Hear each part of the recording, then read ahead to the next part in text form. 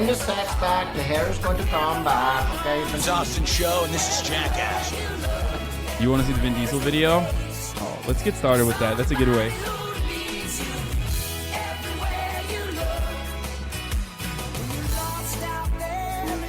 Yeah, this is, guys, it's take your daughter to work day. It's sprayed.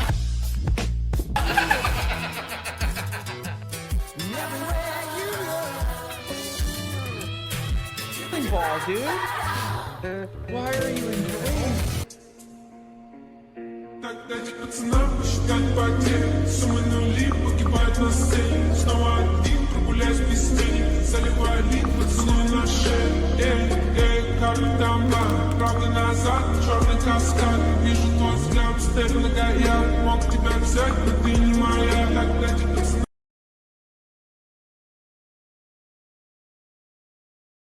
What's going on, everybody?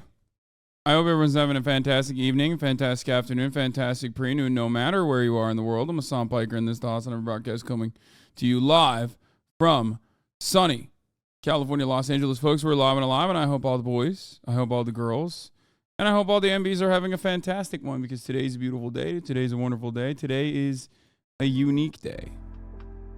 A unique day that is not so unique. Yes, I got the 3090 on.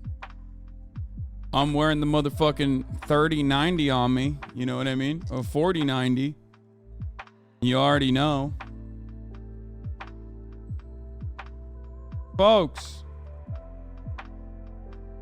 Live and alive, and today's a day of celebration. Today's a day of joy. I think some of you already know exactly why that is the case. Today is a beautiful day because it is... Wow. You know we finally here, right? Well, It's Friday. It's motherfucking Friday. It's Saturday, Sunday, what? That's right. It's Friday, then. Folks. It's Sunday, what? It's fucked up Friday. It's fuck up fans mom Friday. It's get twisted Friday. It's flat fuck Friday. Most important day of the goddamn week, the start of the fucking weekend for all the wage cuts, for all of the white collar wages, the work from homers, and everybody else, the bridge and tunnel crowd. It's time to feel like you have a little bit of sense of freedom in your goddamn life. Let's go. Let's go. That's right, baby, and it's an important Friday, though.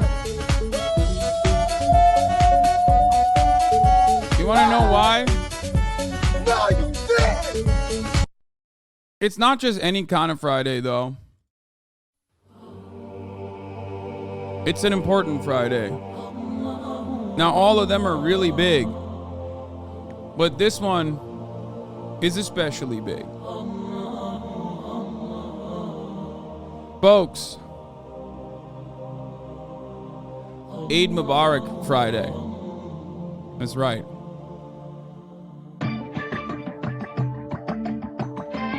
So that's why we gotta hit that fucking Oh Allah the Almighty, Allahu Allah, protect me and guide me. Allahu Allah, put your love and mercy. Ya Allah, don't deprive me from beholding your beauty. a HasanAbi classic we had to bring back for today. You know what I'm saying?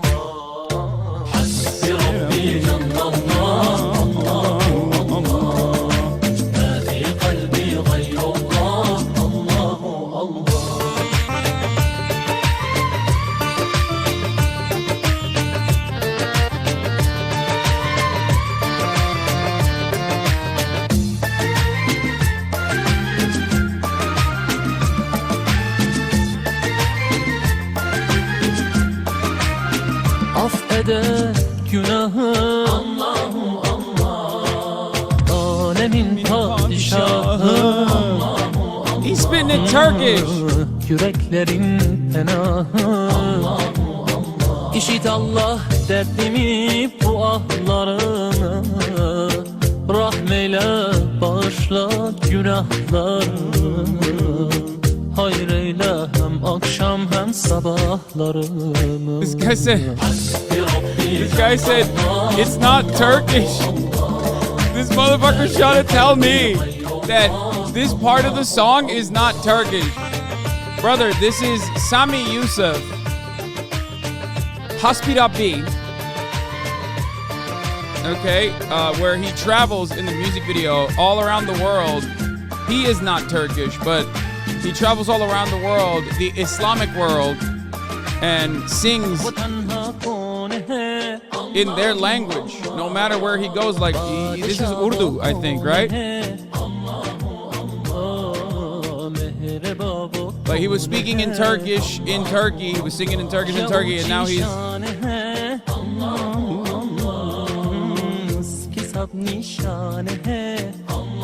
This is the halal gospel, yeah. I mean, this shit slaps, let's be fucking real. Yeah, he's singing in Hindi and Urdu. Hindi. I don't know what his ethnicity is, I forget, but he's just spitting, dude. Anyway. Abi Ramazan özel mi açtın? Evet, Ramazan için açtık abi. I do find it really funny that, like, motherfuckers in my chat are like, nah, dude, that's not Turkish, actually. Fuck you. In English, too. Yes, I'm wearing my Dan flashes. Let me tell you something, folks. This is part of the broadcast where I tell you a little bit about my personal news, about what's going on. This is for my parasocialists out there who want to know what happened in between the time period where I pressed the stop streaming button and then pressed the start streaming button. And honestly, some really cool updates for you. First of all, I ended the broadcast early last night because my cousin and his wife have arrived from Turkey, and I wanted to hang out with them a little bit. And by hang out with them, I mean, what did I end up doing? I ended up pulling out the Steam Deck, sitting next to them and playing Yakuza 0 the entire night. I'm not even kidding. I'm so deeply addicted. Majima, especially when he learned the breakdancing fight sequences, is just a major game changer. Majima is probably, I love Kiryu, but Majima is probably one of the best fucking characters I've ever seen. Like, with the way he behaves, how he is the king of the night, how he says the customer is the king, and like the way he will treat his customers and turn any rowdy and unruly customers back into, like, paying for the entire fucking night, just milking their wallets, all that sort of good shit. He's incredible.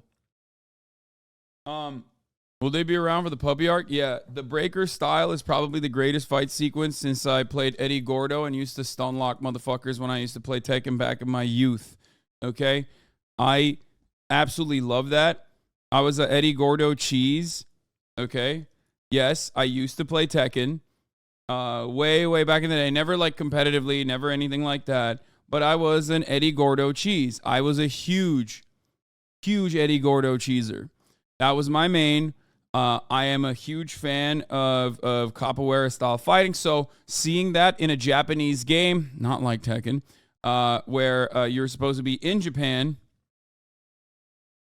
and having a guy like Majima do that makes me really, really excited. Tried that shit on my Yoshimitsu, bitch. Majima's opening is so fucking cool, is what got me to Yakuza. Favorite side story in Yakuza 0? I don't know. Maybe the cult one. I just finished that one. Of course, you're an Eddie main. Fuck you. Yeah, I mean, come to Brazil. What, you got a problem? You got a problem? Come to Brazil. Come to Brazil! Yeah. Eddie Gordo. Anyway, will you play Tekken 8 when it drops? Probably not. I'm not like a big Tekken boy. Anyway, but yeah, so as I was saying, that is pretty much all I did last night and also this morning. But also, as you guys saw, my cousin is here.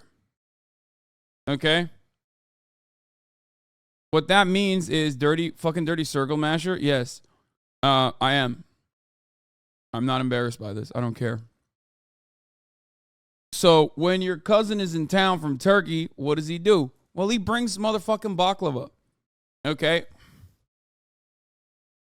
That's what he did. He brought some motherfucking baklava, which is great. I love baklava. It makes me very excited to eat some delicious baklava. That is extremely my shit, right? However, there's some issues with the baklava situation. I can't stop myself.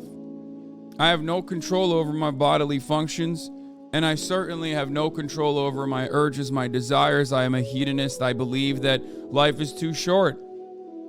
So we should, we should focus on making choices that maximize pleasure. And there's perhaps nothing more pleasurable than eating this delicious Turkish treat. Antep fıstıklı. Let me tell you, I ate 4. And these bad boys, these puppies are like 300 calories per, you know what I mean? So I thought to myself, oh fuck, I'm gonna be honest with my trainers.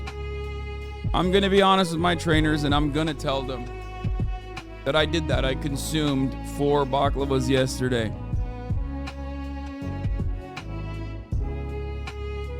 Okay? So they made fun of me the entire morning. I was really tired. I was really tired when I was, working out for some fucking reason, even though I got a good night's sleep. They kept making fun of me. They were like, oh, it's because the baklava you're eating. It's because the baklava you're eating. It's because the baklava you're eating. You know, come on, man. You're so close to 248. You're so close to 248.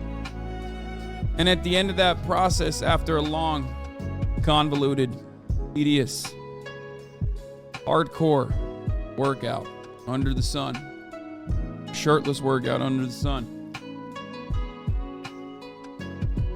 I weighed myself. And let me tell you,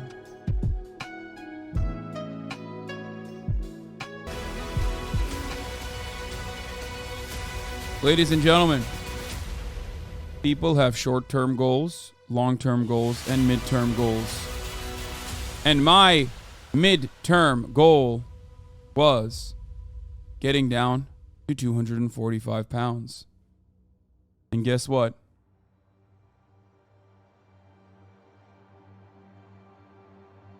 Something very unexpected happened.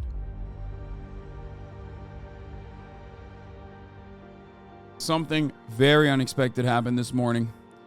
After eating 4 baklava and feeling like absolute dog shit about that decision. And also not going out to play basketball as I normally do on Thursday nights. I felt restless all night. I woke up feeling very upset.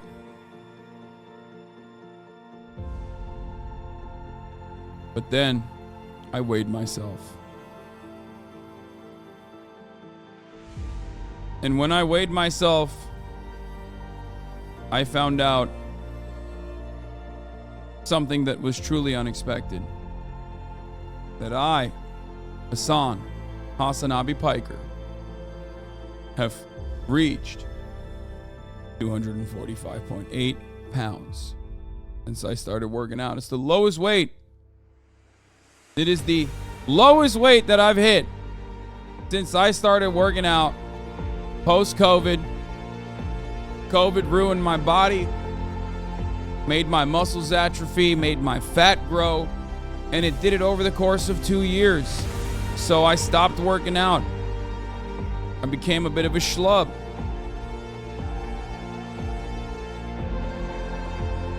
And at my heaviest, I got all the way up to 280 pounds. That's right. And as someone who has been 320 pounds in the past, who lost all of that weight and was able to keep it off and was able to have a six-pack, was able to dunk, this was a really, really hard transformation to go back into the gym and to not be able to put up the weights that you're normally able to not move your body like you are able to, as you once did, and to be depressed every day. But finally, we're back. Now, of course, not over. As you guys know, I've been dieting pretty aggressively and I've been cutting. I've been in the recomp phase still. And 245 pounds is far from my goal weight. My goal weight is always going to be anything that puts me at under 10% body fat. I suspect that's going to be 230 pounds. But let me tell you, eventually, get there. Right. My end goal being under 10% body fat, like I said, and being able to dunk. I'll inevitably get there. And I will do it in a healthy way. I will not do it in unhealthy ways. I will not do the Ozempic cheat code. I will not, or I mean, maybe I won't rule that out. Who knows? I will not lose weight aggressively, exclusively, so I can get down to that body fat percentage in a way that makes me yo-yo diet. I will not do steroids, but you know, maybe later in the future.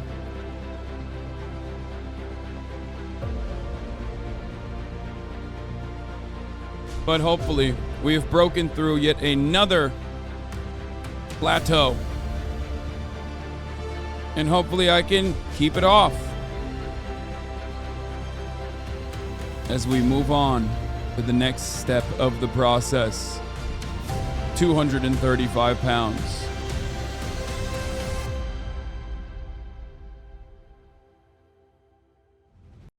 That's it. What's your body fat? It's like, I think it's like a little, it's a little under 20% right now. I'm not like, you know, my body fat's not that great. But that's not that big of an issue because, you know, no way 230 pounds is sub 10. I mean, I have a photo that I can show you from 2016, I think, or maybe 2014, possibly. Here, this is my reminder that comes up every day.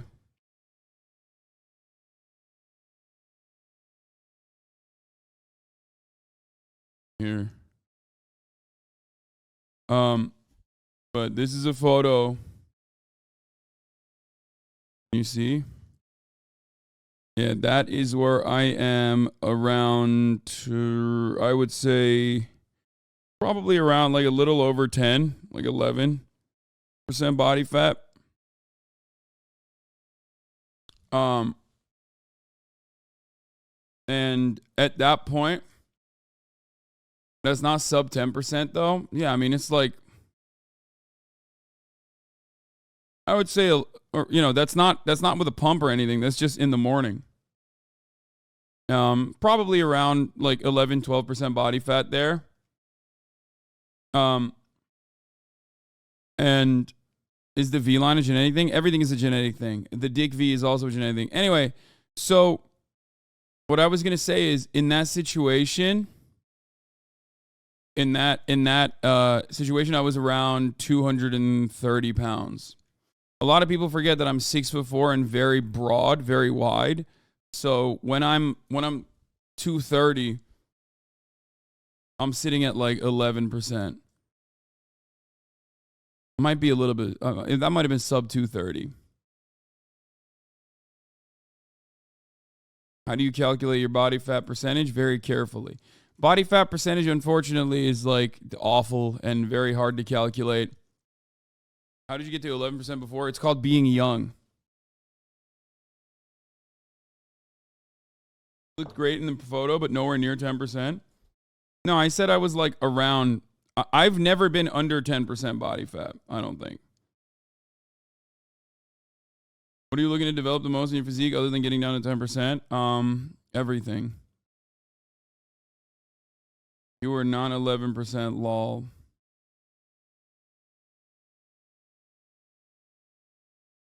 The way you do it is by with like calipers. They look at like all the body like fat retention areas. You can also calculate it by calculating your lean muscle mass.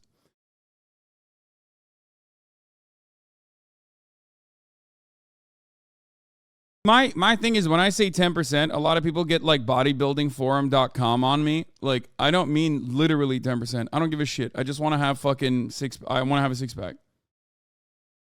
You know what I mean? Like that's it.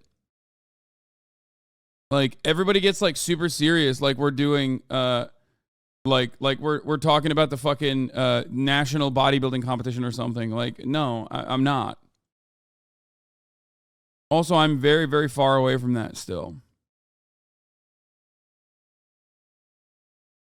Do a Coachella stream? I'm not. I have done it before, but it was terrible.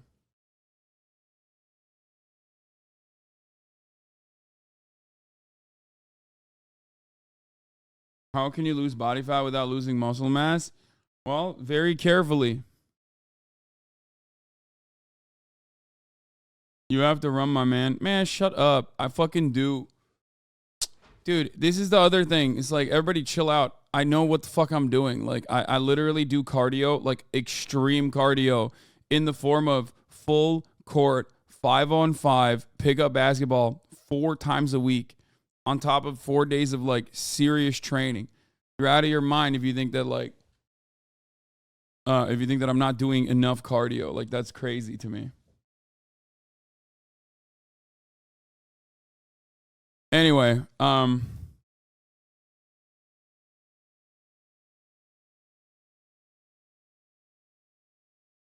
so yeah, that's what we got. Let's fucking blast off.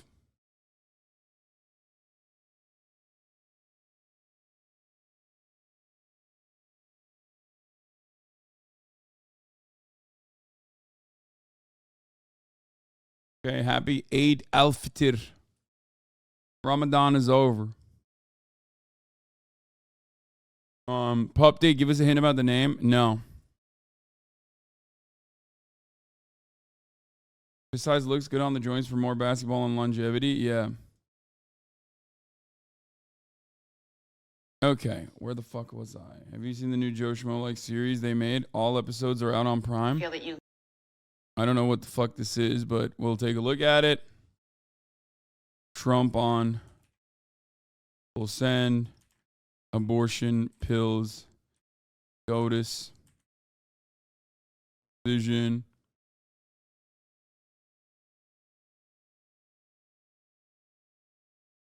Tennessee Republican.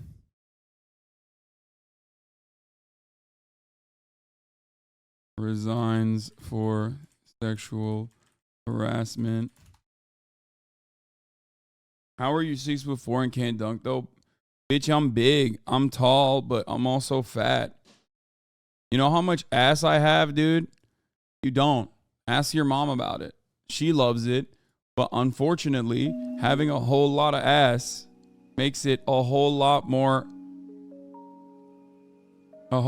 difficult. You know what I mean? Trump on full send abortion pills, SCOTUS decision, Tennessee Republican resigns for sexual harassment. Murder is back on the menu. And more. It's Friday, fun day.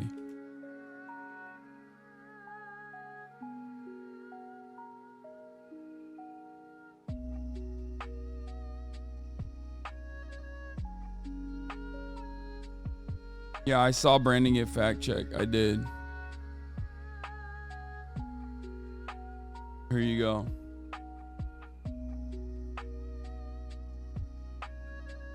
How much baklava is left? Bro, it's not even just baklava. This motherfucker also brought... Who are you talking to? You know what's crazy? He didn't just bring baklava. He also brought lokum, right? So I've been eating, what's it called? I've been eating hella Turkish Delight as well. Like, I had so much Turkish Delight. And I have so much baklava. But hey, guess what? I've lost a lot of weight, so I don't know. I mean, the way my body works now is very different than the way my body used to work with respect to how I used to lose weight. Back in the day, for me, I was just like steadily lose weight. Now, my body just like literally holds on to that shit. Like, it's crazy.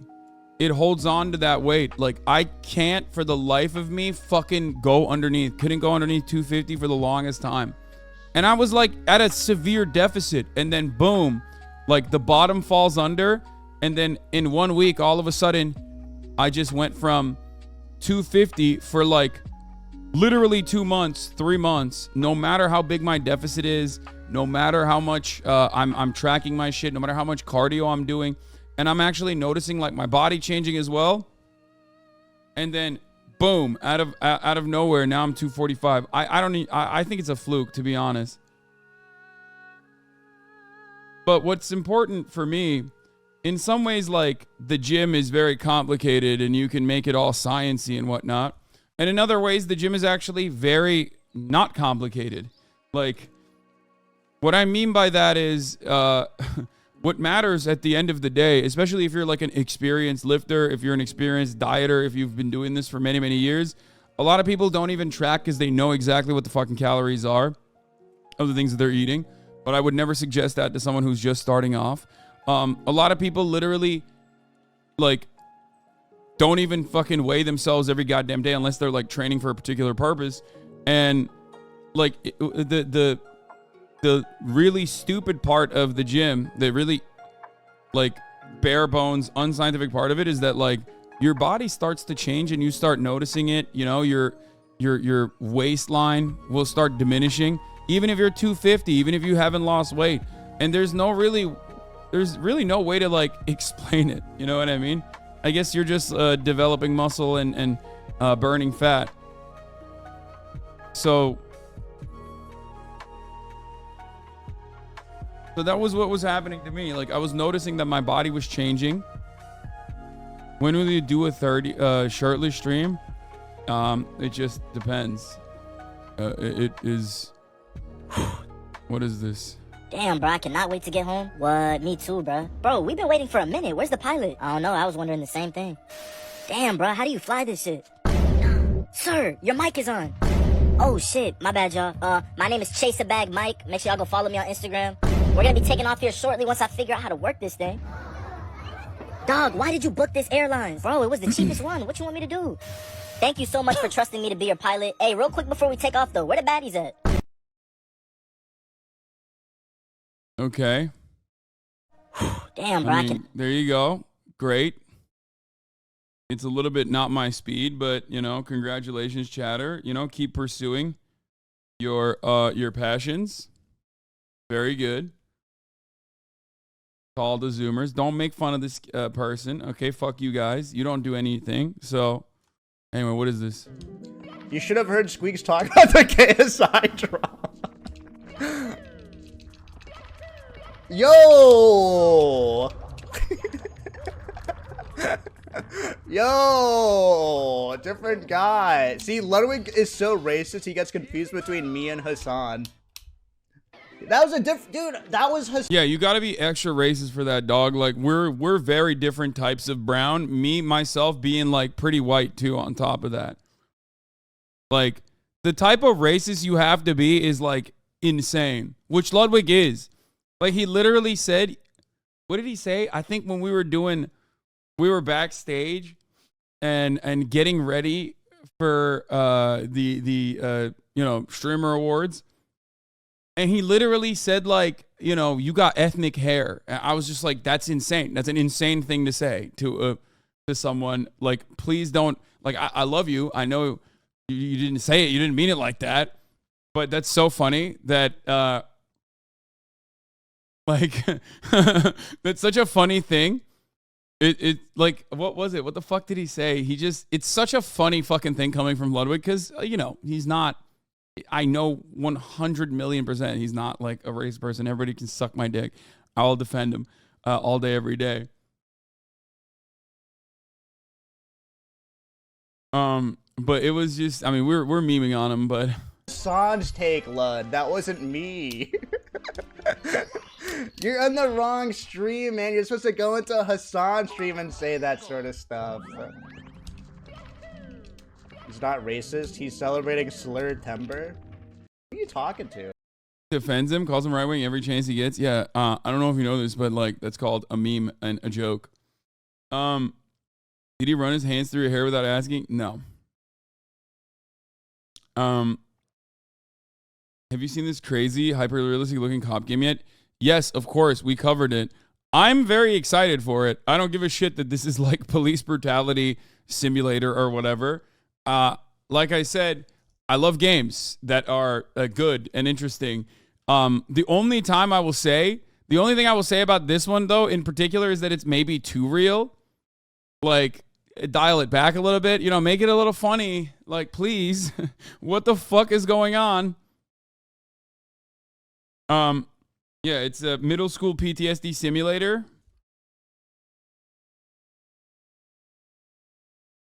I don't know. It's something.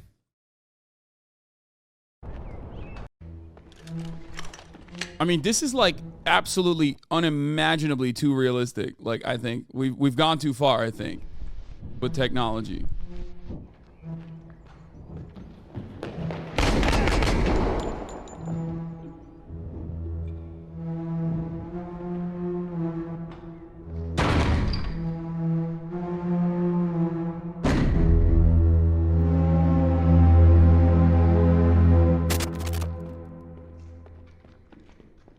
It does feel, in many instances, it literally feels like you're watching like a live leak video of like a cop just walking into like a fucking crack house and just like killing random people. You know what I mean? Like it's one of those things where it's like I feel weird showing you, knowing full well that it's a fucking video game. Like, I know it's a game, right?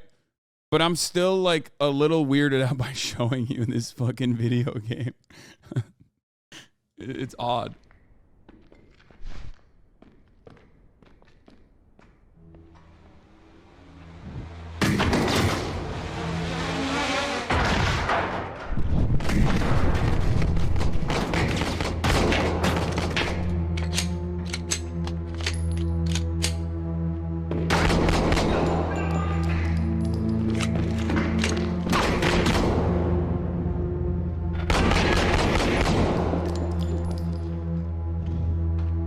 I think the only parts that are like not as realistic, surprisingly, is like the ragdoll physics, even though it's in Unreal 5. This one looks good, but there was one upstairs I remember where he shoots a guy. I think it was maybe in the earlier ones. It could have been in like the earlier version too, because I remember watching two versions of this. One like that came out. Yeah, there was one that glitched upstairs when he goes into a room and starts unloading into a dude, and he just like kind of glitches off of like one of the things in the environment. So I was like, oh, thank God it's not real. This is thankfully not a real body camera footage.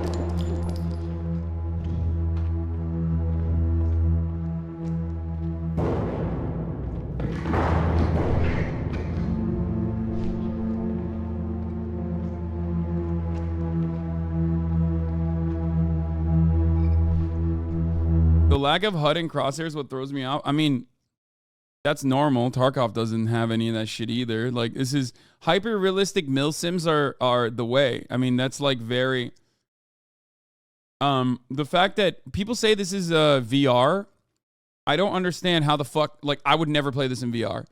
Like, I'll be honest, I mean, I probably will inevitably, but like, the reality is that if it was a VR game, oh, it's not a VR game. Okay, thank God.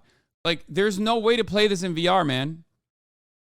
No, that's insane. Just go out and like do a mass shooting at that point. Like, you're literally, what the fuck is wrong with you? You know what I mean?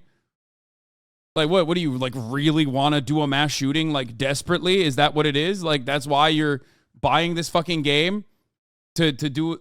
You know what I mean, man? I'm not saying do it, obviously. I'm saying that, like, if this is a fucking VR game, it's basically literally just like for mass shooters. It's basically for mass shooters, like, at that point.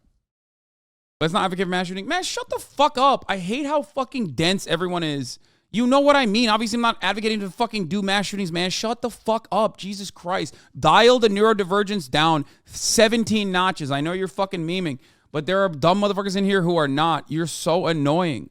Holy shit. Chat is the best thing about streaming live, and it's also the absolute worst thing about streaming live. It's like literally. Anyway. A horror game on this engine would be so sick. I think it is. I think it is a horror game. Trainwreck had a decent take on this, like, surprisingly. He said, I'm going to get a lot of hate for this, but this level of realism in a video game should be heavily moderated in shooters for anyone under a certain age. I hope parents do their jobs. This level of realism for shooting and killing makes me feel uncomfortable, as if I'm watching a real leak from a military police operation. The clear distinction between real and fake is necessary, but this level of realism, in my opinion, gives real credibility to the nonsense politicians have been spewing for years about video games conditioning young people to lose a sense of empathy towards violent tendencies or situations. Yeah. I mean, it is a insanely, profoundly rare train W, but it is true. Like, this shit is a little too much. It's a little too much. It's a bit much. You know what I mean? Will I play it? Yeah.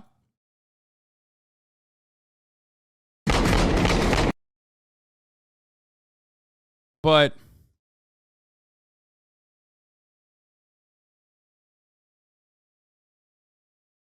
yo, I'm telling you, as a dev, the military has this, but even better already for training.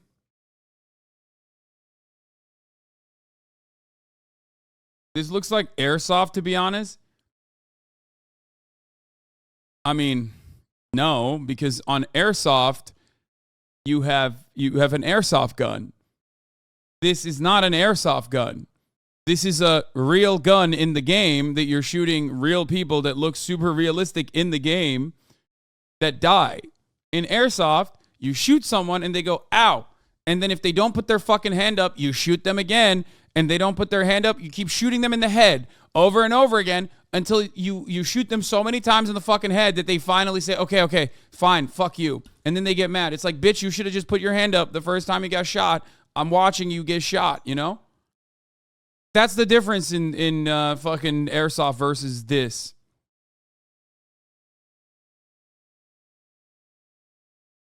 Tell me you watch the airsoft guy without telling me you watch the airsoft guy. Lol. No, it's I do actually. I see too many airsoft.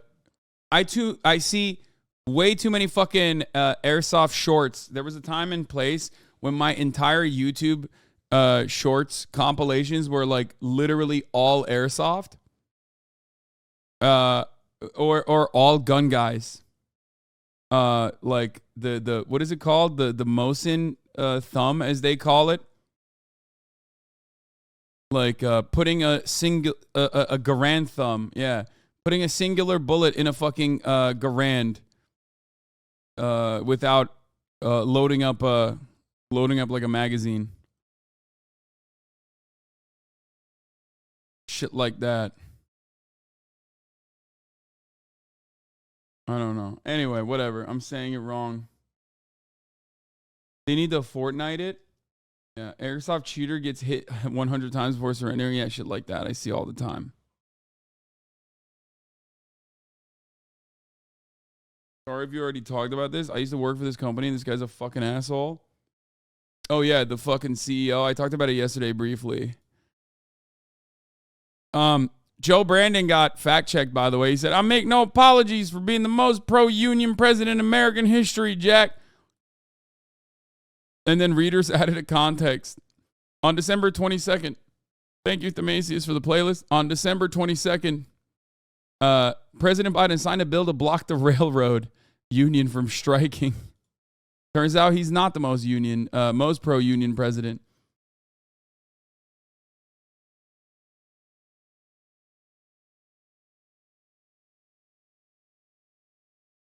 You see the FBI freaking out about this movie? Law enforcement agencies have sent 35 warnings about how to blow up a pipeline. Interesting. Rolling Stones has obtained an FBI alert issued earlier this month warning that the fictional film How to Blow Up a Pipeline could inspire real-life terrorist attacks on energy infrastructure. You know what's really funny about this? Bitch, there's already real life terrorist attacks on energy infrastructure. It's just like right-wing white supremacists that keep shooting up the energy infrastructure and not like actually blowing up a fucking pipeline, okay? So how about you fucking worry that? How about you focus on that, bitch? Okay? Wait. This is oh my God, what is this article? It's a treacherous time. Russia is on the march. China is on the rise. Mass shootings are an American plague. China is on the rise and Russia is on the march. And above all, someone made a movie with a scary title. I mean, this is just like making fun of the FBI freaking out about this movie, though, because Rolling Stone, they're the cool guys, you know? Also, I'm sorry. Okay? I'm sorry, but you can't be an American media outlet or an American intelligence agency and be like, guys, it's really fucked up that they made a movie about blowing up a pipeline when the other pipeline you blew up has like barely been contained. Okay?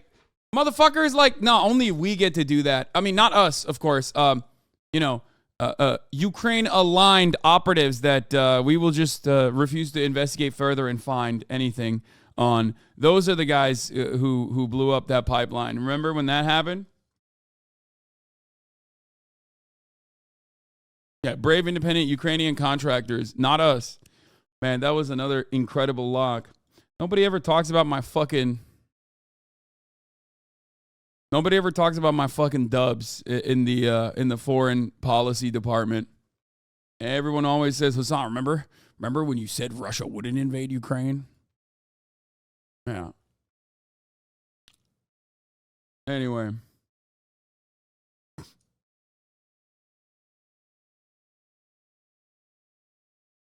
What is this? Newly recruited servicemen from the Spartan Storm Brigade practiced target firing, battlefield first aid in an undisclosed location in Ukraine's Kharkiv region. A serviceman with the nom de guerre, Adolf, said that they've been trained in first aid tactics and firing drills. What? Bro, what are they doing? Like, you don't need to say this. You know what I mean? You literally, I guess at this point, they're just like, yeah, they're Nazis, but like no one cares. You know what I mean? Is that what it is? Adolf in the SS Brigade. I'm guessing he's a big fan of jazz music because his nom de guerre is a tribute to Adolphe Sax, inventor of the saxophone.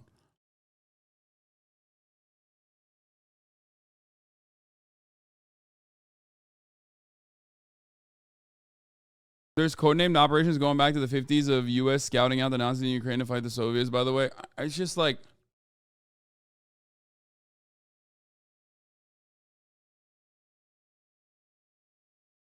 What? No, this is a meme, right? This is an old... Hillary Clinton announced presidential bid as early as Sunday. Yeah, it's from 2015, you fucking asshole. No, don't even get me on that. You can't even get me on that. I would know. If Hillary Clinton was interested in fucking actually... running, I would know, okay? I'd be alerted because I'm a DNC operative, as you guys know. But the Russians are the real Nazis? Okay, but like there are real Nazis on the Russian side too. It's just like, that's true. You know what I mean? And regardless of like ideology, Russians are the ones who are invading Ukraine. But it's also fucking ridiculous. It's like, it's just awful. It's gross and it should stop. Because just real people are dying for no fucking particular reason. You know.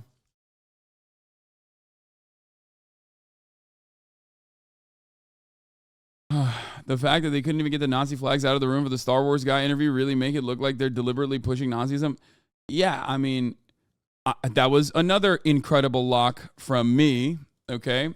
Back from the pre-invasion era or post-invasion era, where I said, guess what?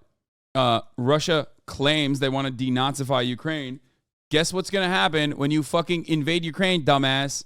You galvanize the Nazis. They will literally be seen as the liberators. So, of course, the Nazi ranks are going to grow. I literally said that back then, and that was another absolute fucking lock, okay? No shit. Anyway.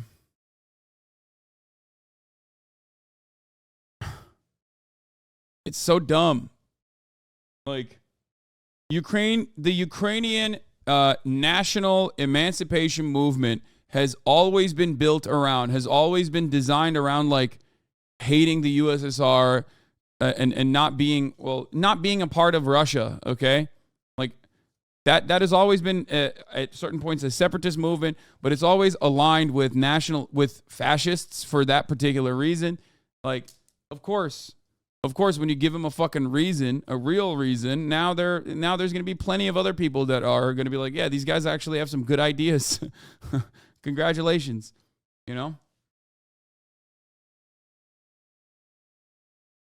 Anyway, I never actually thought that the denazification was a real argument regardless, but, you know.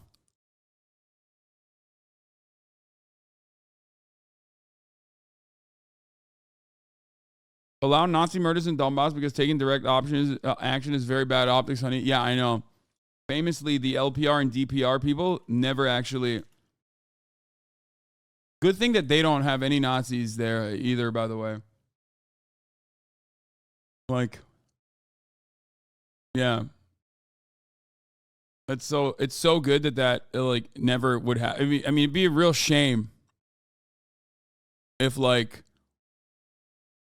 it'd be a real shame if if any of the fucking Wait, what's that? Wait, stop.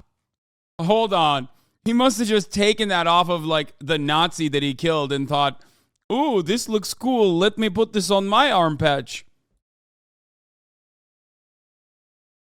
Yeah.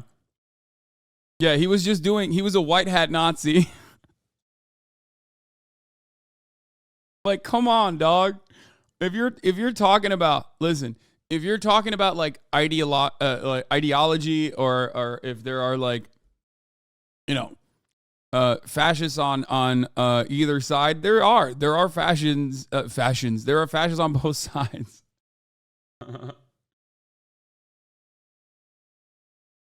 He wore it because he really hates Nazis. Yeah, maybe this is a Harlan Crow style situation. You know? No. This is a Harlan... Okay, I figured it out. This is a Harlan Crow style situation where he keeps it close to him to remember how bad it is. Yeah, that's what it is. He's like... You know how like Harlan Crow has the Adolf Hitler book that he keeps in his house to like never forget the atrocities? That's why he has that. Shea Young moment. He didn't know the wardrobe person added it for the photo shoot. Yeah. We gotta figure out who the stylist is in the Donetsk region. You know what I mean? Because these stylists are going crazy with it. I think they're sourcing from like wherever the Ukrainian guys are getting their gear from. You know what I mean?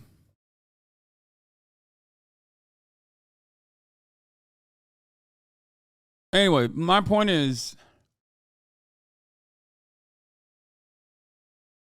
it's war. And when there's war, there's going to be some fucking, there's going to be all sorts of militant radicals that have a litany of violent ideological interests. You know? Yeah. Wake up. Wokege. War.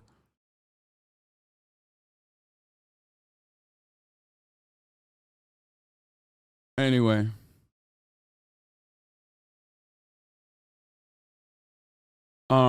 Okay. Let's get to the real war. The war against women. Okay? That's right. Our wonderful Supreme Court is holding off on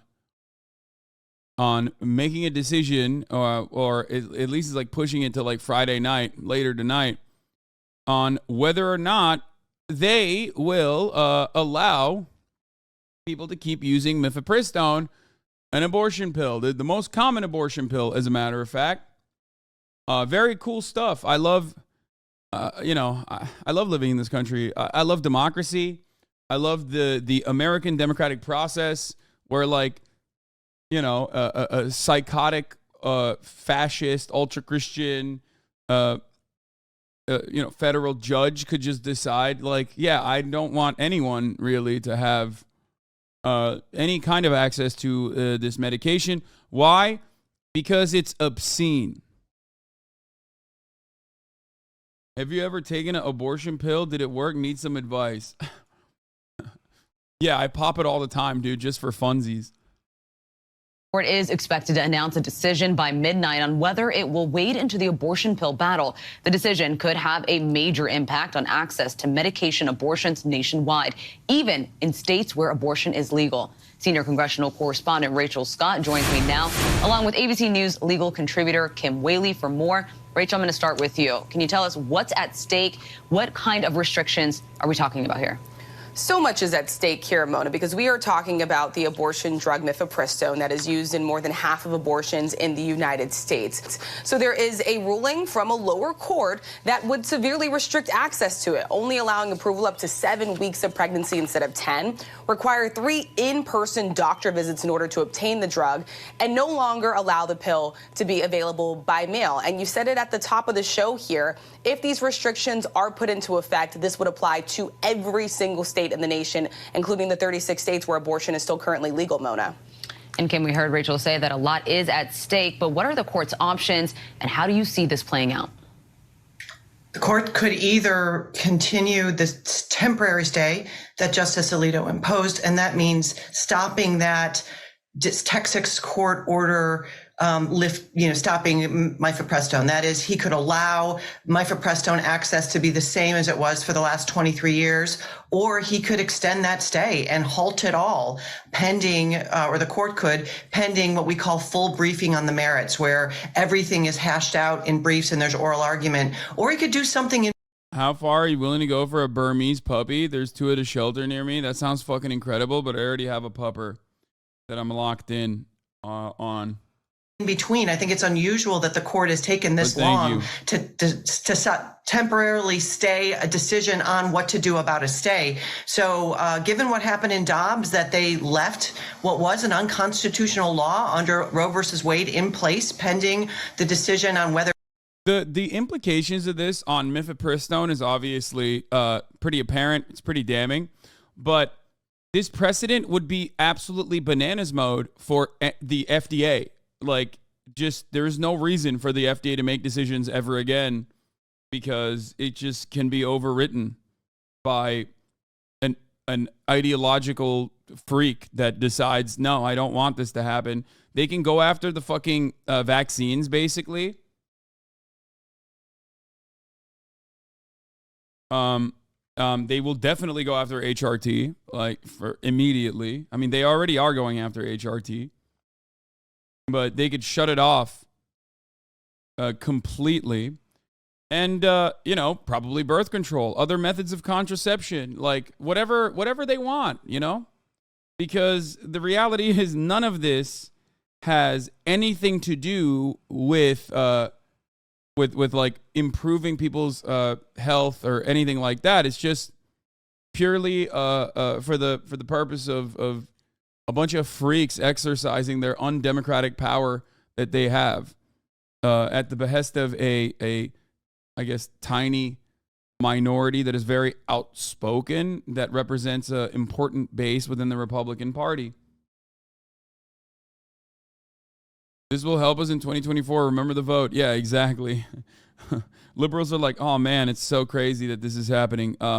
Also, at a time when, the court system is significantly more important than it has ever been due to the court packing done by the Republican Party, it sure would be weird if we didn't, I don't know, it sure would be weird if, the Democrats lost a important member of the Senate Judiciary Committee, right? I don't know, someone who's 857 years old and still wants to maintain their position on the Senate Judiciary Committee. That'd be odd, right? That'd be real weird if that was the case. You probably should replace, if a person like that happened, you should probably replace them immediately, right? If that were to happen. Who knows? So yeah, I guess, I hate to see a girl boss win. That's probably what it is. I'm of course representing Dianne Feinstein. You have a Senate Judiciary Committee. Use it to fucking address Clarence Thomas's inappropriate behavior, for example. That could be interesting to do. But of course, they're not going to do that. Why? Because the Democratic Party loves being the controlled opposition. They rarely ever exercise the power that they have. Kevin McCarthy, on the other hand, literally will go as far in the House as to, like, try to criminally charge Alvin Bragg for the crime of, like, doing his job as a Manhattan DA. You know what I mean?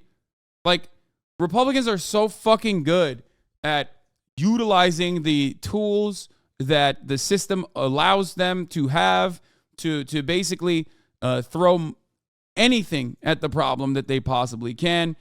They're very good at that. Whereas Democrats rarely ever do that. Democrats rarely ever use the political power that they have. It's very weird. To reverse Roe versus Wade, my guess is there's some conflict on the court right now what to do about this. They are definitely drawing it out. But Kim, what are the next steps if the court does decide to hear the case? When do you think we can get a ruling? It could take it on an emergency basis, and it's known to have done that in this same term, that is in the next few months. That would be unusual. The alternative would be to leave it for the fall and the typical sort of timing for a big case like this. I would suspect that if the court decides to lift the stay, that is to keep in place access to the abortion drug, then it's more likely to wait until the fall. If it extends this ban that was implemented by the Texas judge, I think in that instance, we would more likely see it percolate very quickly in the court and maybe get a ruling in the next few months. While we await that. If they block this drug, doesn't open the door to ban sex toys and Viagra? Yeah, but if you think that, like, Viagra is ever getting banned in a country like the United States of America, you got to be out of your goddamn mind, brother. Let's be real. Viagra is utilized by those people in positions of power. No fucking judge is going to be like, yeah, let's do it. I mean, even if they do it, they'll get eviscerated. Let's say you have, like, a young or an older female Democratic judge, like a federal judge, that decides to make a play towards Viagra. They would be destroyed. They would get fucking destroyed. Absolutely. They would get eviscerated. It would be a death sentence for their career. You know what I mean? That midnight deadline, Rachel, what is the Biden administration saying about the Supreme Court potentially stepping in? Well, they're certainly on edge, just like the rest of the nation, waiting to see which way this actually goes. But they have made it clear they are willing to fight any restrictions for as long as it takes. This is a White House that is very supportive of protecting access to abortion. But really, the crux of this argument that was made by the conservative judge back in Texas is that this drug should have never been approved by the FDA in the first place. It was approved by the FDA more than 20 years ago. This judge argued that that should not have happened. And so you have a lot of concern from Democrats, especially on Capitol Hill, who says that this just opens up the floodgates, that if you take mifepristone off of the market, something that was approved by the FDA, what other drug could possibly be next, Mona? All right, Rachel Scott and Kimberly Whaley, thank you both for joining us. I mean, what I've said already is just like, don't listen to them. You know what I mean? Especially if you're in a fucking blue state. I don't really care about the legality of the situation. I really do think that you should just ignore the ruling. Like, just straight up say that you're going to ignore the ruling. You know what I mean? Is that a designer shirt? It's from Pleasures. It's from Dan Flashes. Yeah, it is a designer shirt. The complicated patterns make it very expensive. Remember the falafels? No, I think you literally should just ignore it. You should absolutely ignore it. Ignore it. Ignore it. Ignore it. What are they going to do? Ignore it. Yep, rich socialist. Yeah, this is my hacking shirt. This shirt is like, I think $50 or something like that. Maybe a little bit cheaper when I got it. But you can think that it's really expensive if you want, if that makes you feel better.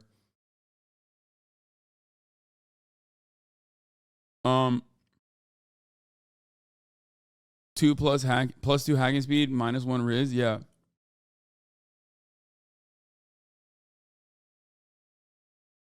No way, that thing's like 1K out the door at Dan Flashes. Yeah, I had to fight someone to get this. It is not $50, lol. Wait, what? Yeah, it's a streetwear brand. It was, what is happening? It was $50, not $150. Or I think maybe $60. It's Pleasures. It's not like, it's not that expensive. It's a streetwear brand. Shut up, chat. It's $115. No. Even on this fucking link, it says it's $79 and it's sold out. And this is a secondary. I got it directly from Pleasures when it first dropped. And no, it was not $115 when it first dropped. I don't think. Let's see if we can find it. Why are we having this conversation? It just think it's like $7,000. Who gives a fuck? You know what I mean? Yeah, I don't care. Yeah, I have very expensive clothes. Suck my dick. How about that? Your mom likes it. Is that good? You know what I mean? I do. I have significantly more expensive clothes than this one. I don't know why this is like a point of contention. It's not. You know, that's going to... if you can no longer support me due to that, then go ahead. I don't feel the need to justify every purchase that I can have made.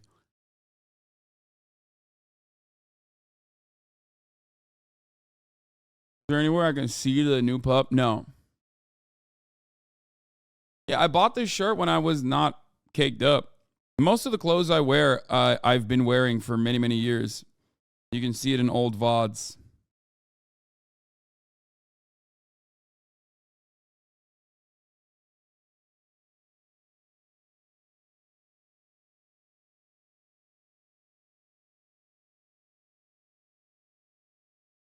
You don't buy a 1K shirt when you're broke?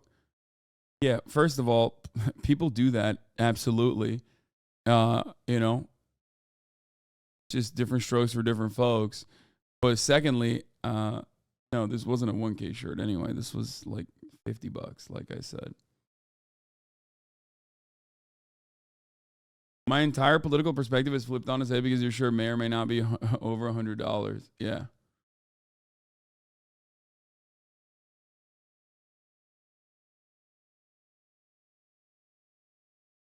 Speaking of sneakerheads in the chat, I made a new purchase. I'm becoming a bit of a sneakerhead, but I got the new Nike Ambush high tops. Shit was, I mean, I got a retail. Shit was fire. I think they're sick. I wore them yesterday. Look at this. They're dunks though, which, you know, ew for a lot of people. A lot of people don't like the dunks, but I thought that they were sick. Look at the back. The Nike swoosh goes behind the shoe. I think they're sick. I like them a lot. So that's for the sneakerheads in the chat. I got those, and then I got the I think Ambush also did Air Force One low tops, or are they low dunks? Not entirely sure. Oh yeah, no, they are. They did the Air Force One lows.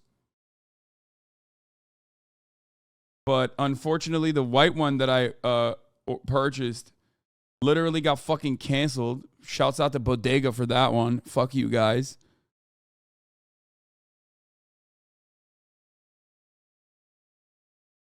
The Run the Jewels one I got, didn't that just come out today? I see you like child labor. I don't just like child labor. I love child labor.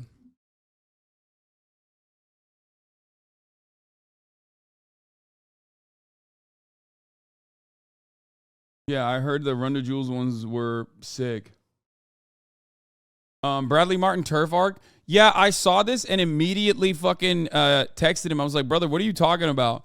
And then he literally said, I don't know, man. I saw a TikTok about a lady talking about how her 2-year-old is trans. And I was like, okay, show me. I'm like, what? What are you talking about? And he said, bro, unless it's AI, I don't get it. I'll try and find it. And then he never responded.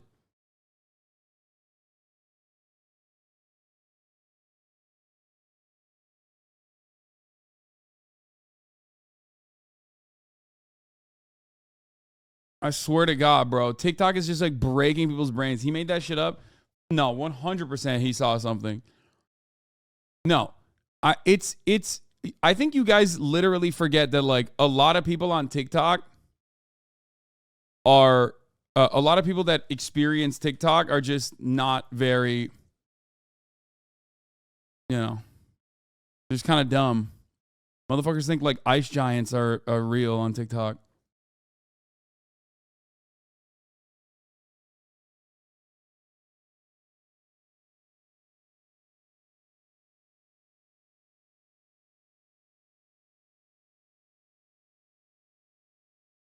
Have you guys seen people on TikTok not understand how like light reflection works? I mean, just look at that if you want to understand. If you want to develop a better understanding of like the level of intelligence of the broader American, of the average American, just look at that. Just literally look up TikTok mirror. They think there is a world inside of the fucking mirror. It's not even a joke. They call it mirror world now. They say like there's a world inside the mirror.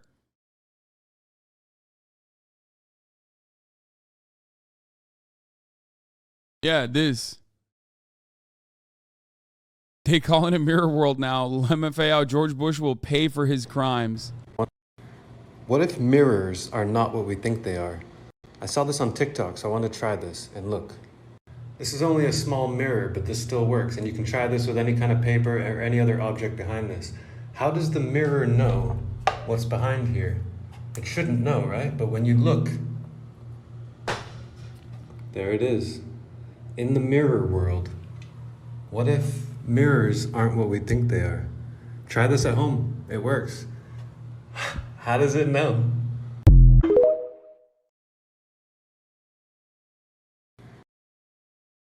Yeah, I mean, I've said this before. I don't know if there's a term for it, but what is it like? In a nation of the blind, the one-eyed guy rules the world, kind of thing. Like, I don't know. I've talked about this a lot, right? If everyone is fucking stupid, then yeah, other stupid people that say stupid things are going to be looked at like they're fucking brilliant. You know what I mean? Because the audience is stupid. It's like when Donald Trump was talking about that was like something I brought up so many fucking times. But when Donald Trump was talking about COVID fatalities. And he kept saying, Barack Obama, he did the swine flu. And like he was literally putting numbers up that made him look worse. Like normally liberals are supposed to tell Donald Trump like, well, Barack Obama did a much better job with the swine flu. Many less casualties from the swine flu than like COVID, you fucking idiot. And then the Republicans are supposed to turn around and say, well, that's a false equivalence because swine flu is not like the same, it doesn't have the same level of contagion. Blah, blah, blah. But Donald Trump was getting ahead of that by saying literally arguments that would make him look worse.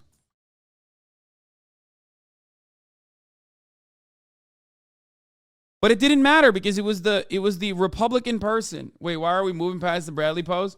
Because this is not moving past the Bradley pose. This is the Bradley pose. This is a continuation and an extension of it.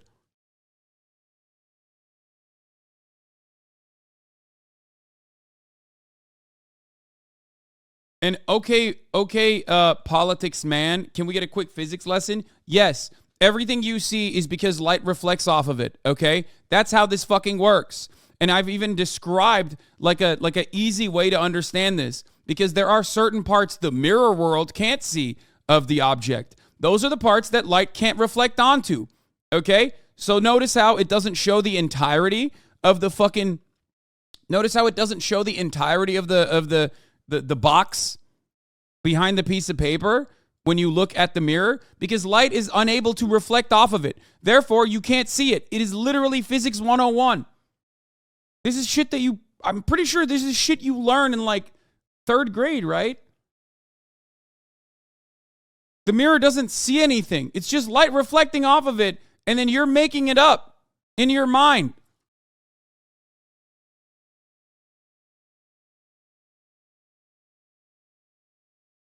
There is nothing. The mirror is not a real thing. It's not like just reflecting.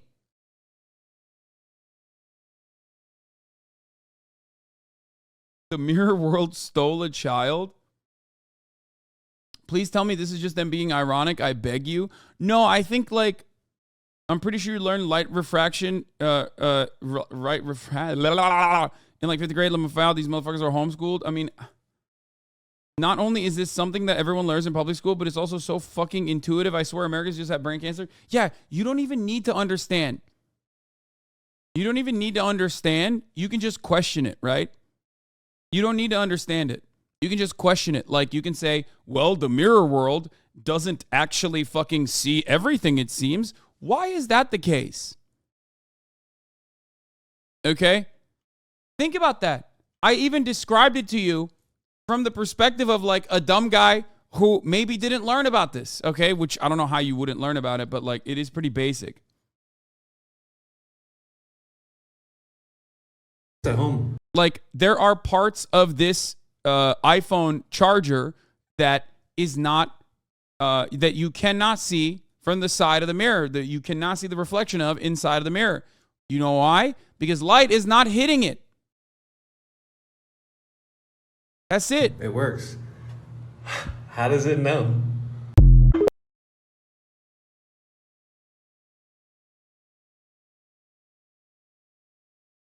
Wait till they find out about magnets. I'm gonna be honest with you. Wait, what is this? He needs your help. I talked to him yesterday about working out. I'm trying to fucking get him brolic. Hopefully. To be fair, I don't understand how magnets work either, and that shit terrifies me. So catch me fucking freaking out about magnets. Baby, don't hurt me. Don't hurt me no more. What? Where is my car?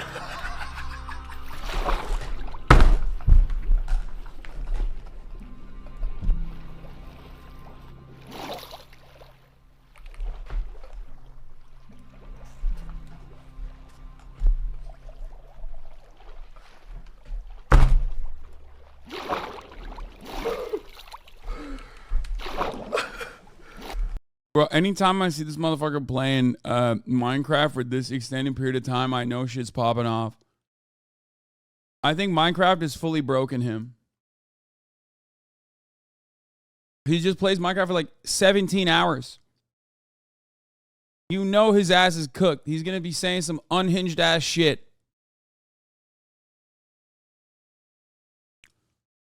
1810 scarred him, dude. Burned into the back of his mind like an old man CRT TV has the Fox News box logo on the side. You know what I mean?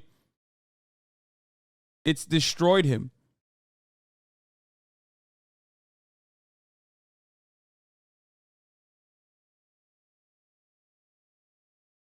Anyway, how long until Elon Musk realizes this is a bad idea? I'm gay. And I tweeted this. Azan the Hun tweeted, I'm gay. And I retweeted and it begins. Unfortunately, Azan the Hun got yeeted. HasanAbi Productions did a blessed I'm pregnant mpreg tweet. Ausinox did a selling laptops tweet.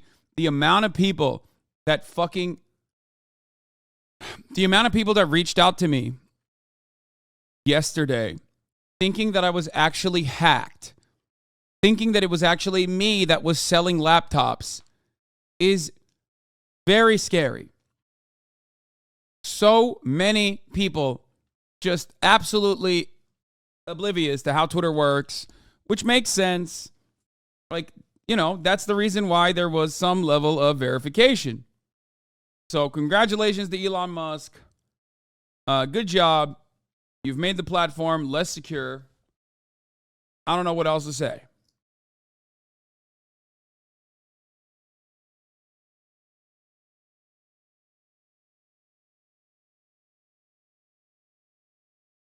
So what's up with you selling them for a good deal or nah?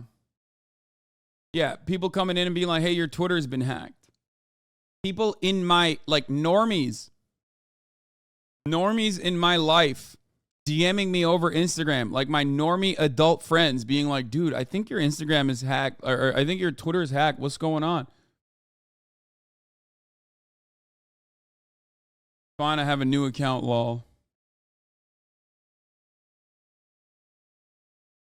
Well, guys, Twitter denied my unban request to get Hasan the Hun back, even after I sent them the clips of Hasan saying he didn't want me to get banned. Yeah, they don't give a shit.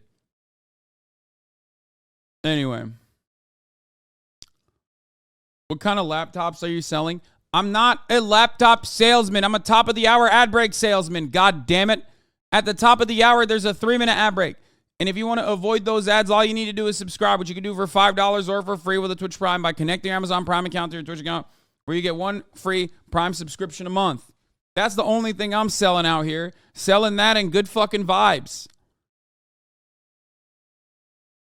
Okay? Rent Control Ryan and Vanilla Lose. Thank you for the 5 get the subs, allowing 10 people total to no longer see the ads at the top of the hour. Here's the 3-minute ad break now. The Raging Hoppa. Thank you for the 5 get the subs as well. Even Fossabot said that wasn't good. What are you doing? What? What? I don't understand what is happening.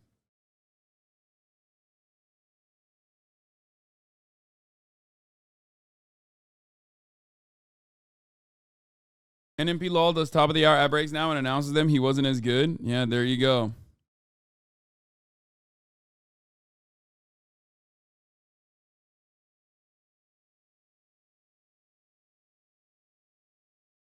Have you seen this landowning witch comparing public use of the creek she owns to literal rape? Yeah, I saw. I didn't cover it, but it's pretty funny. Not only is the government trying to take land. So this Colorado woman bought property next to a public park and cut off access to the creek used by the community. And she compares the public use of it. Sakura Gore, thank you for the 10 gifted subs. Extra summons, thank you for the 5 gifted subs. Strawberry Cake Pop Fanatic, thank you for the...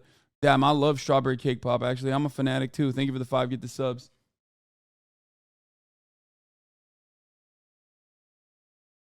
Dom the Backup did a $3 dono and said, hi, Hasan, big fan. I was wondering if you've seen the movie Nefarious that just came out. I've heard it's Christian propaganda, but I wanted to get your take on it.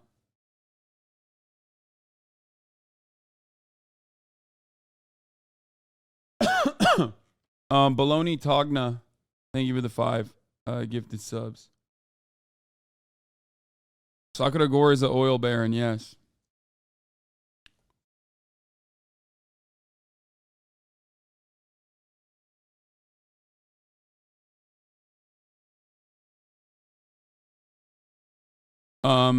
Oh, this is hilarious. In case you missed it, this is the quickest resignation of a public official in my career. More details in the link below. Yeah, we're going to cover this in a second.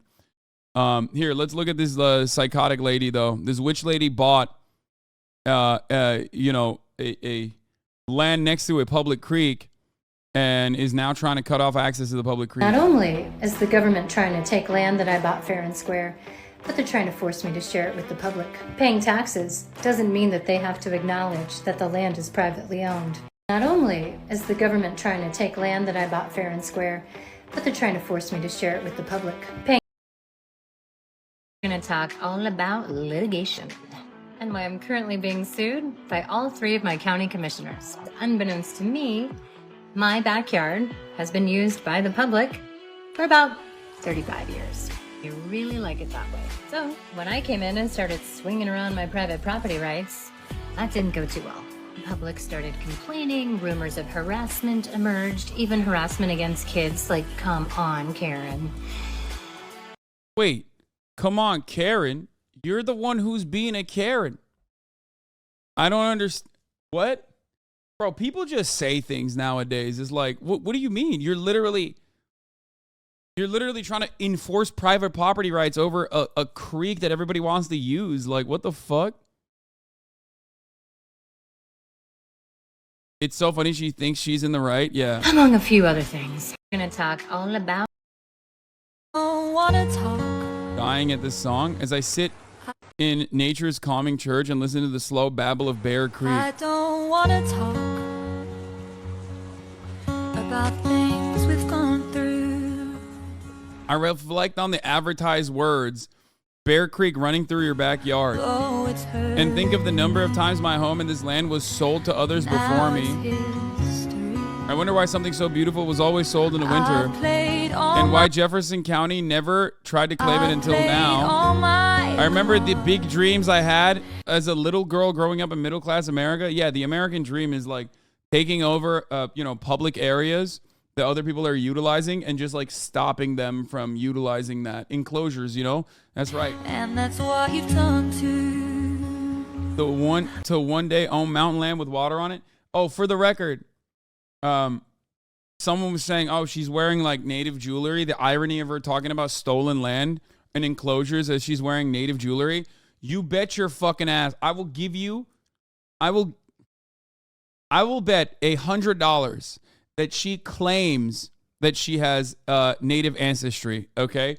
And she got a 23andMe done, and it was like, 3% something indigenous.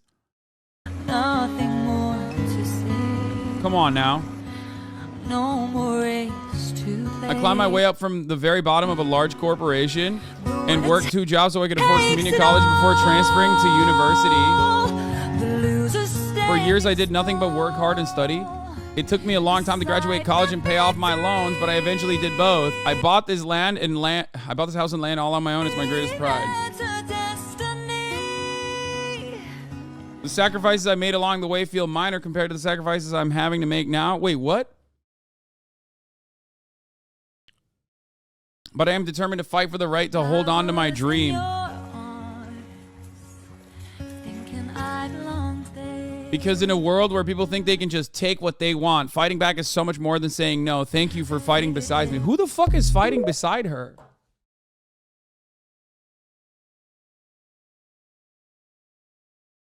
It's rapey for the community. Oh, here. It's rapey for the community use of a creek that's been part of the park for decades. When will kids learn that no means That's no? what the county did. They were seeking to take my land or give the public access to it in 3 different ways. Number 1. Oh, also, apparently it turns out her property fucking ends at the creek, not, own the creek. For 35 years of public access, Bear Creek in Kittredge through a plot of land next to a community park. A woman cut off the creek access, claiming the land is hers. A peaceful community comes to mind when visiting the quaint mountain town of Kittredge. My next door neighbor quite literally brought me a pie. A busy park, especially during Canyon Fest, a bubbling creek, and friendly people like Jimmy Dixon. It's that type of community that people really look out for each other, and neighbors are really close. Well, for anyone who's ever bought a house, you know that you know when you know. For a time, new neighbor Terilyn Romero was welcomed. Last year, she bought her dream home with a backyard creek right next to the town's beloved park. It was going to be my private back. Yeah, yo, this chick thinks she's Nestle, bro. You can't do that. That is above your pay grade. You can't be fucking shutting off access to fresh water. You know what I mean? Unless you're Nestle. Backyard. I had no reason to believe what I know now, which is that the public was using my land as an extension of the park. To most members in this community, this park is the heart of Kittredge. For 35 years, people had access to the creek. But Romero I sent fish in us this creek old all the maps time. I'm and gonna moon surveys her. She says prove the creek. Lol, healthcare industry. She works at Evernorth, a subsidiary of Cigna. Terilyn Romero isn't a developer. She isn't some rich outsider. She's a native Coloradan who works in the healthcare industry. Oh, yeah, she works at Cigna. Nice. Cigna my nuts. You know what I mean?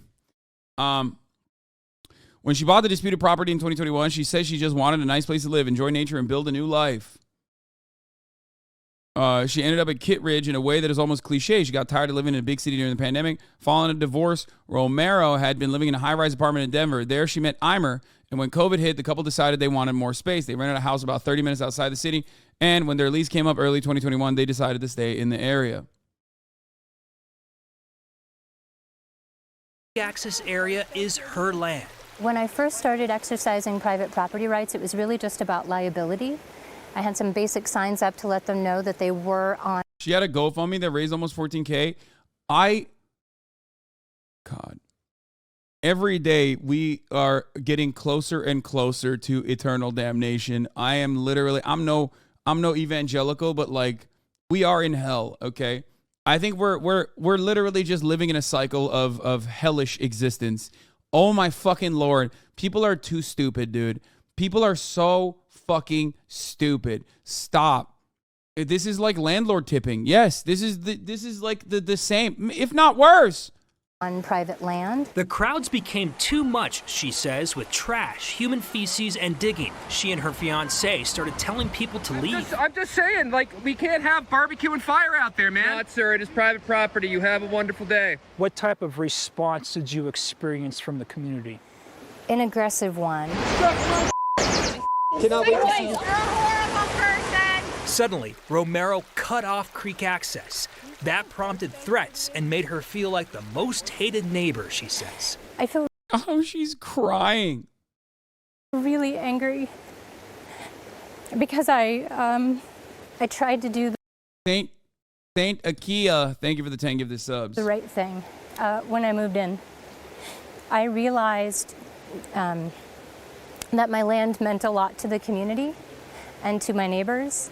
I tried really, really hard to compromise and to share and to be reasonable. Jefferson County filed a lawsuit against Romero seeking adverse possession of the land.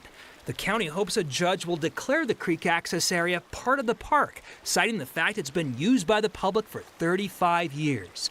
Romero is fighting the lawsuit as neighbors pick sides. I think it's too far at this point to try to rebuild a lot of the animosity between neighbors around it.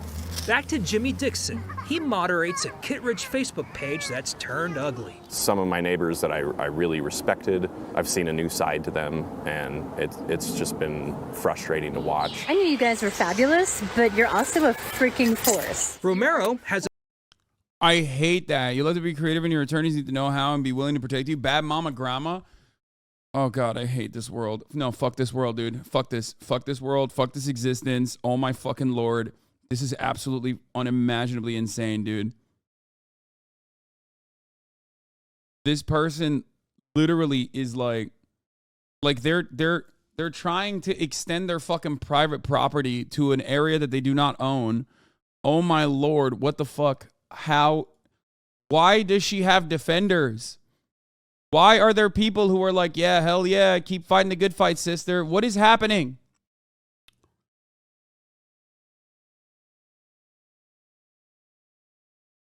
This kind of shit is infinitely more doom-pilling for me in particular than other stuff. When someone is like objectively a fucking asshole and has just nefarious vibes. You know what I mean? Like just absolutely awful fucking vibes that they're putting out there on a regular basis.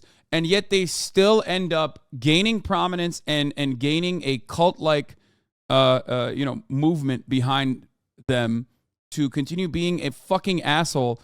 It blows my mind. I don't understand.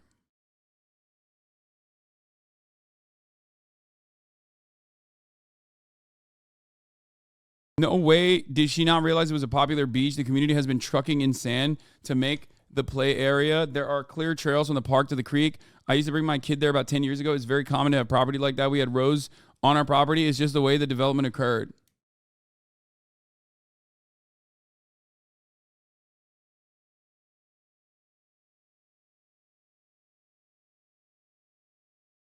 People do that a surprising amount. Like they'll cut their neighbor's piece of grass for 10 years and claim it's theirs, or build a fence a foot over the known property line and claim the land. Happens a lot.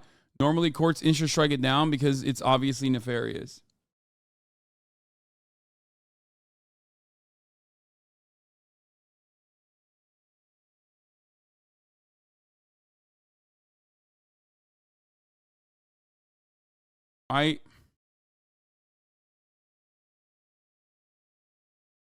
TikTok is full of property dispute videos. It just makes me so sad. Like, this is like a low-level villain shit. You know what I mean? You're basically a low-level villain. You're shutting off access from children that want to go to a fucking creek and like experience a little bit of public land. Like, I don't get it. I don't understand how people don't immediately go, that's really fucked up. Like, how do you empathize with that person and not with like the other people that just want to go to the creek with their kids and experience nature? I don't get that. I don't even fucking like nature. You know what I mean? I don't even like nature. I hate being out in nature. And even I get that as a concept. Yeah, no shot. I'm believing this. This is John Oliver type satire, fake tears on command, especially HasanAbi. This gives me such Israeli settler victim vibes. I mean, there is a analogy there for sure, but because the other people just hear people want to take my land. That's it. It's American as fuck. I just don't understand. A sympathetic social media following herself. And they've been incredibly supportive. They've validated the way that I've been feeling about this, and they've encouraged me to keep fighting for my property rights. We've been getting a lot of social media trolls that have not only threatened the community, but threatened moderators and individuals that live in the community.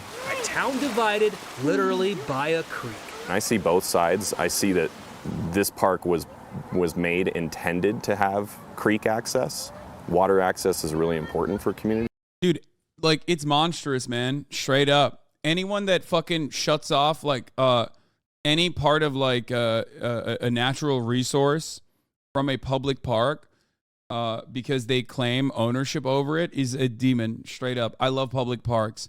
I'll tell you what, as someone who frequently visits the wonderful public parks here in Los Angeles, I'm a major fan. You've heard me talk about this. I think it is profoundly important to have public parks.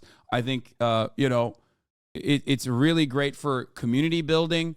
It's awesome. I don't know. It's just like so deeply frustrating. Public parks are nature. Yeah, I know. I'm just saying, like, I'm a big Parks and Rec sucker, okay? It's awesome. It's also fucking free 99. You know what I mean? It's like, it's great. Shut up, you live in California. Sarcasm. If they're worried about the liability, just donate the land to the park. They bought the creek fair and square, and it's so frustrating because it's a bold-faced lie. I don't think you can buy the creek, even in a fucking libertarian, even in a libertarian paradise like Colorado. I don't think you can just like straight up purchase a creek, man. I don't think that's how that works. Like, it's a body of water. Like, what do you mean? Wars have been fought over the concept that you're mentioning between nations when they build dams on it, like Turkey and Syria are in a constant state of conflict due to the two major rivers that flow through Turkey and flow into Syria inevitably. It's literally this situation. If you own the beach property, right? Do you own the sand and the water? Nobody owns the water. It's God's water. What if someone? Yeah, I mean, literally, nobody owns the water. It's God's water. It's your water. It's the public water. Can I own Lake Michigan?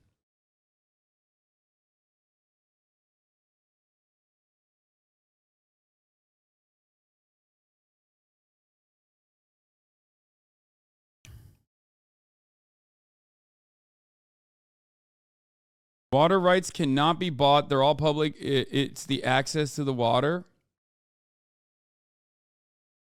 It's considered the waters of the state. If a waterway flows on more than one property, it's public.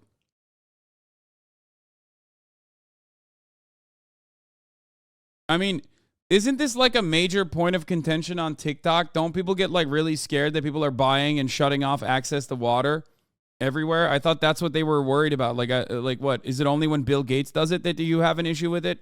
But when it's like some fucking witch talk lady then you're like, oh no, it's a yes queen moment. Like, is that what it is? But I also understand the property owner's side. There's property rights. Can't people just meet in the middle? Exactly where that middle is will be up to a judge.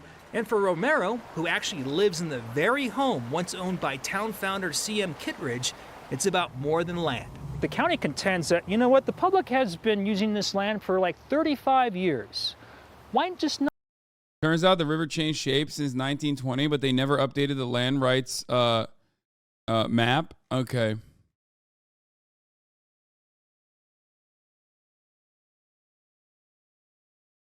I mean, let's be real. She bought the property and she literally was like, now I know why they sell the property in the winter. Take it up with who you bought it from, asshole. Okay? You already knew. You're like, oh, well, I was sold this property under false pretenses because I didn't know that there was so much public fucking traffic happening in my backyard. Okay. Well, that's your fucking fault, dumbass. Go deal with whoever the fuck sold you this while claiming that you own the entire fucking landline.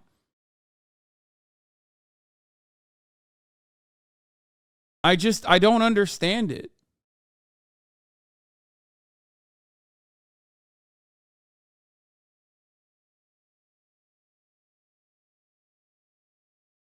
Like, you don't get to, okay. You don't get to fuck over so many people because you got fucked over. Like, you don't, that's not how that works. Like, you can't make it the entire fucking town's problem that you didn't do your due diligence. You know what I mean? She openly admits it too. Well, I guess you can do that in the United States of America because this is a hyper-individualistic shithole, okay, where, you know, you can gain momentum and support over some of the most, like, perverted, and I would say demonic activity like this. Not let this go. That's a loaded question. You know, I think there's a million reasons why I should not just let this go. I am fighting for the right to be able to say no on your private land when you want to say no. And I think that that's really important as an American and as a woman. Romero and the as a woman. County have agreed to allow public access until a judge makes a final decision. It's so the manipulative. County declined an interview about this story, but sent. It's so manipulative. It's so fucking gross. As a woman, she's like trying to go with the government overreach narrative when you, as a woman, okay, got fucking owned and you paid extra dollars without doing your fucking due diligence on land that you didn't fucking own. Okay. That's so stupid. Utilize the court system to your advantage, not by trying to enforce enclosures on public land, further enclosures on public land, but instead to go back to the person who sold you the shitty thing and try to get money out of them. But instead, she's doing the dumbest thing ever, where she's claiming that it's rape that, like, little children get to utilize the creek that they've used for 30 fucking years. I don't know, man. I just, it's so fucked up. Who would want to have a private creek full of rope, signs, and cameras? How is that appealing? She just wants it for herself. Like, she thinks it's like her own backyard pool. You know what I mean? It's so dumb. The statement that says, in part, Jefferson County has requested that the court decide the dispute as soon as possible to reaffirm its right to use the property that the public has enjoyed for over 35 years. Now, a big issue here is the actual boundary between the park and the private land. The county believes it should be the creek, but the creek has actually moved over the years. Romero says, hey, it doesn't matter if the creek has moved. My plot, my surveys, my map shows my plot extends all the way up to the edge of that park, and that's my land. This is a tough one because you can see both sides to this, right? But I have a question. So if a judge comes in and determines... No, you can't see both sides to this, man. What is happening? Yo, local news is like they even smell a little bit of money. They're like, we have to literally defend you. Like, is that what's going on here? Where they just like, even if you smell a little bit of capital ownership, you're like, oh man, I'm gonna do everything I fucking can.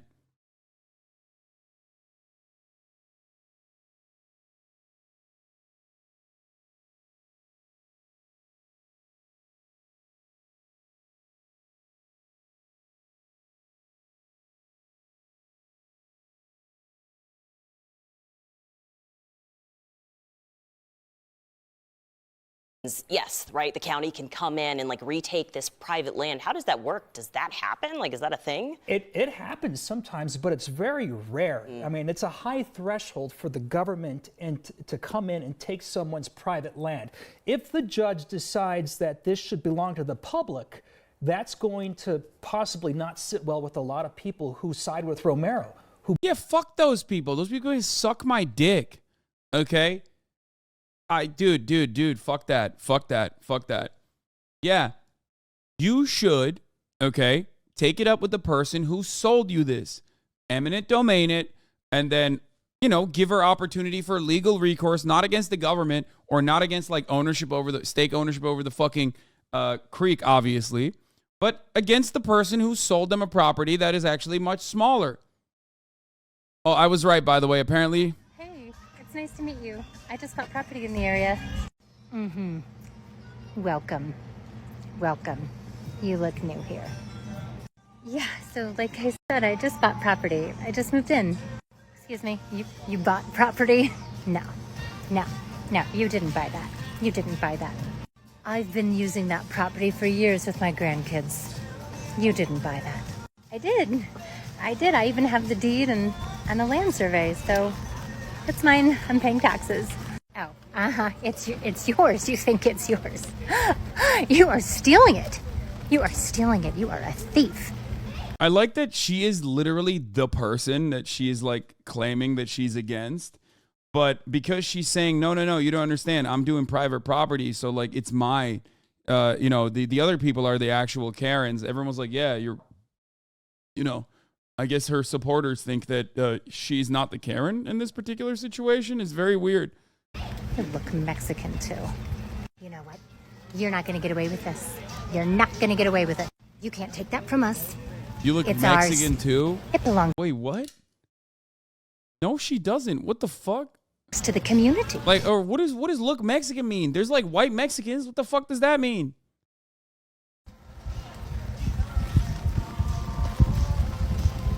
I'm in danger. Okay, she didn't say she was native here, by the way. Not a high threshold. I work on roads. The state owns 30 feet from the edge of the asphalt, even when new roads are built. If the landowner refuses to sell, it's taken through eminent domain. Yep. Oh, check the tags. Hashtag Native American. Wait, what?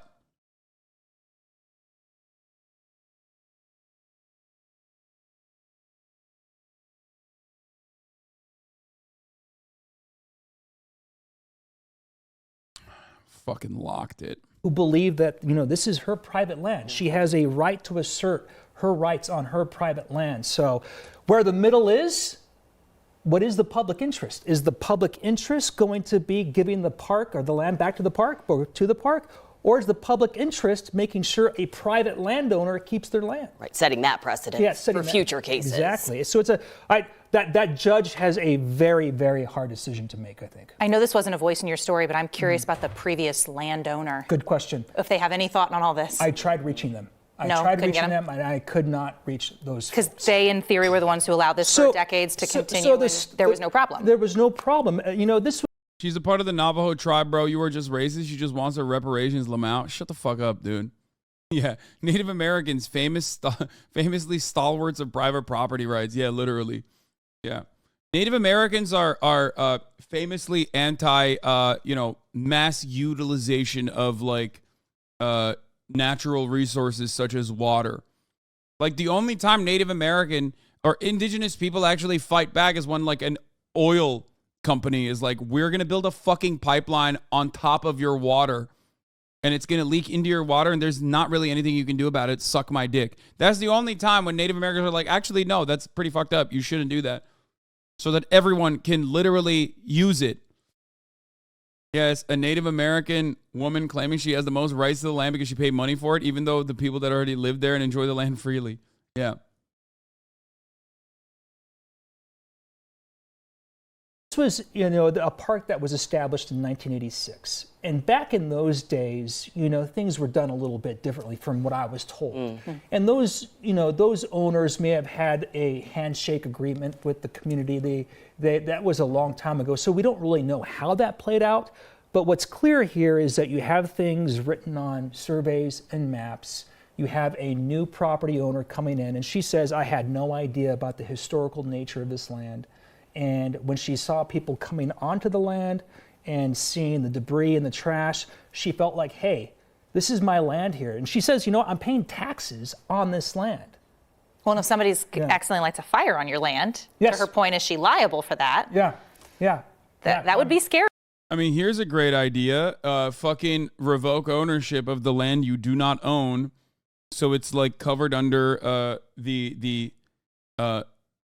covered under the public park. That's great. There you go. Problem solved into oblivion. You know what I mean? I don't really understand. You shouldn't have ownership over that regardless. So there you go.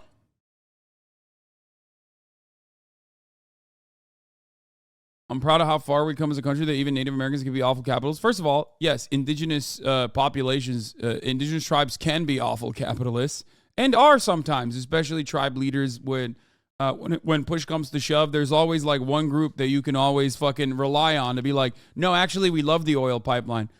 You'll go to one tribe and grease them a little bit, and then they'll say, actually, there's always one tribe that will say, no, we love the pipeline. It's going to create a lot of jobs for us, okay?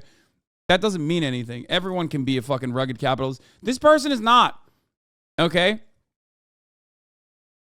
This person is not a fucking, a Native American. This person's not an indigenous person at all. Anyway, I also don't like the mythologizing of, like, indigenous populations in that regard. Like, we make it seem like there's, like, this thing. You know?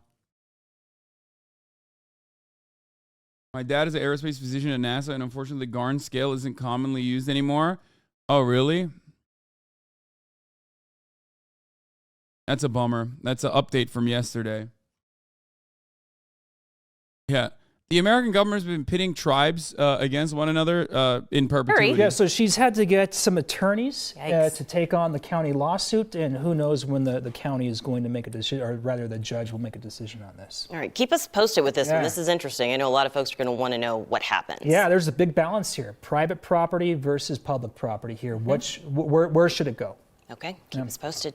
Hilarious takes from a mansion. Dude, that is so funny. Dumbass take, bad take, hilarious takes from a mansion. Okay, here, let's unpack this real quick, okay?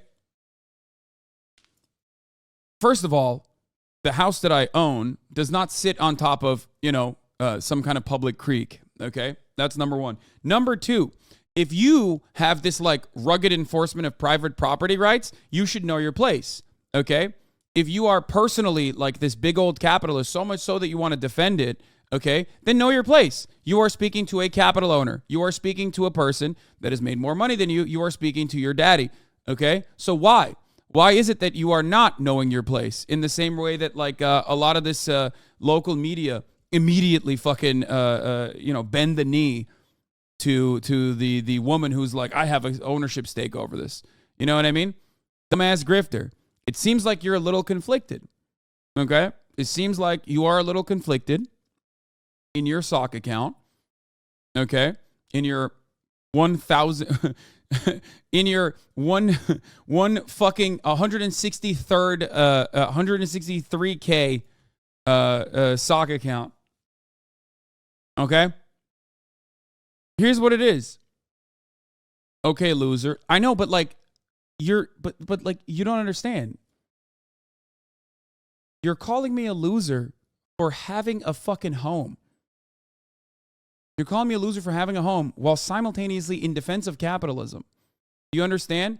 So, like, the hypocrisy argument is idiotic regardless, but it doesn't make sense within your own framework. Do you understand? Like, you're saying I'm a loser for what? Having a lot of money and having a house, having a home that I can house my family in.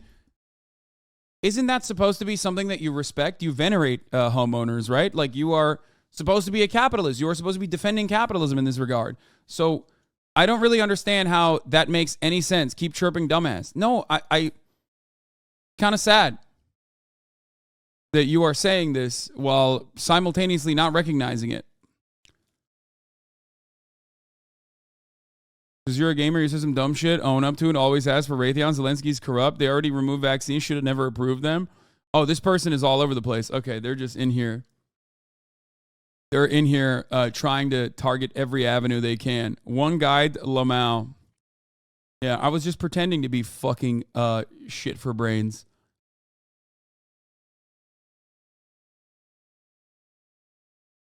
You're the one who's chirping, not me.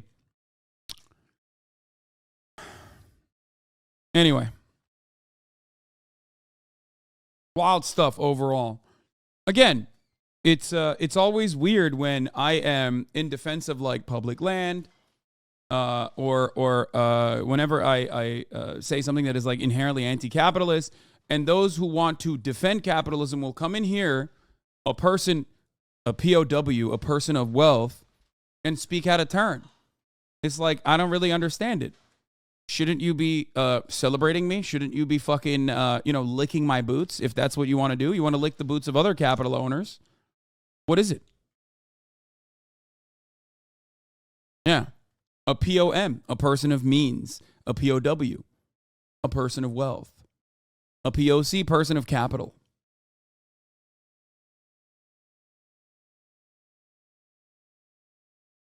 You claim to defend capitalism, and yet here you are with no deed to the factory. You own no capital, and yet here you are defending capitalism. And you also personally think that I own capital. So know your place. That's what the county did. They were seeking to take my land or give the public access to it in 3 different ways. Number 1, adverse possession. They're basically claiming squatters' rights. Number 2, possession by accretion, which basically means they're making the argument that the creek moved over time, and because it moved, the property line changed, and now my land is their land. And number 3, the most of them all. He says it's rapey. Prescriptive easement. Under prescriptive easement, I continue to own the land and pay taxes for it, but I have to share it with the public. Give it to the public parks. Give it to the government. Give it to the government. You no longer have to pay taxes for it. Except you don't want to do that because you bought it at a high markup thinking that you own that fucking land. And you don't, when you want to sell it in the future, you don't want to sell a smaller piece of the fucking land because you automatically eat like, I don't know, at least a couple $100,000 worth of land. So that's the real problem here, okay? That's the real issue here. Let's be fucking real. The real issue here is that she got fucked over by whoever the previous owner was, who made her carry the bag, made her hold the bag, and she doesn't want to be the bag holder. 50 total viewers, lol. Wait, what? No, she's like a sizable TikTok content creator from what I understand. Feministly, taxation is rape. Yeah, exactly. Anyway, Minion Death Cult did a really good analysis on this, so shouts out to them. Good job. Let's move on. Let's move away from this. I don't know enough about what's going on in Sudan, so I'm going to skip that. I know that frustrates people, the foreign policy. Andy's in here, but I have not had time to really read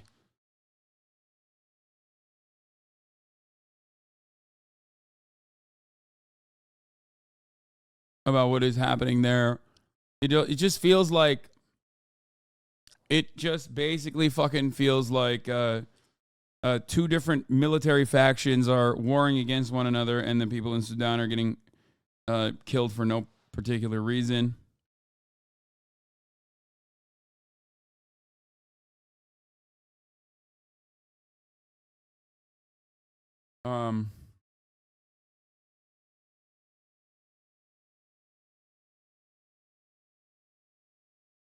So I don't know. Nope. Stop being opportunistic with pain like Satan's wife, bro. She. Off.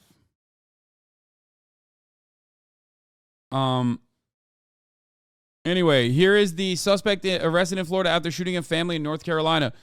This fucking dude had a basketball roll into his front yard, and he executed the fucking parents of a 6-year-old girl. Now to the arrest of a North Carolina man who police say opened fire on a 6-year-old neighbor and her parents after a basketball rolled into his yard. Ariel Reshef is here with that. Good morning, Ariel. Good morning to you, Rebecca. That suspect is scheduled to appear in court later today after turning himself in hours away from the crime scene. He could be extradited from Florida to North Carolina to face charges. A sigh of relief for He shot a 6-year-old and her parents. family who says they were targeted by their neighbor over a basketball.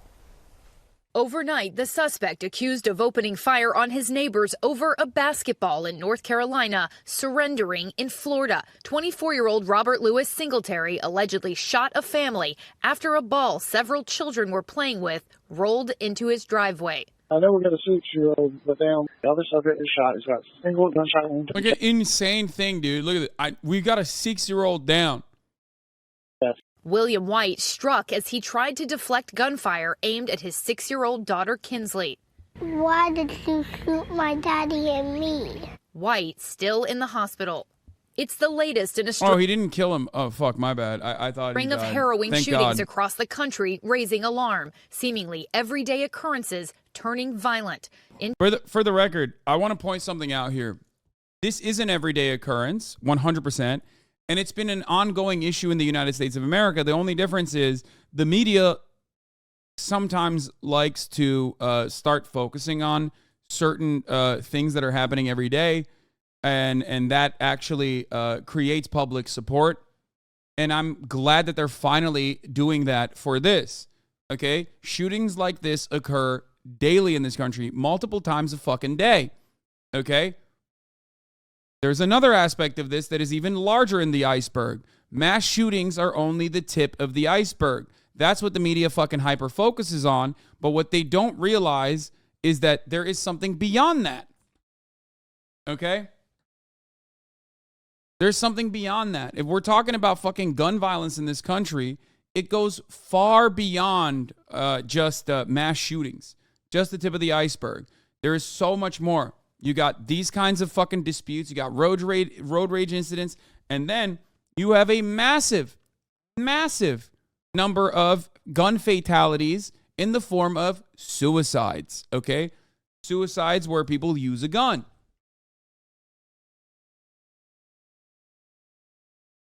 In Texas, a cheerleading squad reeling. I'm Peyton Washington on Woodlands Elite Generals. 18-year-old Peyton Washington in the ICU in stable condition after one of her teammates, Heather Roth, accidentally got into a car she thought was hers in an Austin area grocery store parking lot. I just saw like a black figure in the passenger seat and I shut the door as fast as I could. Authorities say Pedro Rodriguez fired at the girls, one bullet grazing Roth, another seriously wounding Washington.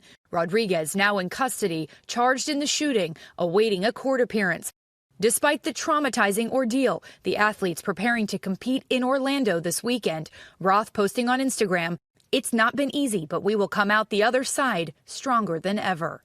And one of Washington's coaches who visited her in the hospital saying she is making good progress even in a short period of time. She seemed to be doing well, but there's still a long way to go. George, of course, we're wishing her the best. We all are okay, Ariel. Thanks very much.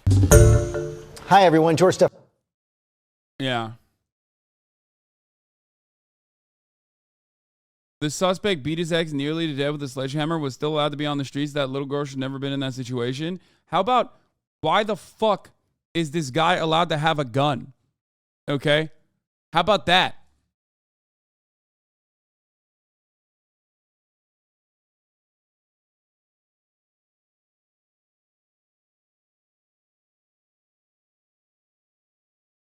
You know what I mean? Oh, fuck, this is just a video. God damn it, dude. What is wrong with...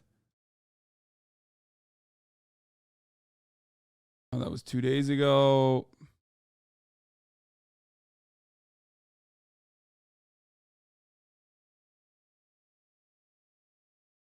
Tampa, Florida, a North Carolina man accused of shooting and wounding a 6-year-old girl and her parents after children went to retrieve a basketball that had rolled into his yard, waived extradition during a brief court appearance Friday morning in Florida. Robert Louis Singletary, 24, was arrested in Thursday in Tampa area by the Hillsborough County deputies, according to online jail records. He wore a dark-colored protective vest during the hearing. Singletary replied, "Indeed," when a Hillsborough Circuit Judge, Catherine Catlin, asked if he would sign the waiver to allow officials to take him back to North Carolina. The judge said she would hold another detention hearing if North Carolina officials hadn't picked up Singletary by April 24th.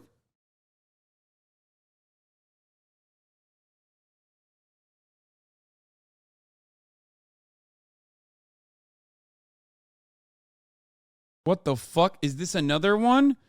Maine man killed his parents and their friends before firing on motorists, police say. Bowdoin, Maine, a man confessed to killing 4 people, including his parents, and then firing on motorists on a busy interstate highway just days after being released from prison. Police said Wednesday. Mike Sawchuk, commissioner of the Maine Department of Public Safety, called the shootings of 4 people at a home in Bowdoin and 3 more people on Interstate 295 to the south in Yarmouth an attack on the soul of our state that shook neighbors. Law enforcement in the state at large is a shock to everybody, he told reporters in Augusta. You want to naturally say they can't be happening here in Maine. That can't be happening here in Maine. But the reality is these senseless acts can and do happen everywhere. The gunman, Joseph Eaton, 34, had been released April 14th in the Maine Correctional Center in Wynnum, where he was picked up by his mother after completing a sentence for aggravated assault. The crime was serious enough to prevent him from possessing a gun in Maine. Over the past decade, he has been charged with more than half a dozen crimes. The shootings began in the small town of Bowdoin, where 4 people were killed Tuesday, with 3 bodies discovered in a home and 1 in a barn. After Joseph Eaton fled the home, a chaotic scene developed on a highway over 20 miles away in Yarmouth, where shots were fired at moving vehicles. He later told the police he was firing on cars because he thought he was being followed by law enforcement. Several vehicles were hit by gunfire, but 3 people injured were a family all in the same car. Paige Halsey, 25, is in critical condition. The 7 were the latest victims of a mass shooting in the U.S., whose targets included Christian Elementary School in Nashville, Tennessee, a bank in Louisville, Kentucky, and a Sweet 16 party in a small city in Alabama. This is an active investigation with a lot of moving parts, Shannon Moss, state police spokesperson, said Wednesday. The day before shootings, an anguished man believed to be Joseph Eaton posted a roughly 2-minute live video on Facebook criticizing people who he said are Christian and don't give people a second chance. What good does it do to hate somebody, he said, choking back tears on the video. You know it destroys you. On the day he was released from prison, the man believed to be Joseph Eaton posted on Facebook that he was feeling thankful. It's finally over. There are so many people I can't wait to see.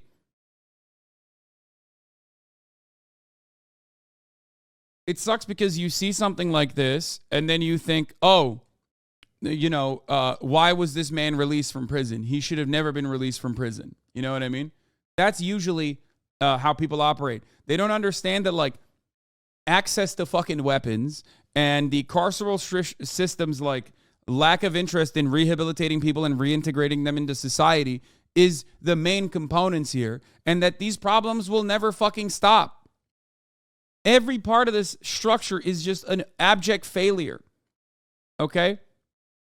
Every part of the system is designed to be an abject fucking failure. It's a powder keg. America is a powder keg. And the reality is, it's blowing up left and fucking right. And for some reason, people just don't recognize that. That's instead of recognizing it, we have decided that no, mass shootings and gun violence is basically another part of our existence. It's a natural disaster. It's just something that we cannot prevent. Over the course of this past week, we covered a story where an old white man shot, and luckily didn't kill, an 85-year-old white man shot and luckily did not kill a 16-year-old black boy. We covered a story of an old white man in upstate New York shooting and killing a 20-year-old white lady for the crime, which wasn't even a crime, of being lost in upstate New York, where there's not a lot of fucking, lighting in the middle of the night. We watched another story of 2 cheerleaders in Texas get shot by a Latino dude in Texas for getting into his car on accident, thinking it was a fucking Uber. We watched and covered there was another one. Holy fuck, now I'm forgetting. Jesus Christ. The one that we just looked at. We watched a 24-year-old black dude shoot a white family. Okay? The main component in this regard is not the additional, like when we're talking about Ralph Yarl, the 16-year-old, is not the additional compounding factors of white supremacy or anything like that. The main component to cover in this circumstance is the mass circulation and ease of access to weapons. Okay? Americans are insanely paranoid. They have a hair trigger finger and an arsenal of weapons at their disposal. Okay?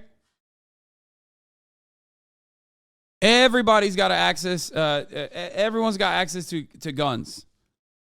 And they are not careful with it at all. They don't have to get the proper training for it. They don't have to implement proper safety measures at their homes. And they are very willing and able to fucking shoot. And the structure itself oftentimes also gives them a lack of accountability that is normally afforded to police, even though that should be a point of contention as well, even though it's not. It's insane.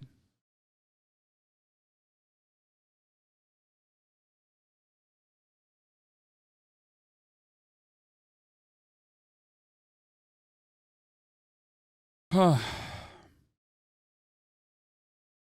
and then the Alabama Sweet 16, where 6 kids died, 32 people were injured. Everyone's doing it. White people, black people, Mexican people, everyone, brown people, everyone's fucking doing it. A fucking trans person did a mass shooting. You know what I mean? It's just the most American thing. Seems like there are additional components that we need to be hyper focusing on, but we can't. Yeah. Old Asian dudes are doing it. Everyone. Equal opportunity mass shootings, baby. Land of the free. It's crazy. Were goers of the NRA conference allowed to bring in their guns? Of course not. The NRA conference is a gun-free zone. Anywhere where the president is traveling is a gun-free zone. Don't be crazy now.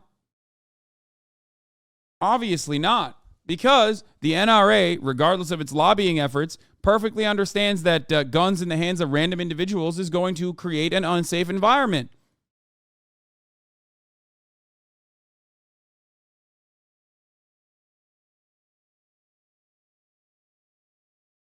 I don't know, man.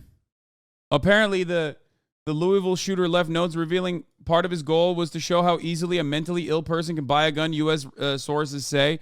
This will be normal for a lot of people, it seems. The gunman purchased the AR-15 style rifle 7 days before the April 10th shooting under Kentucky law. He was only required to fill out a form for the U.S. Bureau of Alcohol, Tobacco, Firearms, and Explosives and undergo an FBI records check to ensure he was not a felon or the subject of a court-imposed restraining order. Yeah. That's great. I'm sure that the gun nuts will absolutely love that one, where they'll be like, oh, dude, very clearly.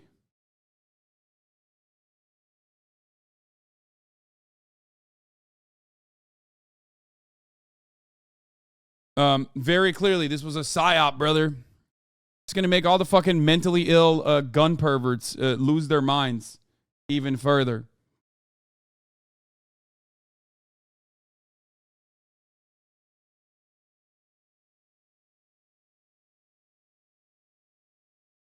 Great.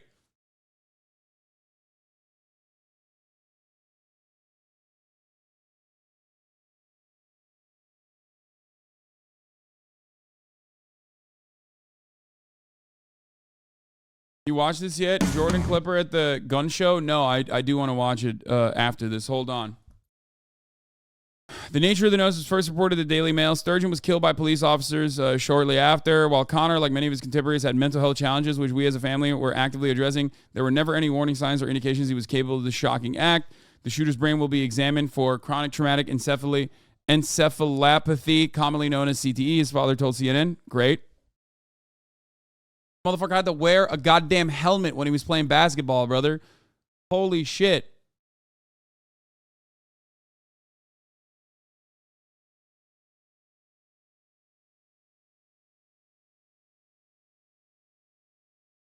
The disease has a variety of symptoms. We already know that. Wilt, the injured officer, has been transferred to a new hospital where a specialist treating his pneumonia. He was listed still in critical condition. On the morning of the shooting, the gunman's mother called 911 and told the operator he was heading to the Old National Bank branch on East Main Street. He had a gun and apparently left a note found by a roommate. I'm so sorry. I'm getting details secondhand. I'm learning about it now. Oh, my Lord, Sturgeon's mother said in a 911 call released by the police. I need your help. He's never hurt anyone. He's really a good kid. We don't even own guns. I don't know where he would have gotten a gun. The call was made at... Yeah, exactly. We don't even own guns. I don't even know where he would have gotten a gun. Well, turns out it's super simple. 7 days before the fucking shooting, he went and got a gun.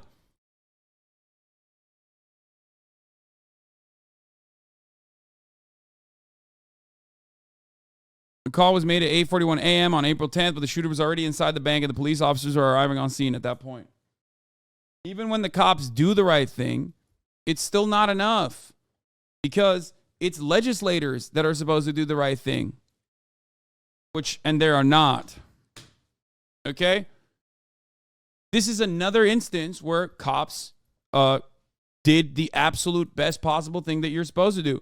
This is the one area where they are supposed to do violence. Okay? And they did the violence and they stopped the shooting. And yet, 6 people still died. Ultimately, because it doesn't matter, because you're supposed to cut the problem before it starts. There are many different ways of solving an issue, okay?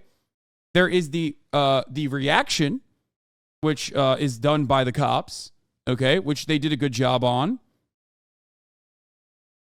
Dude, he killed a bunch of execs. The articles make it sound like he killed his peers. Dude, shut the fuck up. What do you mean he killed a bunch of execs? Literally, suck my dick. What are you talking about?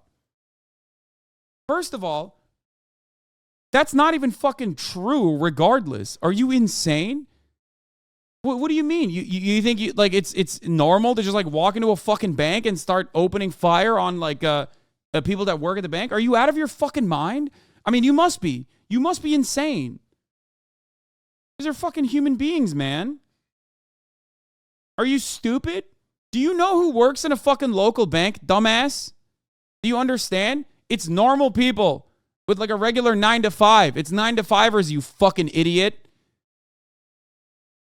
Dumbasses here literally bank and think these guys are like the Goldman Sachs executives. You fucking idiot.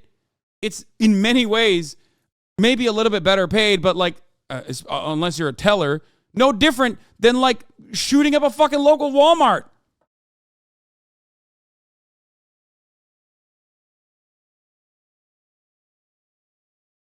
That's so stupid.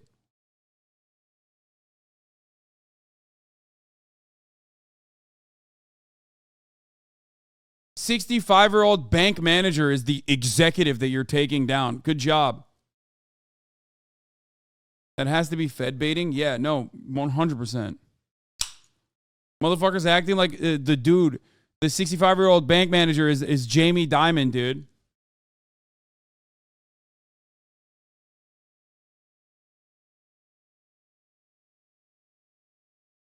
Are you justifying this if he actually targeted bank executives? No.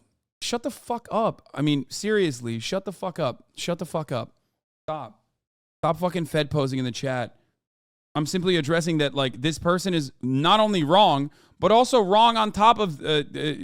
he's not only wrong on, like, oh, dude, he killed executives, but he's wrong on the fucking facts.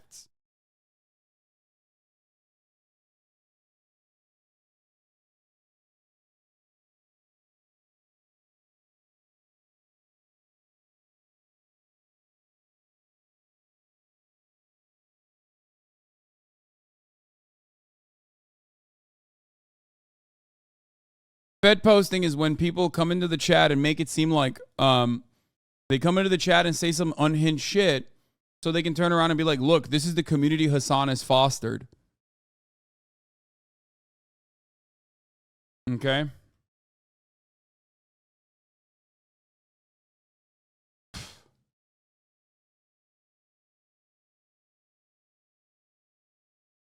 Yeah, like they bait for violence or like bait you saying something that would get the FBI to show up. Yeah, it's idiotic. Anyway.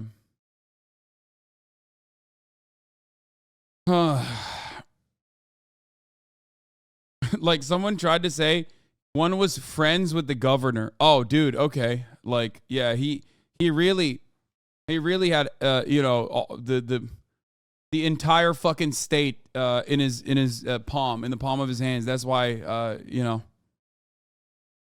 Okay, got it.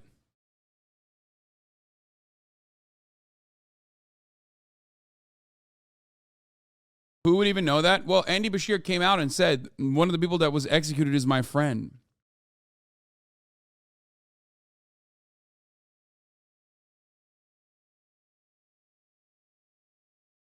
At least 165 mass shootings have already been reported in the U.S. this year, according to data from the Gun Violence Archive, obviously. Anyway, Motorface, thank you for the 5. Get the subs. Yeah, this guy fucking worked there, by the way. Like, it was, you can categorize this as like workplace violence, ultimately, which is incredibly common. What do you mean a smaller AR-15, brother? What the fuck? Hold up now. How is it that they are like marketing a different classification that would be like more dangerous directly to fucking children? It sounds like a, yeah, it does sound like an Onion article. I don't understand the pistol brace loophole. At a gun expo in Las Vegas last January, Eric Schmidt, the founder of WEE1 Tactical, demonstrated his company's first offering, the JR-15, a play on the popular assault rifle AR-15, designed to look like its deadly cousin, but 20% smaller. First of all, kids can use an AR-15. Not that they should, but like they could. It's the reality is that you know, it's pretty fucking kid-friendly, unfortunately. So the fact that they made like a smaller version of it, which by the way exists, for the record, it does already exist, and it's like considered like a different classification because of you know, like the length of the barrel, how easily you can hide it, things of that nature. The gun stuff is completely dominated by gun perverts, unfortunately. You can't just be like, let's do a fucking assault weapons ban. I mean, you could, and has been done already, but yeah, it's an AR pistol. Wait, is it an actual gun, not a toy? No. It's chambered in 22 to get him started young with less recoil.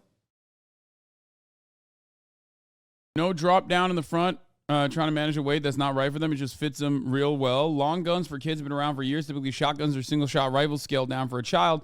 But what has attracted so much attention to the JR-15? It's semi-automatic action, firing with each pull of the trigger, along with an image of putting a mini assault rifle in the hands of a child in the country where a 6-year-old just shot a teacher in the chest with a handgun legally purchased by his mother.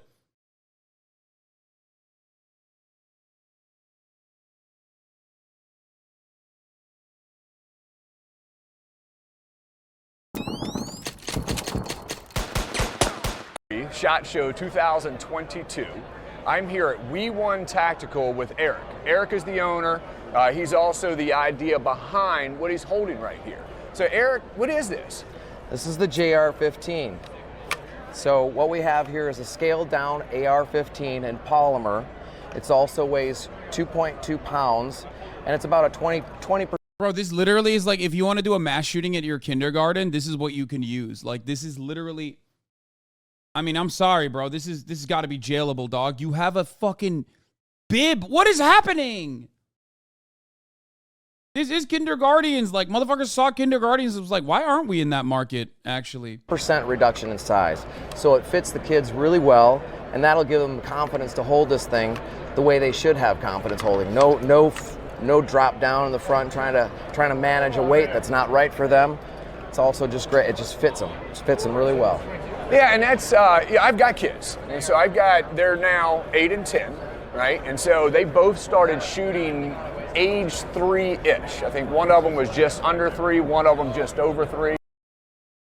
Wait, what?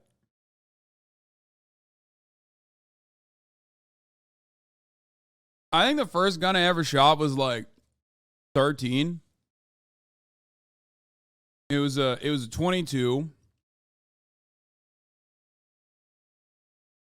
And I didn't shoot for a very long time after that. It was at like camp. But this is like 3? What? Yeah, 13, 22 paper targets. Exactly. You know the deal. But like 3? What? Bro, these people are like, yo, them trans folk are grooming our children, brother. Meanwhile, like, this guy is literally, what is he doing? Like, what the fuck? Bro, every time I see some shit like this, I think to myself, you know, what was the fucking Boko Haram Nigerian guy's name? Joseph Kony. Just the most misunderstood man on the planet, dude. Joseph Kony was a victim of white supremacist racism. The fact that he is doing, or was doing, the same shit that this guy is doing with no scrutiny. As a matter of fact, these guys are cheering him on. It's crazy. Okay? Oh, all of a sudden, it's a child soldiers are a problem. Child soldiers are a problem when a dude in Nigeria does it. Was it in Uganda? I thought it was in... Oh, Boko Haram was in Nigeria. All right.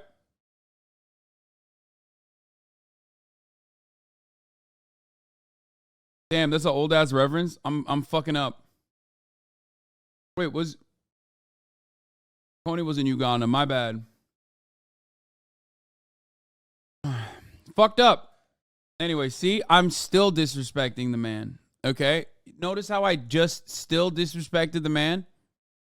You know? It's because it's racism. One of them just over 3, but they've been shooting for as long as I could have guns around, right? That's awesome, Barrett. And it's because, you know, they have the interest. They started asking the questions, and I'm a huge believer in we got to provide the education. Got to teach them about the dangers and the risks, but we all... Motherfuckers are like, my teenager can't know what gender they are, but they certainly knew at the age of 3 that they wanted to shoot a gun. Yeah, that's a red flag, dog. That means that, like, you have too many guns around them. You definitely shouldn't have a 3-year-old be like, can I shoot that gun, daddy? I mean, the reality is a lot of these guys who do this kind of thing end up getting shot in the fucking head by their kids who don't know any better. Because they're fucking 3. Yeah, leave the guns out, open, you know, and kids will think that they're a fucking toy. You know, they will try to gain access to the gun safe no matter what you do. You know, you create this fucking weird gun culture, you're going to get shot. Straight up. That's what's going to end up happening to you. So have fun with that, you know? Have fun eating everything out of a fucking straw because your child shot you in the head. We also have to educate them and take away that curiosity. But one of the biggest challenges is guns aren't made, you know, for a 5-year-old to be able to shoot. They're made for adults typically. And so when I came by and saw this yesterday, it excites me because a lot of the struggles are going to be the length of pull, the distance from the back plate, right, to the trigger. It's going to be very hard to put an adult gun in someone's hand that isn't an adult and they cannot reach it. And so I like this. And it's like you said, the weight of it, right? You run into the problems where they are front end heavy, where I take my kids out all the time shooting, but most of what they do has to be done from the bench because they can't support the weight of a firearm. And Correct. So this is a 22 long rifle. It is super light. So he's not trolling. He's not, chat. He is not trolling. He's not trolling. This is how gun nuts are. 2 pounds. 2.2 pounds. So 2.2 pounds, you know, add a red dot optic or something like that to it, you're adding a few more ounces. Yeah, the only thing to scale, Barrett, is the rail and the M-lock. So right. They can pickpocket all dad's extra furniture laying around. Oh, look at that. So yes, exactly. So this, I can take my other stuff and put it on here if we wanted to accessorize it for them, you know, for the excitement, that kind of stuff.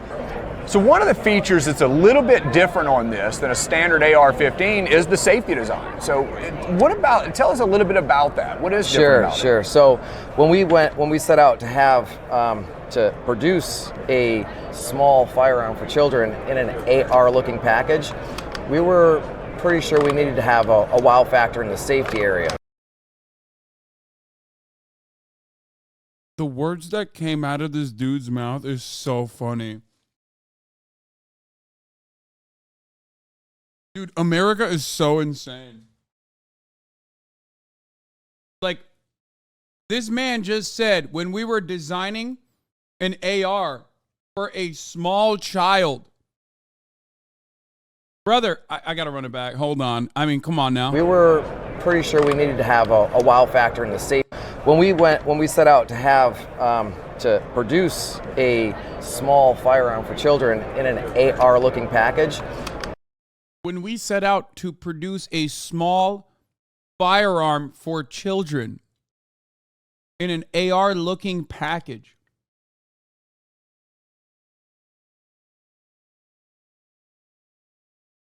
We were pretty sure we needed to have a wow factor in the safety area, right? So what happened? Show me that you secretly think you're totally pathetic without telling me you think you're totally pathetic, i.e. play around with guns like they're little toys. It just doesn't make any sense to me why anyone will be like, no, like a small child should be able to also experience the wonderful joys of shooting a fucking AR-15.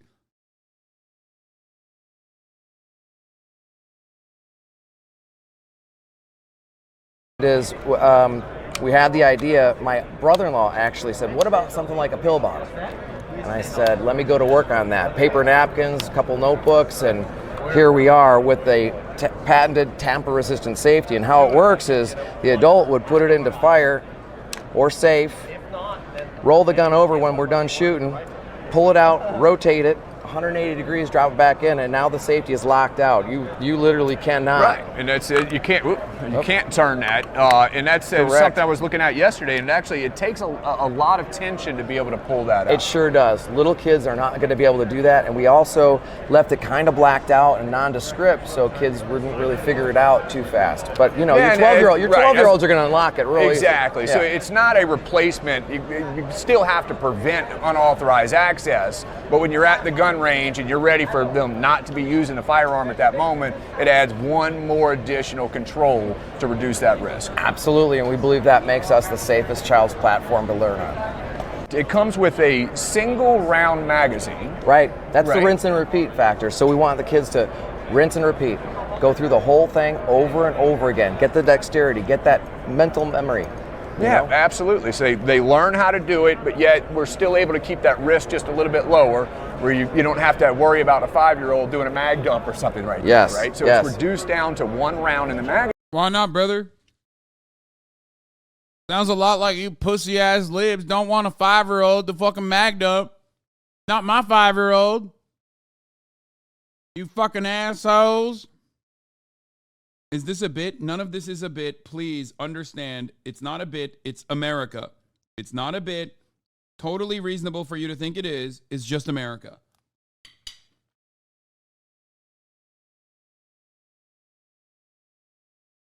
This is the reasonable, logical conclusion of having the Second Amendment and your personal understanding of the Second Amendment.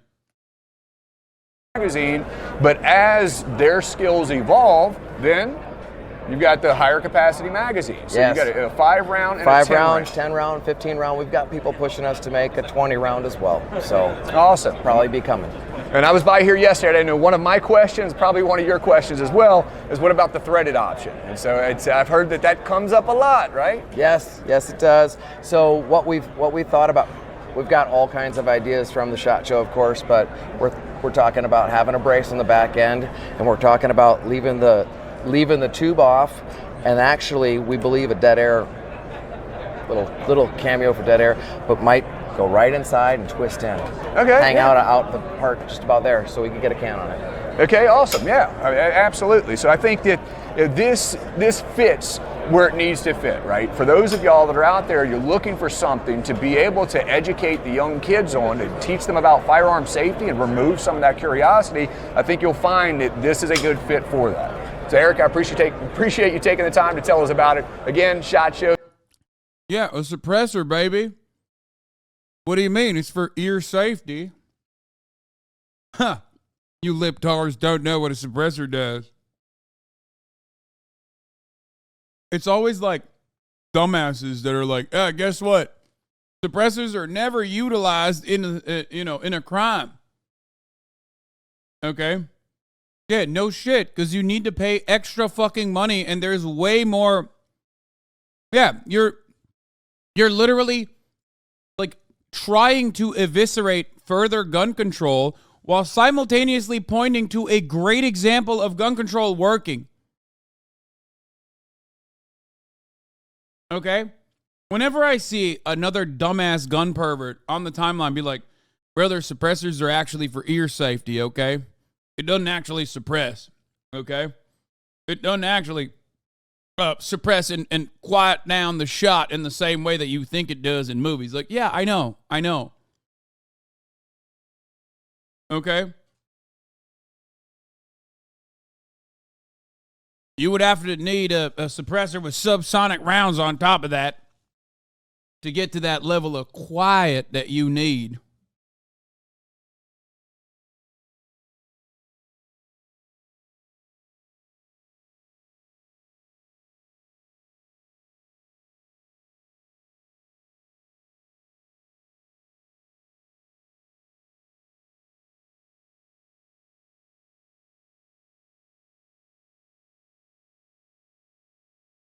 You lip dart suppressors are for hiding the red dot on the minimap? Wait, no, that actually is true though. Like in the real world, suppressors, they claim it's for ear safety because it like is supposed to lower the sound. It's supposed to dampen the sound. But what it actually does is not fully dampen the sound because the gunshot is very loud regardless. But it will make it much harder for you to figure out where the gunshot is coming from.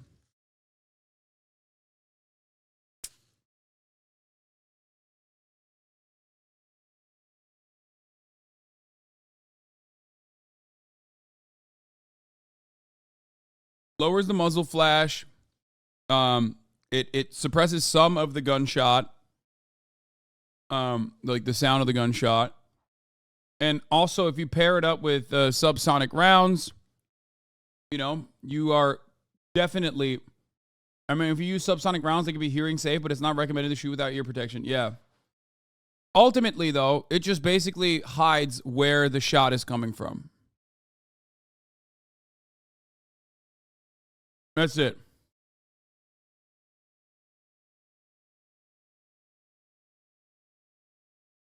2022, Eric with We Won Tactical.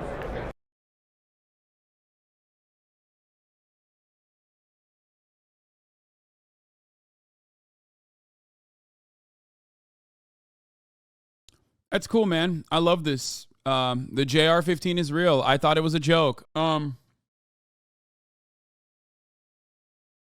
We got Jordan Klepper or not Jordan Klepper, sorry, Donald Trump. But before we get to that, and we got the Jobbery video too, Jake Paul, internet's biggest villain, YouTube's biggest villain.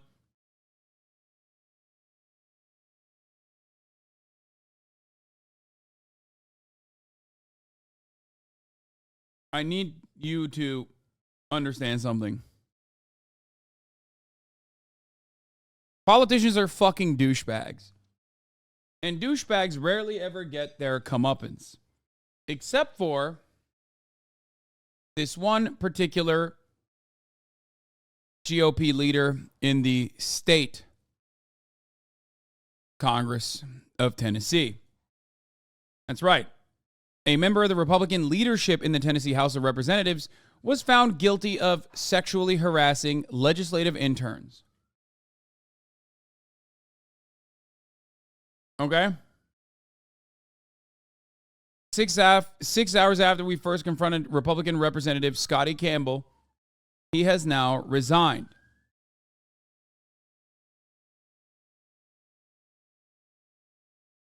This guy was a part of the group that voted for all 3 of the representatives in Tennessee to be expelled. This happened This literally happened yesterday. It's hot off the presses. Let's take a look. This is one of the funniest, not very shocking, but one of the funniest fucking interactions I've ever seen. Breaking news. This is News Channel 5 at 6. We have just received a letter from him resigning immediately, and we accepted it. All right, thank you. And with that, House Speaker Cameron Sexton announces the resignation of a member of his Republican leadership team just hours after News Channel 5 investigates exposed a sexual harassment scandal involving that lawmaker. Hello, everyone. I'm Carrie Sharp. And I'm Vicki Yates. Representative Scotty Campbell was among those who recently voted to expel the Tennessee Three, but it turns out Campbell and the GOP. I need y'all to understand something. While the Tennessee House of Representatives was voting on the expulsion of the Tennessee Three, the Republican Leadership Committee in the Tennessee House of Representatives was aware that one of their own in the leadership committee was responsible for sexually harassing 19-year-old college students who were legislative interns. They knew that that was happening. They never even talked about it. They let this guy keep operating. No investigation is telling. No, there was an investigation. That's the funniest part. There was literally so many accusations that they had to fucking do an investigation. They just did it quietly.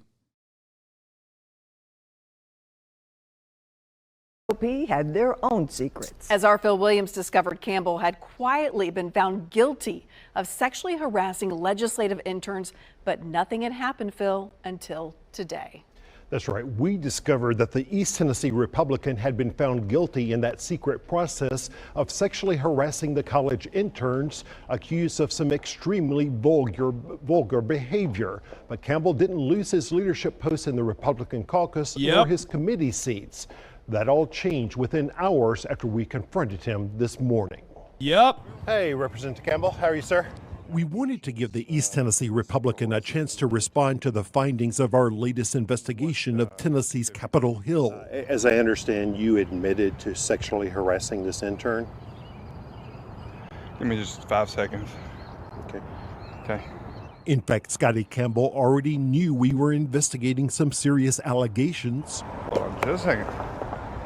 About his relationship with at least one Give me 5 seconds. Let me take a sip of my coffee real quick, brother. Legislative intern, although he would soon divulge there was a second intern. Which direction do I need to look for your camera? Just look at me. Sure. Campbell is vice chair of the House Republican caucus, and when 3 Democrats engaged in a gun violence protest on the House floor, he voted to expel all 3. Yet this memo, obtained by News Channel 5 Investigates, shows a secret ethics panel recently concluded that based on a staff investigation, the ethics subcommittee finds that Representative Campbell violated the legislature's sexual harassment policy. I had consensual adult conversations.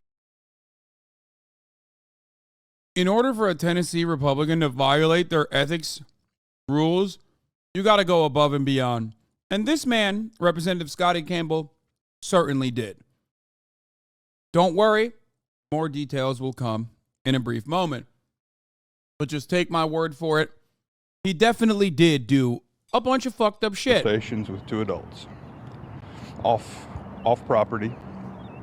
One doesn't get written up for consensual conversations. The letter says that you were guilty of violating the harassment policy. I think conversations are consensual once that's verbally agreed to. And if I choose to talk to any intern in the future, it will be recorded. One of the interns had an apartment in Capitol Towers, a condo apartment complex next to the Capitol where Campbell also had a place. The Republican lawmaker allegedly saw her and a 19-year-old intern going into her apartment. According to an account the victim sent to her university, Campbell made comments about how he was in his apartment imagining that we were performing sexual acts on one another and how it drove him crazy knowing that was happening so close to him. The woman added, "I uncomfortably explained that was not happening, and he insisted that he knew it was and asked me to tell him about it." She continued, "I explained that she is my friend, and he proceeded to describe how sexually attractive he finds her, referring to the 19-year-old intern." You were in your apartment imagining that they were performing sexual acts on one another? That's not true. So she's just making that up? Yes. On another occasion, the woman says she went to Campbell's apartment to return a wrench she had borrowed. Quote, "He proceeded to ask how many men I've slept with. She recalled, I told him 0, and he insisted I was lying and told me not to lie. He then proceeded to ask how many women I've slept with and said he bets girls go crazy over me." You asked her about how many men she had slept with and then asked about how many women she had slept with? No. So you're saying she's just making all of this up? I'm saying that we had a consensual adult conversation. Then, according to the woman's account, the Republican leader offered cannabis gummies if she would show him tattoos and piercings on her body. He did. Off the gummy, baby. It's like, listen, babe, you want to get high off the gummy? I'm talking perk 30s, baby. This ain't no Oxycontin. This is fucking straight gummies, baby. Off that Zaza gummy. Denies it. Her story, I told him absolutely not, and he begged me for several hugs. She says I was getting progressively more afraid. This part is also terrifying, but also kind of funny in a weird way, but it's like, he literally was like, "Where my hug at?" Classic. Classic guy. Where's my hug at? Just reeking with desperation. And uncomfortable. He then reached out his hand towards me and grabbed me around my neck. I recoiled and said I felt sick and immediately left. Again, Campbell says he didn't think he did anything wrong. I was told that if anything ever crossed the line, they would tell me directly. And I'm hearing it from Phil. But remember the report from the ethics panel finding that Campbell had indeed violated the harassment policy. So are you saying? Like, this is what I don't get, dude. Like, what, you think you were rizzing her up? Like, what the fuck is wrong with you? Like, she literally told you, stop. He's like, well, I thought I was gonna hit that. The fuck? He's got, like, apparently has a daughter that's, like, around the same age as the girls, by the way.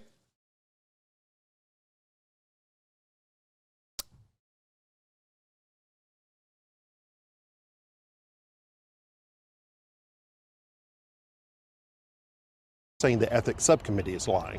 I'm saying that I did not know that a workplace policy could be enforced when you're not at work.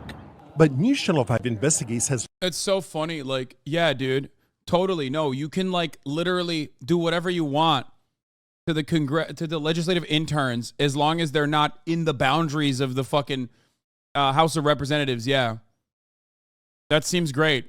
Like, how fucking stupid are you? This guy gets to have a say in the lives of, like, on matters that pertain to the lives of, like, thousands of Tennesseans, dude. It's insane. I don't get it. Isn't there like a field, like a force field? I thought, you know, like one of them kind of things. You know, I could do whatever kind of thing I want outside of the work. Like, you mean to tell me I can't kill people outside of work? Even co-workers? You think I'm gonna get hit with an ethics violation if I kill one of my co-workers outside of work? I don't understand you. I thought this was Tennessee the way God intended. Learned that legislative officials took the complaints against Campbell so seriously that they've now spent thousands of dollars to get the intern out of her lease at Capitol Towers, to move her furniture back home, and to put her up in a downtown hotel until her internship is done. As for how Campbell thinks his vote to expel the Tennessee 3 squares with his own This part is behavior, hilarious. They broke the House rules of decorum. and you broke the House policies regarding sexual harassment, according to this letter. I had a consensual conversation with adults, and when the adults informed me that we could talk and that there weren't guardrails, I talked to who I thought were my friends. Friends whose definition of friendship appears to be far different from this Republican's idea of what it means to be a friend. Again, Representative Campbell resigned about 6 hours after we confronted him with those allegations. Still, there are lots of questions that are not answered. Why did Speaker Sexton and other Republican leaders not act more decisively? Yeah. Why did he resign after it was made public by News Channel 5's investigative reporting team? Like, they knew about it for some time. They investigated it. The investigation concluded. He didn't fucking resign after the investigation concluded.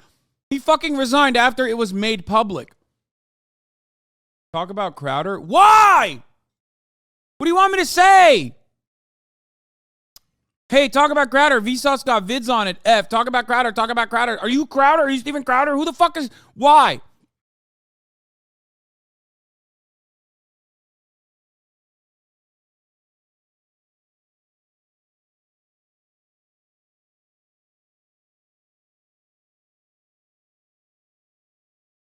Fuck Steven Crowder. Irrelevant ass donkey. Nobody gives a shit. Oh my God. Fuck did he do now? Like, at least, you know, give me some fucking context, dumbass. Lol, got him. Oh my God. Fucking, it's just so stupid. People are getting worse and worse at this debating shit.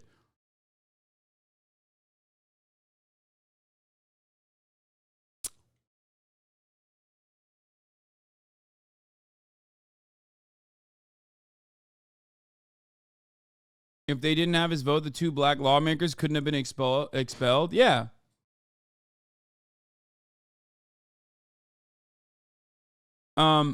Anyway. All right, let's watch. Donald Trump exposed the truth about Kim Jong-un, World War III. What's going on? It's Snoop, and I'm here to announce that the new Happy Dad and Death Row Records flavor is great. Isn't it? Okay, I don't care about this shit. You gotta be 21 and over and We're in Nashville, 4 Seasons. We've got Secret Service everywhere right now. I'm nervous, man. Oh, I'm good. Just quiet right now. Need to have a couple Happy Dads before this one. Steiny Zap. Look at him. Guys pacing around. I'm a little nervous. Yeah. I mean, for this one, kind of. The other ones are like, whatever. Yeah, I mean, this is kind of intense. Imagine we just butcher this. All the other reporters, they do this too. They just don't show it. Right? Yeah. Tucker definitely. Tucker doesn't drink, but Sean Hannity definitely slams a few before. But we're gonna show it, you know? Because we're a lot more real, so. All right, guys, President Trump's about to walk in. Before he walks in, you guys know, every week on the Full Send podcast, we're shouting out bars that carry Happy Dad. So if you work at a bar, if you own a bar, tag us on Instagram at Happy Dad. We're always looking who's tagging us. We're gonna shout out some bars that carry Happy Dad. We got Encore Beach Club in Las Vegas. What a bar, dude. Again, they don't have the... Oh, they're not gonna cut you again. They're not gonna cut you again. They don't have the courage to do that. Dude, this guy was the president. Can I just explain something to you? He's meeting like Canadian bro podcasters and going on the fucking Full Send podcast, 4 million views in one day. This motherfucker was the president. And he's currently running for the presidency again. The planet we live in is just such an uninhabitable one, dude. I don't know. I like, nothing really surprises me anymore, really. Nolda. Öyle mi? Peki. Coming to the speech. I'm making a speech in a little while. Are you? As soon as I'm finished with you. Oh my God, we have to. Oh, come on, unbutton that button. Go for sure. Then the easy work starts. The Exactly. speech. No, we were saying last time we had you on, it's a great honor to have you back. We really That's right. appreciate it. Last time we had you on, it was our biggest episode ever, obviously. 7 million views in 24 hours. It was crushing, going by. Damn, Trump fell off. Only 4 million in 24 hours. Viral.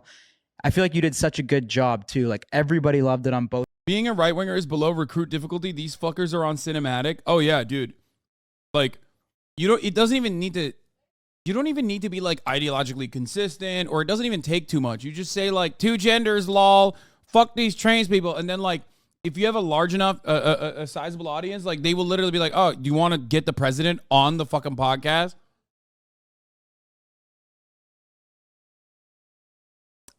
Both sides, and then YouTube took it down. Yeah. But you called it. But you guys were great. You said, we will not change it. We're not going to amend it. We're not going to take anything out. And it did really hit. It was a big monster, wasn't it? Huge. And then we saw you at UFC. Obviously, we're good friends with Dana. We want to give a shout out to Dana for even. He's amazing, actually, isn't he? He's the best guy ever. We walked in and he said he's never seen anything like. He's the best guy ever, Dana White. Jesus Christ. Yeah, he's the best guy ever. Yeah, that was Dana a good White. walk-in. The place went crazy. It went. Bro, Dana White's like closest people in his life don't think he's the best guy ever. And yes, I'm of course referencing his wife. Okay, like who the fuck thinks Dana is the best guy ever? Just the absolute worst people on the planet. Well, when you walk in like that, do you always expect like a response like that, or are you ever kind of nervous about what the response is going to be? Not too nervous about it. You know, I feel that arena we had 100% support, and they're incredible people, incredible fighters, great athletes. They're beyond athletes. No athlete can take punishment like that. You know, 250 shots to the face during a round, and then look forward to the second round, right? I mean, who does that? But Dana's amazing. And Dana's, one of the few people that you can say probably. He's talking about Dana's wife, chat.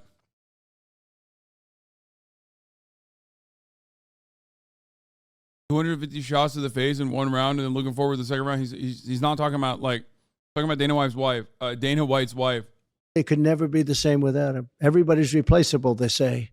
As you get older, you'll hear that. I don't think you guys are replaceable, from what I understand. I don't think so. But Dana's very unique, and what he's done with UFC is incredible, actually. Yeah, for sure. How does it feel to have that continued support from Dana? Because we know some people probably folded on you. I do. I have continued support from Dana. And, Dana's a tough guy, and he's a smart guy, and he's a loyal person. And I helped Dana at the very beginning when nobody wanted to put UFC on, and I had places that were able to do it, and I did it. And I actually went to the first fight ever, and I said, wow, this is unbelievable. And I think we did five of them at the beginning, and then it started catching on. And Dana remembers that. A lot of people don't remember, like you endorse a politician and they forget all of a sudden if it's convenient for them. But a lot of people don't.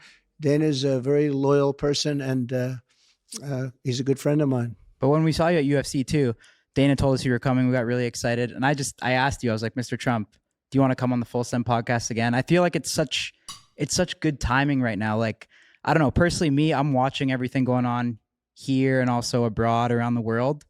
And I just feel like it's such a good time. Did this motherfucker even vote? Aren't they like Canadian? Aren't they literally all Canadian?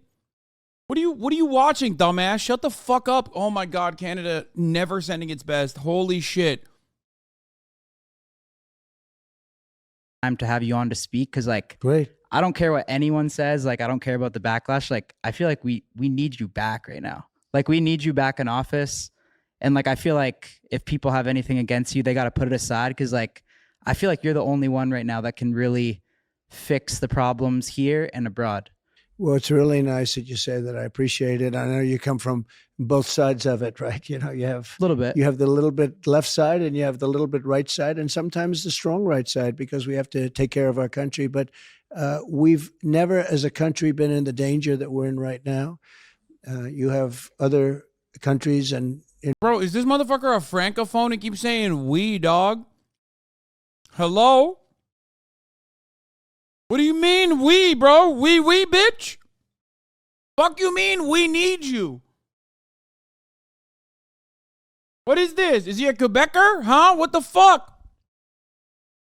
Dumbass Canadian LARPing as an American conservative ass dumb bitch. I hate this shit. In particular Russia, but other countries talking the N-word, which is the nuclear word in this case. And you can't use that term. You can't use...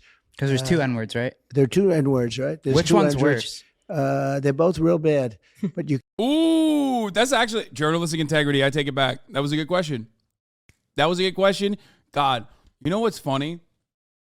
Ron DeSantis could never respond like this, okay? Obviously, this is like already a Trumpian invention to be like, the N-word, very bad.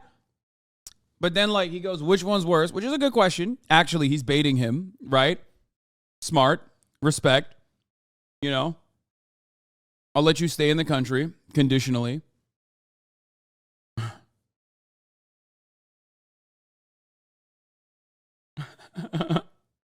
But his response is very quick. It's like, it's very fast. Like, they're both bad. You can't use the nuclear word. You just can't do it. And if you do it, nobody used it during my term because it's so devastating. It's so horrible. If you look at the power of weaponry, the power of nuclear weapons, and all of a sudden now everybody's using it. It's like become just a common part of every speech. And that leads to very bad things. Our country has never been in the danger it's been in. We don't have ammunition. I don't know if you know that. You've been reading. You guys really keep up with it, but we have very little ammunition. I gave them a brand new, beautiful military loaded up with ammunition, and we've given much of the ammunition away to Ukraine and other places.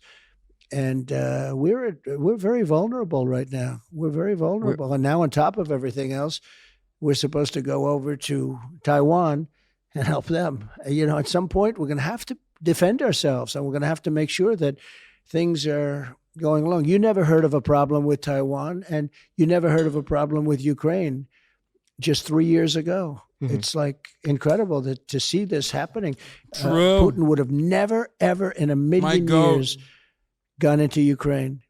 And President Xi of China would have never. Shut up, everybody. Nobody ever heard of Ukraine. No one even knew the country.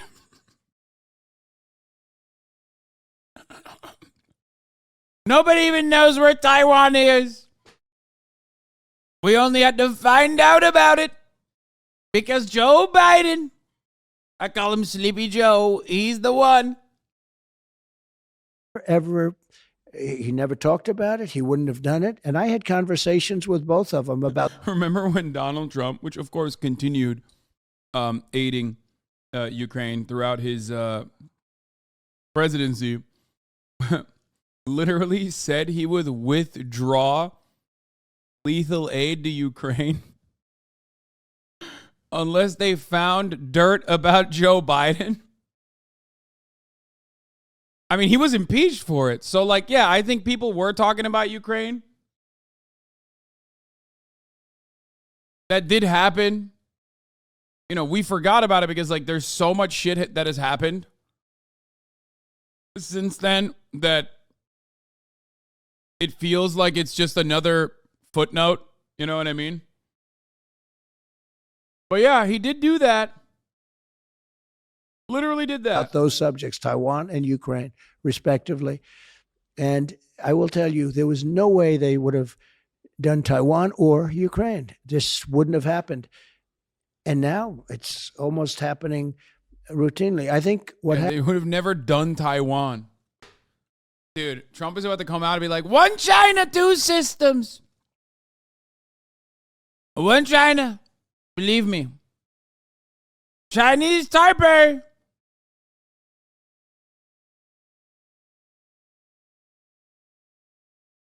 Joe Biden won't do it. I'll say it. Happened that was so bad was Afghanistan, not the withdrawal, because I had it down to 2,500 troops. We were going to keep Bagram, the big Air Force base, because it's, as you know, you've heard me say it. I do wonder what would have happened. Like, what would be the Ukraine situation under Donald Trump? I do think about that. Like I feel like Trump would probably, I assume he would withhold aid. Like Putin would give him a call. This isn't to be like Trump is in the pocket of Pootie Poo or whatever, but like he was way different in the way that he personally managed his relationships with other countries that America considered their foreign adversaries. You know what I mean? So I suspect he would have taken a phone call and would have just probably been like, you know, Enough about this NATO talk. Don't do it, Zelensky. I don't know. The Ukraine situation would be that there would be no Ukraine. Like, I don't think he would give away Ukraine in its entirety. You know what I mean? I don't think he would do that.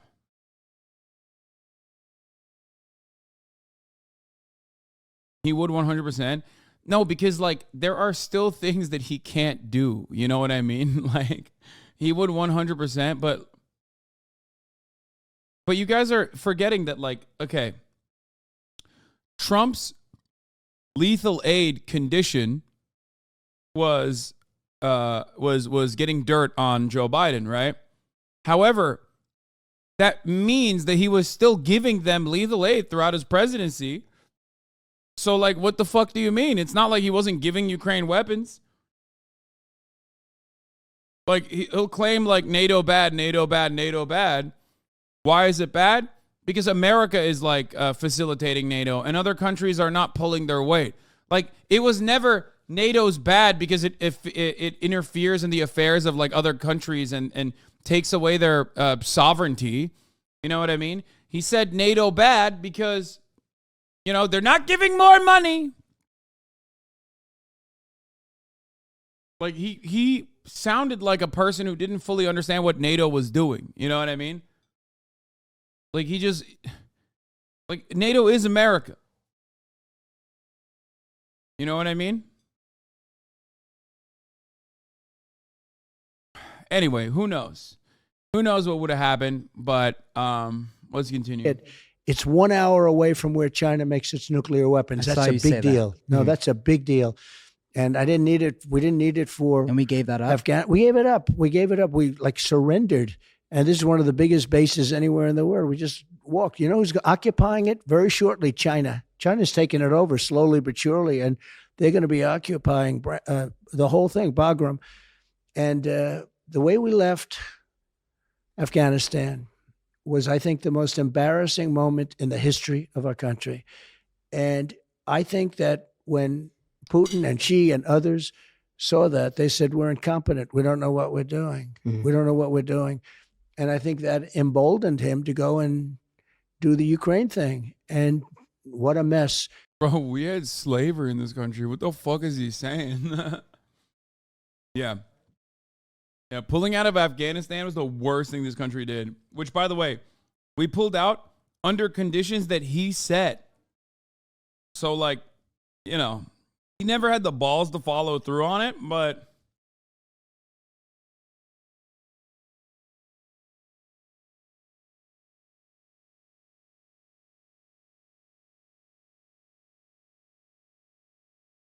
America has nukes. Has nuked places.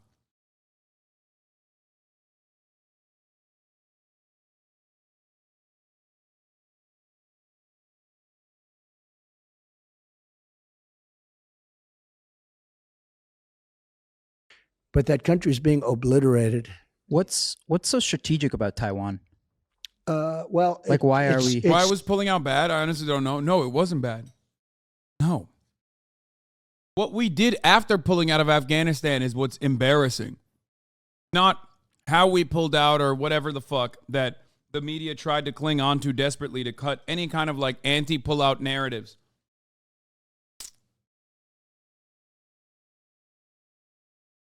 No matter which president was going to do it, it was going to be like Vietnam.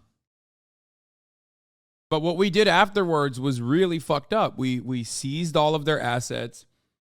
We gave the entire government to the Taliban, which, by the way, Donald Trump negotiated that, for the record. Very odd that, like, our weird two-party politics structure does not allow for honesty in that regard.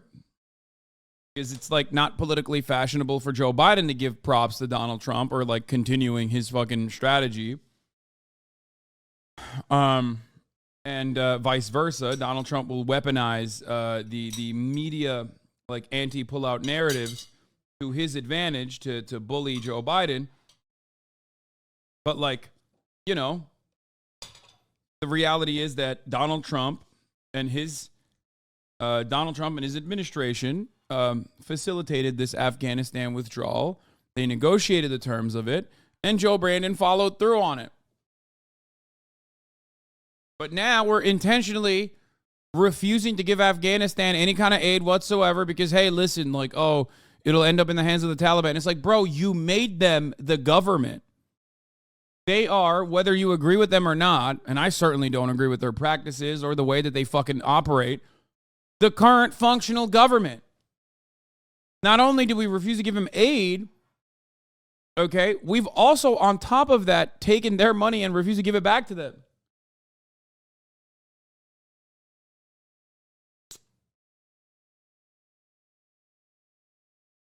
That's when Taliban immediately seized it right after, right? No, Taliban didn't seize anything. America withdrew on the conditions that Taliban would take over. They were operating on prior negotiations.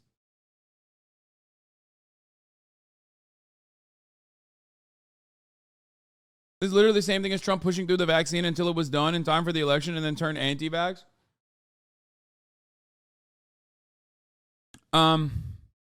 Yes and no. Trump still... Actually, you know what? That's a really good analogy because, like, yeah, Trump did Operation Warp Speed and he fucking promoted it, but he couldn't promote it too much because a lot of people are anti-vaxxers. And now he has to take this, like, weird stance.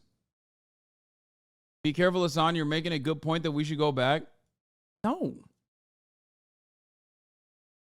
What? Abso-fucking-lutely not.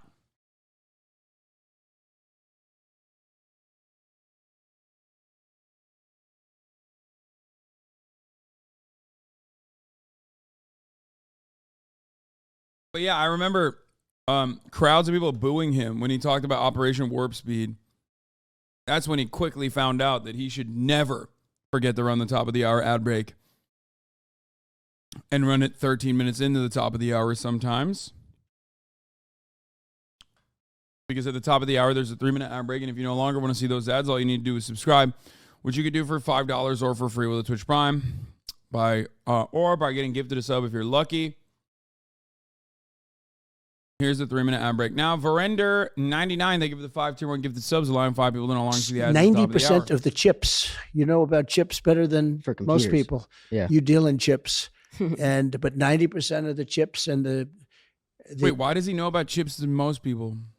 The toughest ones, the most intricate ones, they're made in. And you know, look, they took a lot of business away from us. In all fairness, I do ask. They make tremendous amounts of money in Taiwan, and I do say, well, if we're going to defend a country, aren't we supposed to like be at least partially reimbursed? Yeah, because they did take our chip industry, much of it. It's so funny. It's such a funny thing to like demand that Taiwan give them money. Like, bro, the existence of Taiwan as a nation state is literally an American project. Okay? You might agree with it, you might disagree with it, but that is historical facts, okay? Taiwan would not exist as a separate nation state if it wasn't for America siding with the losing side during the Maoist revolution in China. That's it. Like, America was like, no, we're just not going to side with the communists on this. We're not going to recognize the communist government, even though they won. And we're going to side with the fucking dudes that got owned and had to, like, run into a fucking island. We're going to say that that is the real Chinese government. Yes, until Nixon. Exactly. So the idea that, like, you could turn around and tell that country, like, you got to fucking give me money, like, what are you doing, is so stupid.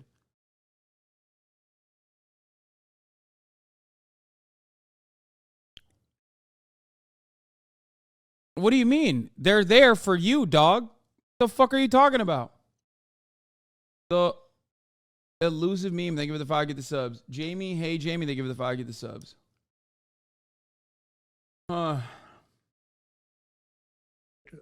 almost all of it.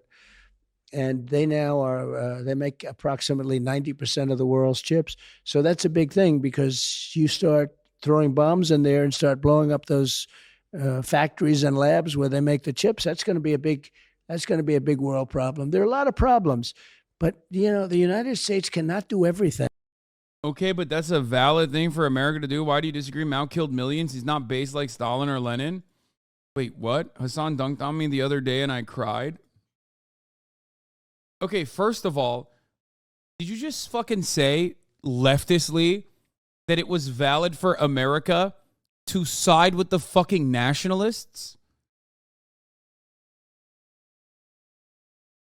Like, what are you, the ones that lost, actually, like, and that America decided to go along with the, Taiwan actually owns the entirety of China narrative, specifically because it was like they were anti-communist. And this is an anti-Mao Stalinist. He's like, the Sino-Soviet split was bad, but only because Mao couldn't understand the vision. I've never heard I've heard people be like pro-Mao and anti-Stalin. I've never actually seen someone be pro-Stalin but anti-Mao, like the other way around.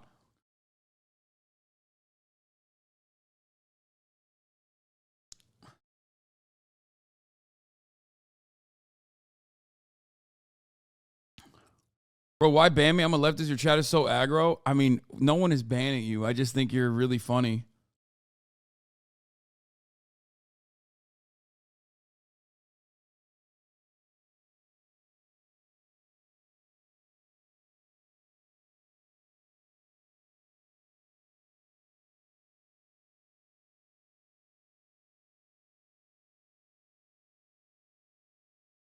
That was a fucking horrible leader, at least as god awful Stalin was. He knew how to industrialize his nation properly. Listen.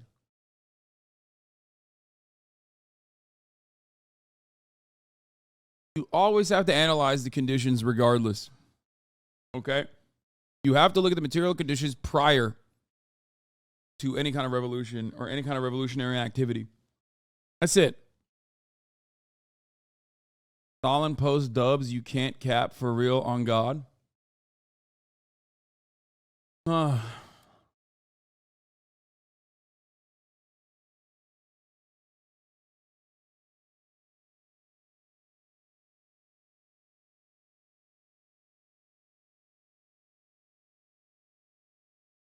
Anyway, let's continue.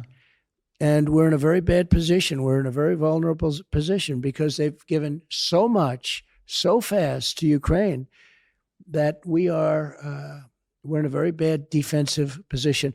We have to build up our ammunition. Who would think that we were loaded to the gills with ammunition and everything, and we've given up so much. And now on top of it, we're supposed to go 9,000 miles away. We're 9,000 miles away from, as you know, from Taiwan, 9,000, and they're 90 miles away. This is little difference. And with that being said, we want to help people out. We want to. Insofar as the KMTs existed within Taiwan, the nationalists are already widely unpopular and cling on to only through the legacy they laid from the military occupation at the moment. Yes.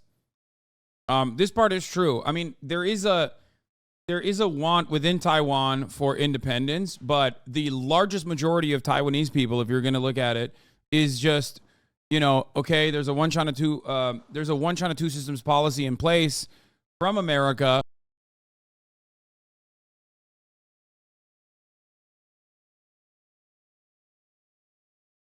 Why?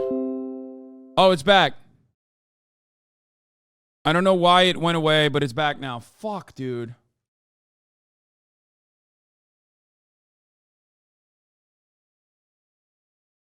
The one time I wasn't running fucking WinMTR, that's so annoying. As soon as I ran WinMTR, it literally fucking brought it back.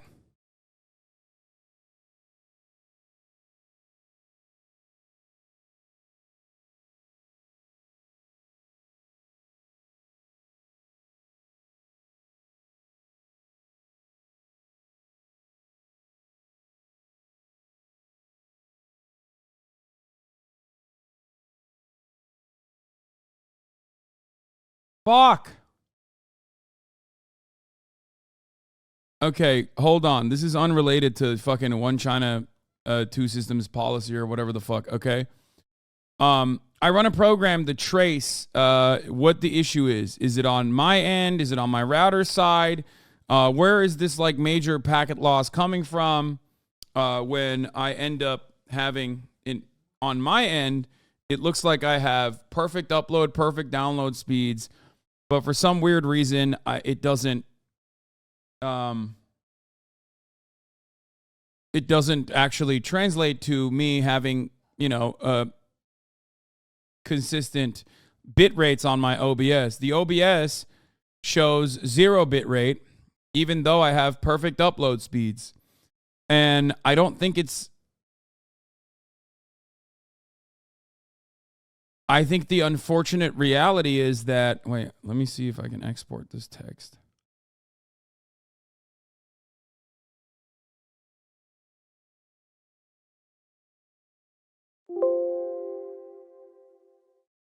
Hold on.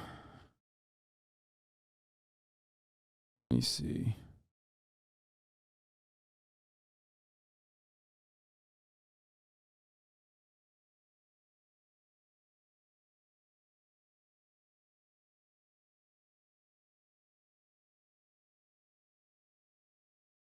Hold on, I gotta send this file real quick over to them too.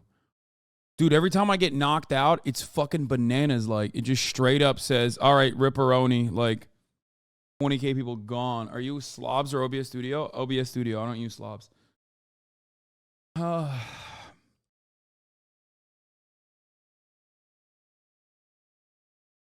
Just be aware if you see packet loss at one hop and not every hop after, it's just dropped by ISP carrier as lower priority traffic. Unless something changed within Spectrum, where they decided I'm like low priority traffic now, that should not happen.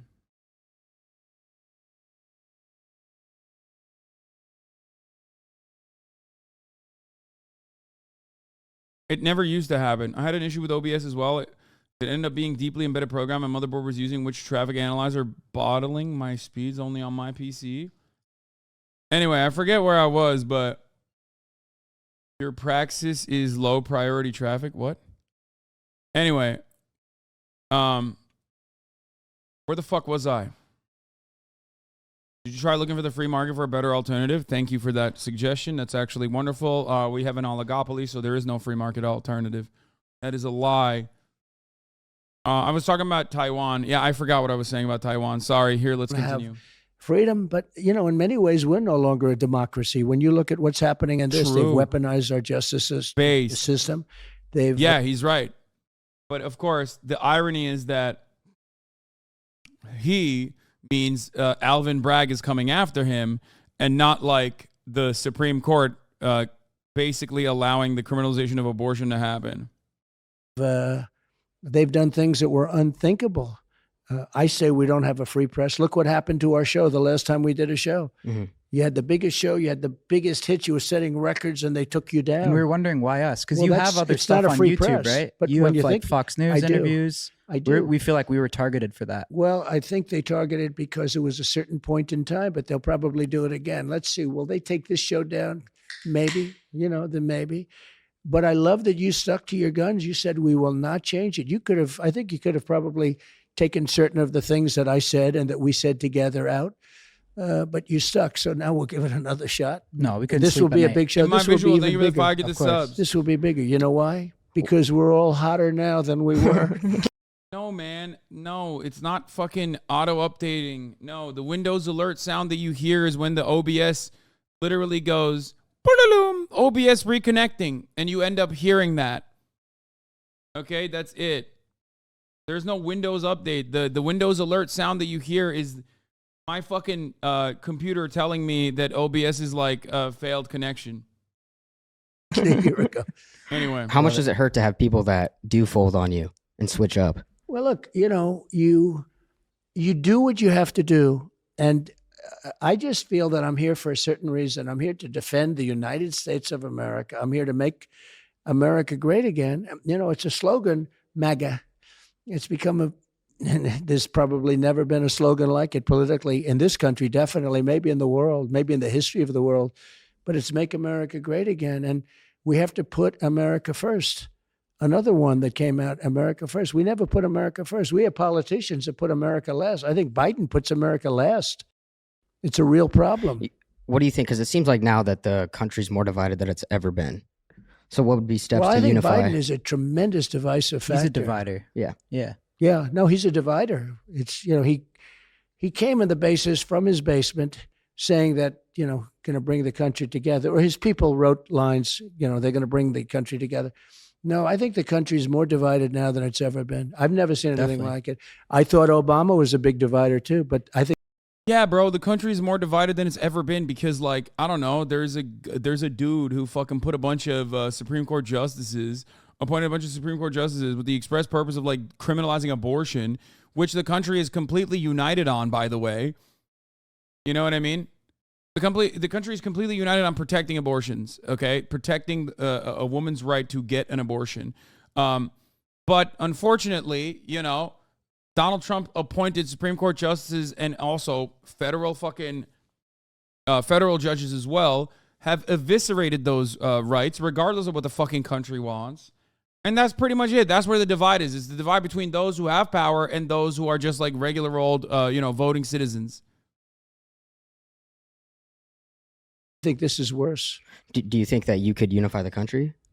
I think I can. So I tell this story when we were really rocking and rolling before COVID came in, the China virus, a gift from China.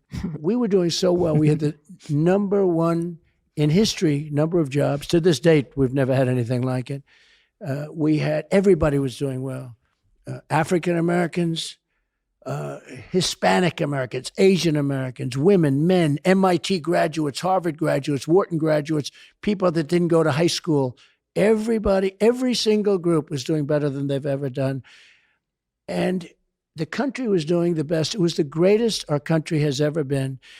China was going to supposedly for 20 years, they were going to take over. In 2018, 2019, China would become the number one country with the economy. It wasn't happening. I was absolutely destroying them. I was charging China massive tariffs. We were taking in hundreds of billions of dollars from China. No president took in 10 cents, and I was taking in hundreds of billions of dollars. And an amazing thing happened. I was getting calls from people that were radical left or Democrats, but Democrats with a strong lean to the left. And they wanted to get together. They wanted to talk. They were coming. I'm telling you, had COVID not come in, we would have had a unified country. I was getting calls from people that wanted to meet, wanted to talk, wanted to almost make peace because we were doing so well. It was success. Success was bringing us together. And I was never a strong believer that this would happen. But the success of our country did the best it ever did in history. I mean, far better than it does now. Now we have massive inflation. We have tremendous problems. I mean, supply chain problem. We have every problem you can have. Everything was perfect. We had the perfect mix of everything. And I was getting calls from people that I would never have gotten calls from. And they wanted to get together. And I'm telling you, our nation was coming together.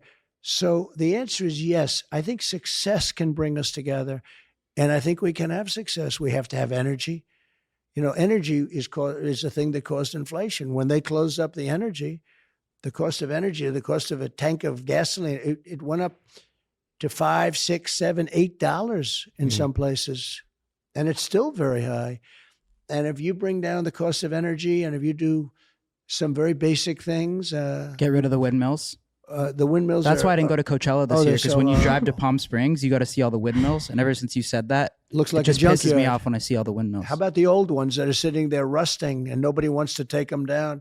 And they say you can't put the blades underground because it would be very bad. It's a type of fiber, and you can't bury it because it'll be bad for the environment if you bury it. So what are you going to do with it? Throw it up in the air?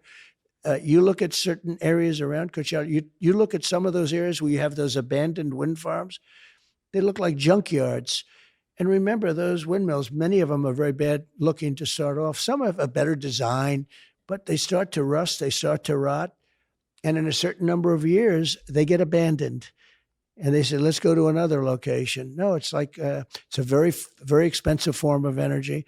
And solar's not powerful Very enough. bad. If you look at solar, but it's just not big enough. And here we're sitting on the greatest amount of liquid gold, oil and gas. It's so weird that, like,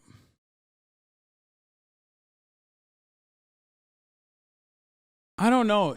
Trump is, like, really fascinating in many different ways, but, like, he doesn't want to cut the regular ass, like, oil and gas propaganda. So he talks about how ugly windmills are and shit.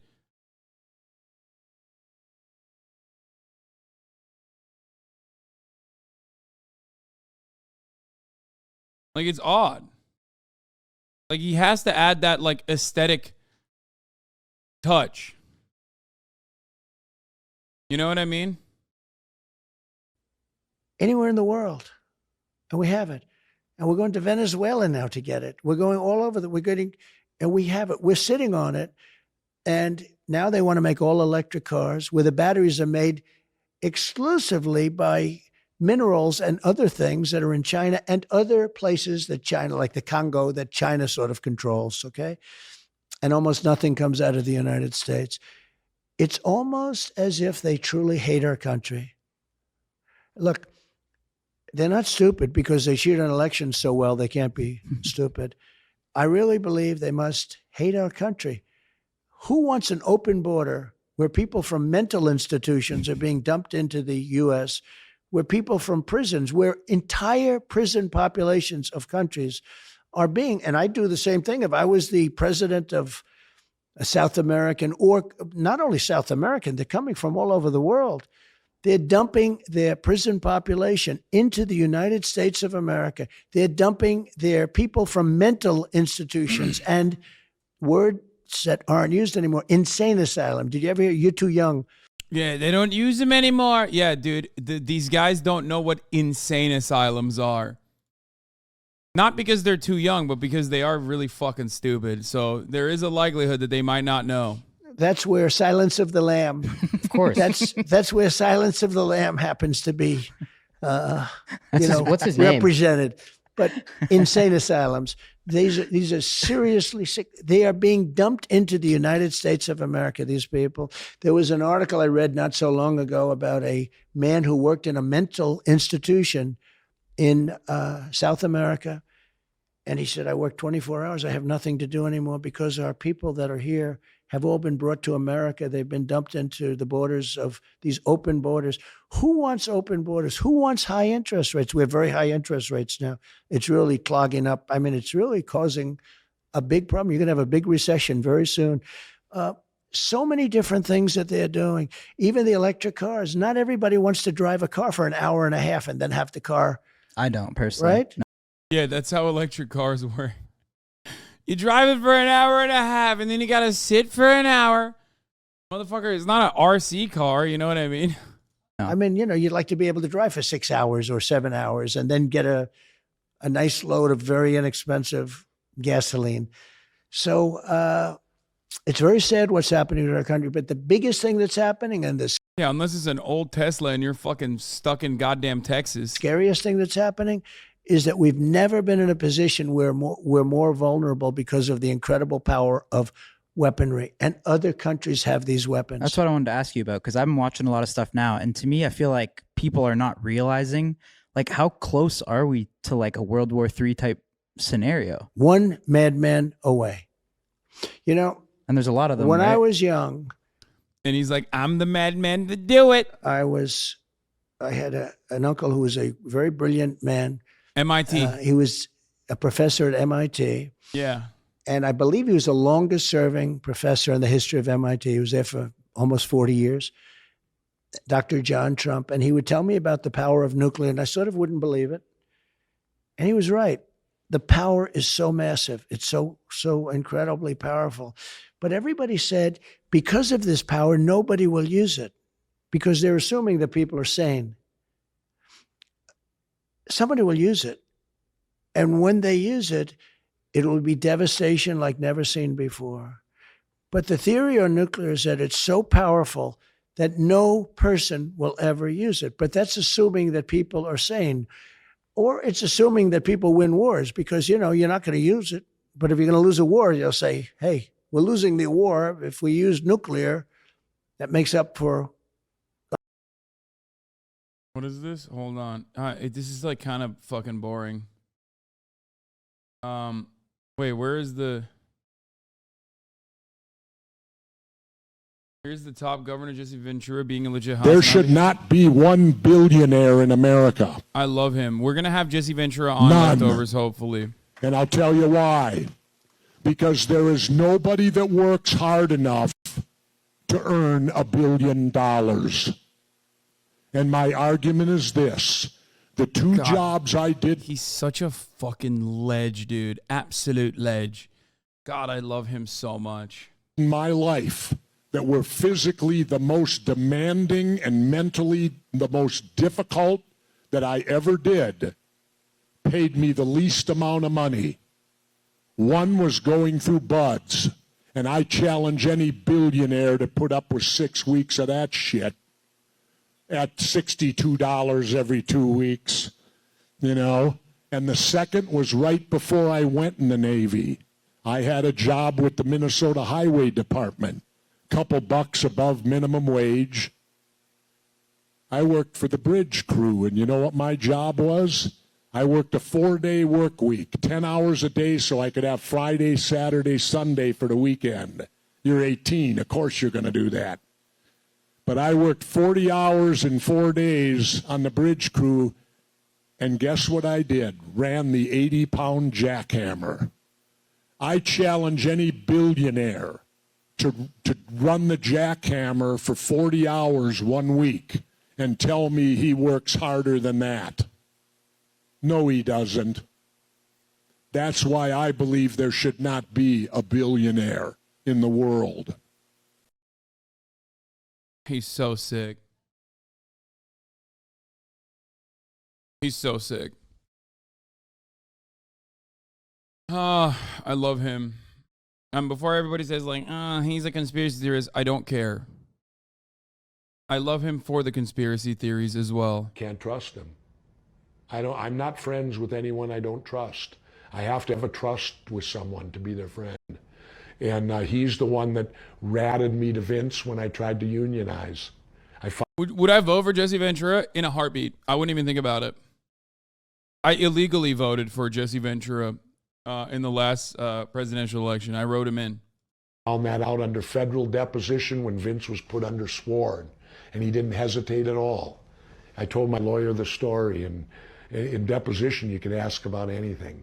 And so I wanted to know who ratted me in the locker room because there were no agents, no one from the office was in there when I did it. So it had to be one of the boys. And when my attorney said, is there... Writing in isn't illegal, come on. Yeah, no, I wrote it in illegally because I went to old folks' homes in the state of California. And I beat up all the old people and stole all their ballots. And then I wrote in Jesse Ventura's name on all of their ballots. Yeah. Mr. McMahon, has there ever been a union in wrestling? And Vince said no. He said, has anyone ever tried to? And Vince said, well, I think Jesse Ventura spouted his mouth off about it once before. And my attorney said, did you hear Mr. Ventura? No. Well, then how do you know he did? With no hesitation, Vince went, Hulk Hogan told me. And I didn't show any emotion, but I almost tipped over in the chair because he was my friend. And I thought, but then I understand why. When we went to court, I saw in WrestleMania 3, Hogan got paid more than all of us combined. Now, why would he want a union when he's getting taken care of? Imagine that, WrestleMania 3, 93,000 people, and he got more than Andre the Giant and all the rest of us combined. If there was a union, would that happen? No. Yeah, Hulk Hogan's a piece of shit.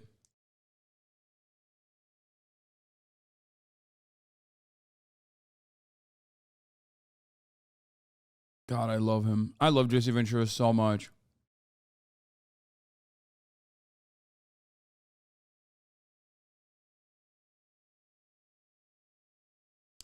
On April 9th, 2011, when Piers Morgan of CNN asked Ventura for his official view of the events of 9/11, Ventura said, "My theory on 9/11 is that we certainly, at the best we knew, it was going to happen, brother.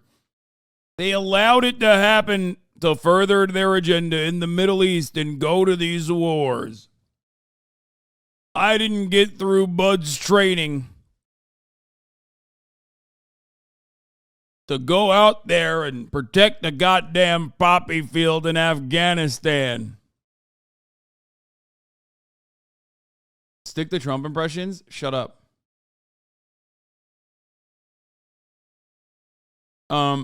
It's official. The U.S. Supreme Court has blocked the lower court restrictions on abortion pill mifepristone while litigation proceeds.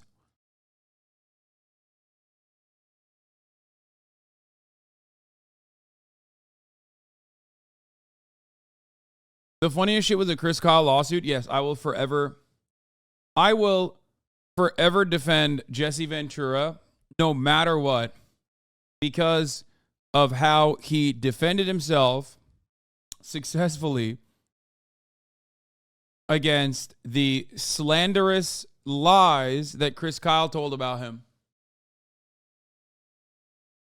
Chris Kyle lied and said, Chris Kyle lied a lot, for the record. He's a fucking massive liar. Most Navy SEALs that write books are liars. That's just almost all, fuck it, I'll say it. All Navy SEALs that write books, except for Jesse Ventura, are liars. Okay? They lie all the time. They greatly exaggerate what they've done. They take credit for shit that they didn't do, unless it's like literally about, I don't know, if a Navy SEAL were to take credit for destroying a Black Hawk helicopter, then I would believe them. Okay? Chris Kyle was a hero, brother. No, he wasn't.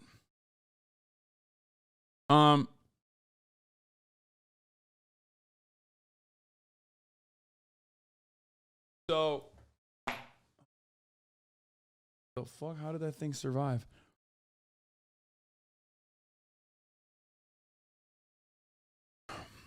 Chris Kyle, American Sniper, who, they made an entire movie about his, lies. And then they made it seem like it was real. But anyway, Chris Kyle lied about beating Jesse Ventura in a bar fight. And Jesse Ventura sued him for defamation. And then Chris Kyle died because he was, working on other vets with PTSD and taking them to the gun range. And guess what? Guess what happens when you take fucking PTSD-addled vets to the gun range? They kill you, okay? And that's what happened. One of the dudes literally killed him. He lied a lot. Chris Kyle lied a lot about a lot of shit. He lied in very racist ways. Anyway, fuck him. He's a piece of shit. Gigantic monster, awful guy. Chris Kyle protected the Capitol during the Hurricane Katrina. No, he didn't. He lied. He lied about shooting black people off the top of the Superdome. Okay? He literally said that he did that, which wasn't even the truth. There were people that actually took guns out and killed a bunch of people that they considered to be looters, for the record. But Chris Kyle was not one of those people. But that didn't stop him from lying about it. Which was insane. Absolutely insane thing to lie about. Anyway, fuck him. He's an absolute monster, piece of shit. Fuck that guy. But yeah, after he died, Jesse Ventura did not stop suing him and successfully sued his estate for defamation and won. And then people were very upset at him, and they were like, "Why the fuck are you suing why the fuck are you suing Chris Kyle's wife? Why are you suing his widow?"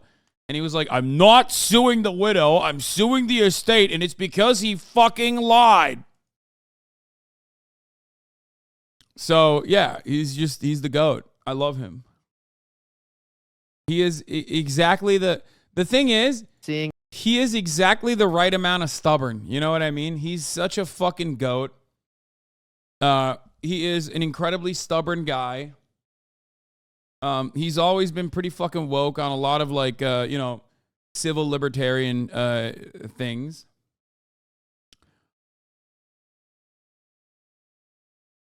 That's it. He's great. I mean, dude, you're talking about a guy who was a fucking Navy SEAL, who then, went into fucking professional wrestling, became a governor. Like, it doesn't get any better than that. Like, he's just the GOAT. I also think he's the type of dude who could, do you think he could be president? No. Unfortunately, America's not ready for that. Okay? But the reality is, I would vote for him if he actually ran for president. That's number one. Number two, I mean, he would never run on the Democratic Party ticket, I don't think. That's the other issue there.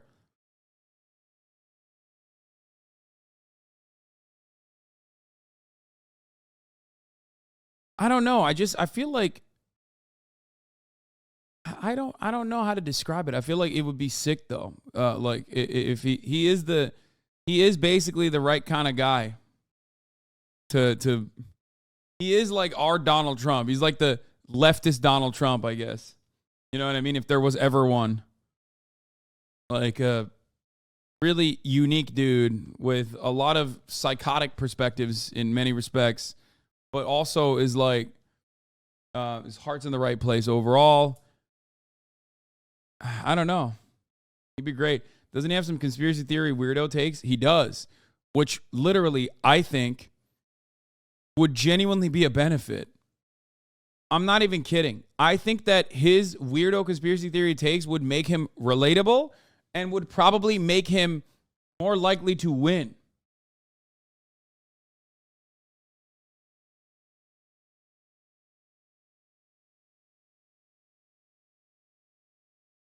Yeah, I mean, here's numbers speak for themselves. Were you high when you sued Chris Kyle's widow? Was I high? You know, that's a question, and I expect it from someone from Fox. Just a serious question. No, it ain't. No, it ain't, because I never sued the widow. I sued him. Okay, well, she's suffering a lot of pain right now. No, she isn't. How do you know that? Because insurance pays for it all. She hasn't paid 1 cent. How do I know it? It's my case. So you stand by that? The case got overturned because the truth came out. Insurance is paying for all of it. It isn't costing his family a cent. That's the way legal works if you do your homework. Would you apologize to her? No, she should apologize to me for the lie that her husband told about me. Why would I apologize? I didn't do anything. You only apologize if you've done something wrong, pal. Pal? Dude, come on, dude. What a fucking legend, dude. God, he's so sick. Anyway, fuck, I love him. I'm very excited to potentially have him on Leftovers. It'd be so sick.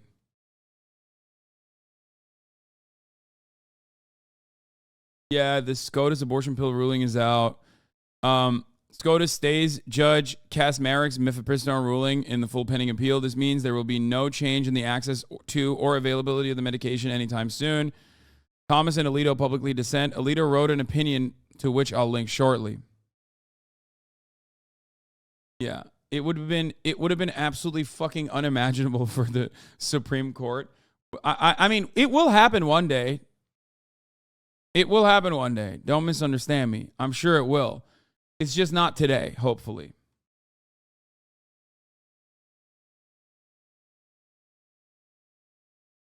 Oh, also, the Kaczmarek ruling was even more detrimental, widespread than just for abortion patients. The entire FDA oversight and regulation was under attack, and any medication they approve. The other part of this is that, like, mifepristone, even in the counter, is like still going to be subject to more regulation.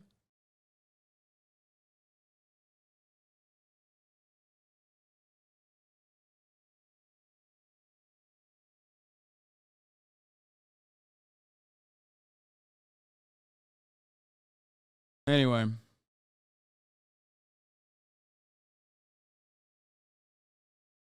Google demolished 80 acres of San Jose to build a super campus, but is now abandoning plans, leaving a gigantic crater. Fucking nice, dude. Google's 80-acre San Jose mega campus is on hold as company reckons with economic slowdown.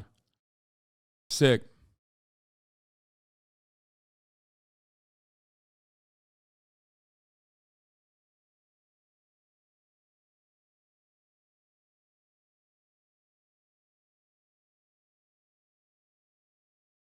Wait, what is happening? Is it effing? Oh, was there a mini F? Fuck.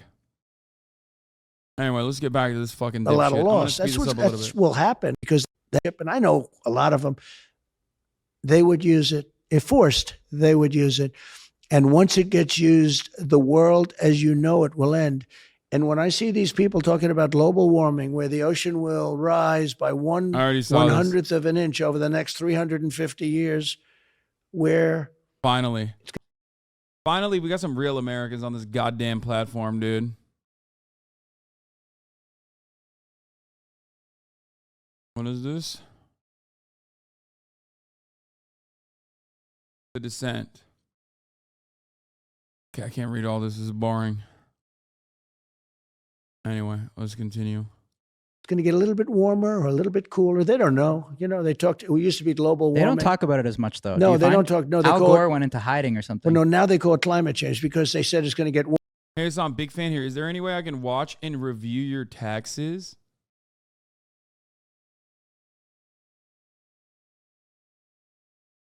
What?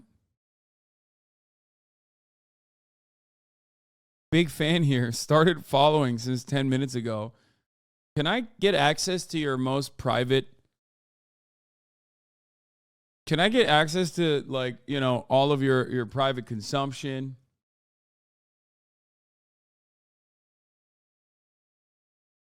Could you give me your social security number, please? Big fan. Been on this platform since 2012, which immediately, you know. He also waited for 10 minutes, like literally. And then the moment that the 10 minutes was over, he was like, this is my time to shine, baby. Yup, what do you want?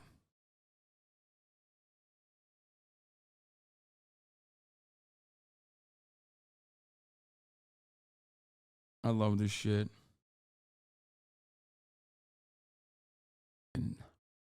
Weeks on this goddamn platform. Warmer, it was getting colder. Then it was going to get colder. It's getting warmer. You know, they used to say global cooling because they thought the world was going to freeze. That was in the 1920s. They had a thing, global cooling. Then it went to global warming, but that wasn't working. So now they go to climate change because that covers everything.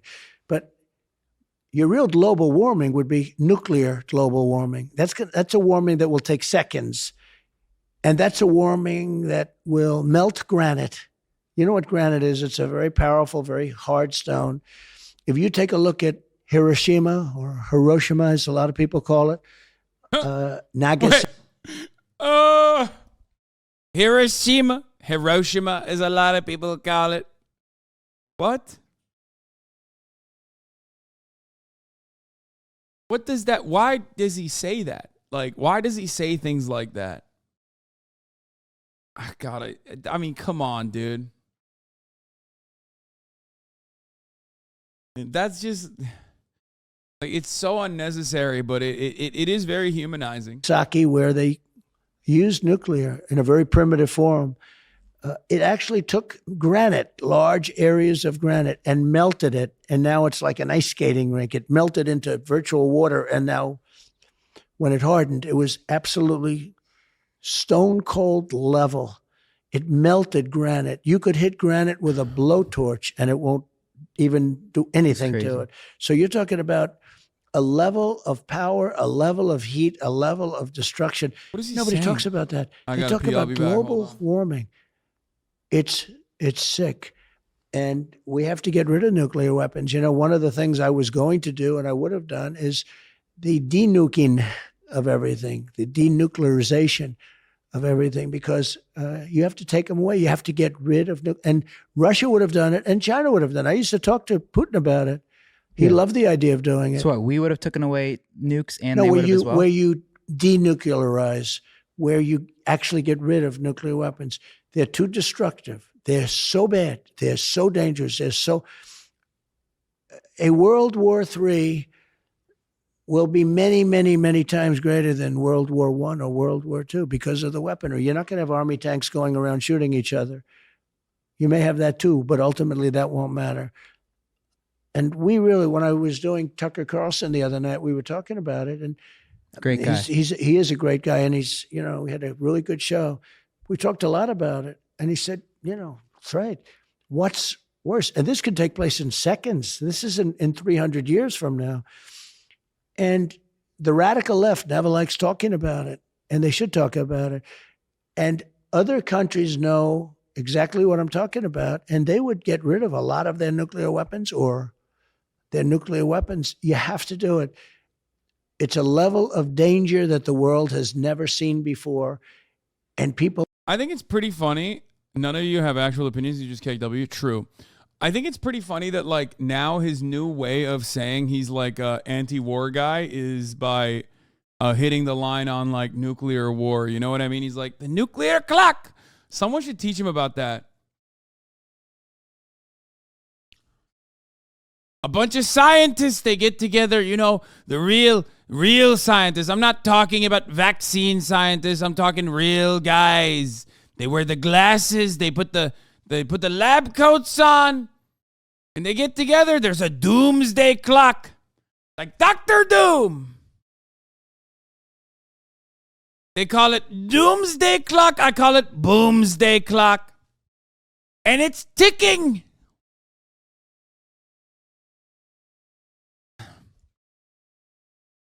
Ticking like a time bomb. People don't talk about it. Do you think that based off your relationship with Putin that you could convince him to withdraw from Ukraine? He would have never gone into... We used to talk about it. You know, he was always... You're pro nuclear weapons? Yes. I am. I'm not even pro nuclear power. I'm just pro nuclear weapons.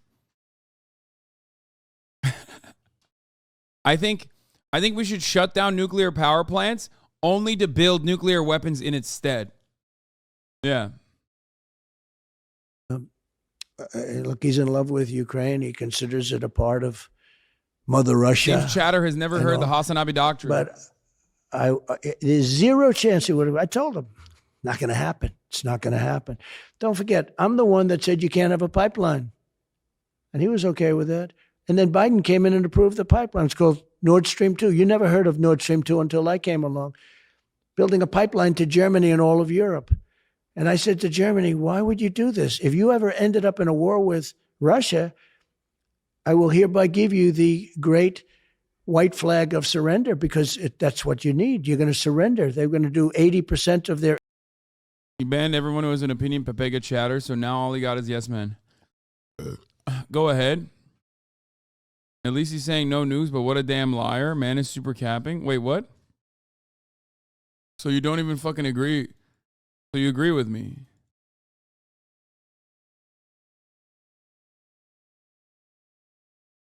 Is that why you're not banned? Because you're a yes man? Go ahead. Give me something good. Give me what you disagree with me. Their energy through Russia, who they fought wars with over many years, but they fought many wars. And I said, you can... For the record, here is the HasanAbi doctrine. Didn't someone make a video out of this? You must be very bored with the interview if you're sniping gray names. Yeah. Wasn't there a video of this? Here, guys, watch this. Okay, and then rule number 3, and this is no, not this. No. Someone actually made like an animated video of it.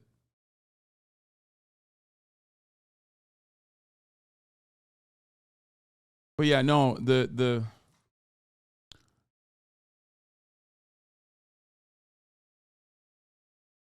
also, yeah, the interview is boring. Apparently there's like rapid fire questions in the end, so we'll watch it. But like it started off strong.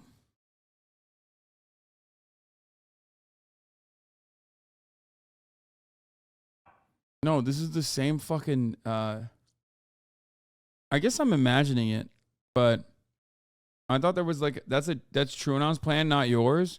First of all, no, it's not. I was the first to fucking come up with the HasanAbi nuclear doctrine. That's bullshit. No, TrueAnon brace rules is like never get on a helicopter. But yeah, there used to be a meme video on okbuddy, I'm pretty sure. It's exactly the same as the Tucker Carlson interview. Yeah, I didn't watch the Tucker Carlson interview because Tucker Carlson's got no riz, unlike Donald Trump, who I thought was going to be more interesting. No, I'm pretty sure someone made an okbuddy meme of this, but we can't find it right now. Lore Masters, where are they? Someone did make a really funny lore video of my Florida project, though. That was awesome. Someone animated it. Here, I'm Not Daredevil animated my Florida project. Let's take a look at that.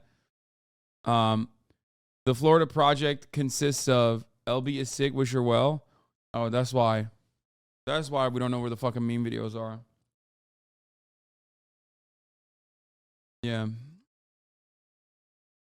Okay, so this is the Florida project. The Florida project is very similar to the nuclear doctrine as well, but here. Yeah, look at that. Hasan, what are some other theories you have? I have an idea called the Florida Project. Okay. So Donald Trump built all these miles and miles of wall, right, on the U.S.-Mexico border. Who's that? He's the previous president. He's very cool. He's a poster. He built all this wall. I say we take all the wall, okay, and we wall around Florida, and we amplify that wall. Like, it's like 4 times of wall. Have you guys ever seen Attack on Titan? I have. Yeah. It's like that, like multiple layers of wall, right? And then what we end up doing is we put every conservative in America in Florida. We extract everyone that doesn't want to live in Florida outside of Florida. Okay. We put every conservative in Florida. They can live their best libertarian lives. Wow. And then we routinely helicopter in and extract children because they don't need to be subjected to You're that going abuse. to take children from their parents. Yes. Yeah. And then you're going to helicopter them out. No. Re-education camps. Okay. Because they don't. They kind of like an internship. Yes. Oh, yeah, that's a word. So tell us the spider story again. Internment. Yeah, it's called free school. Okay, I think it's a great idea. What podcast is this? It's called Chuckle Sandwich. Anyway, yeah, make a conservative ethno state. I think it would be great. Would you ever acknowledge it if Trump said it an objectively good idea? Yes, as a matter of fact. This is the funniest low-level conservative commentary. Whenever a conservative comes in here and is like, oh, there's a couple different things that I love when conservatives that come in here say and do. One thing is, bet you would hate it if this happened to Hillary Clinton. And it's like, no, I would love for horrible things or even the same kind of legal scrutiny to apply to Hillary Clinton. So you're wrong. The other one is, would you ever acknowledge if Trump said a good idea? Yes, and I have. I think Trump's way of dealing with North Korea and South Korea was to basically take a back seat to both of these. Dude, please stop linking me the same thing. It's the wrong video, man. It's the wrong video. Thank you for wanting to be helpful. That's not the video we're looking for.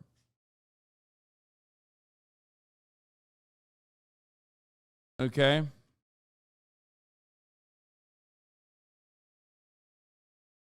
Anyway.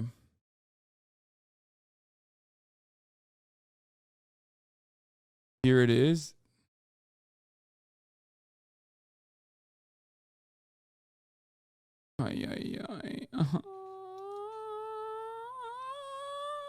Why? Why are you motherfuckers so useless, dog? This fucking community is just full of fucking useless memers. I swear to God. Genetically, he was born pretty smart. Don't forget, he took over a country at 23. And even though he was sort of like, it was like an inheritance, this is a country with smart, energetic people. He, from a very early start, got it. He took it over from his father, but very young. And you had generals and you had all of these people and action coming up.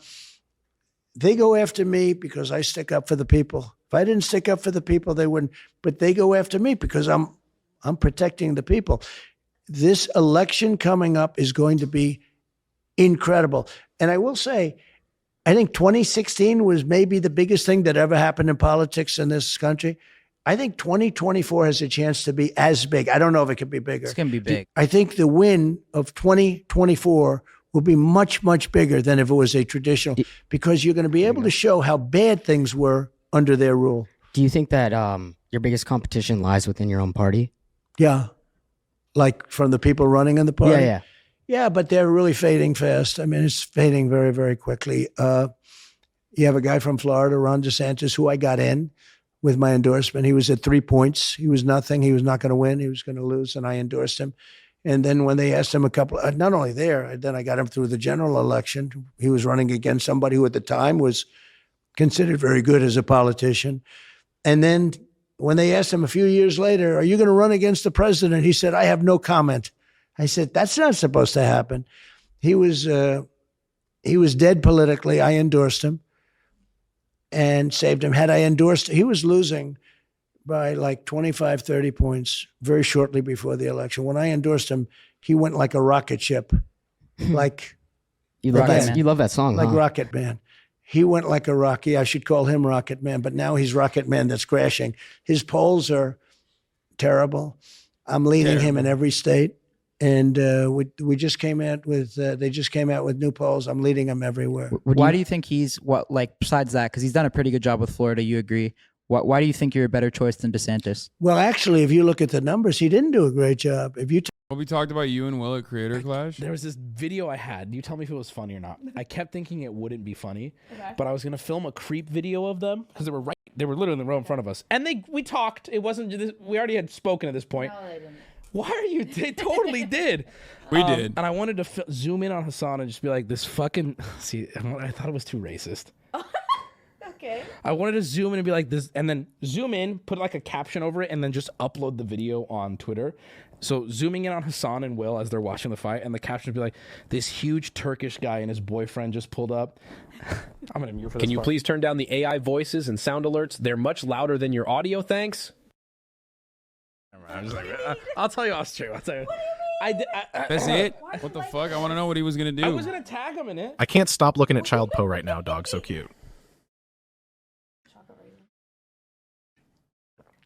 You want the chocolate raisins? Yeah, I'm busy while you're ranting. Okay.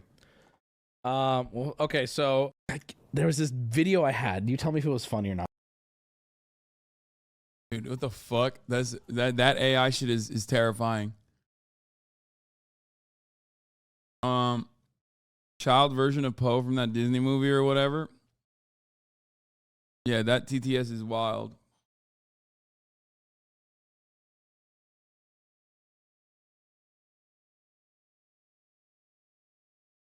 Anyway, Will and Hasan confirm smashing? Yes.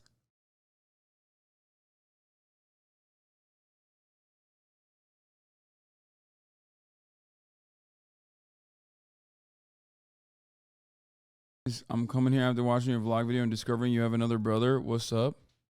No, Tarek is not my blood brother. I just say he's my brother because he's Turkish. Even though he shaved his mustache today, and I'm kind of sad about that, not gonna lie.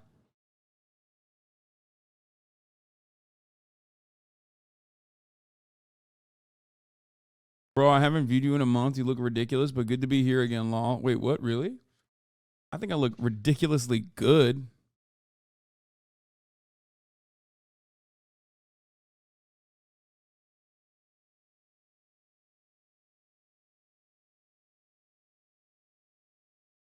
Down the depraved. We're going to watch it when the detective is the criminal in a little bit later. Yeah, me and my brother Tarek both at number 2 and number 3 for the most watched streamers from the USA. Look at that, bro. The Turkish takeover. The Turkish takedown. You understand?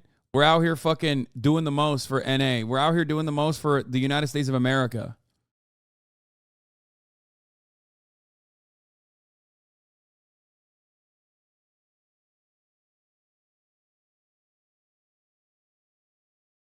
You feel me?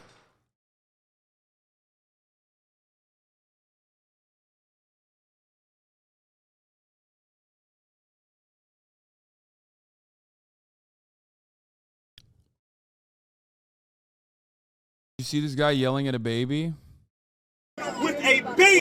Flight attendant, you're yelling. Passenger, so is the baby. Flight attendant, well, you're a man.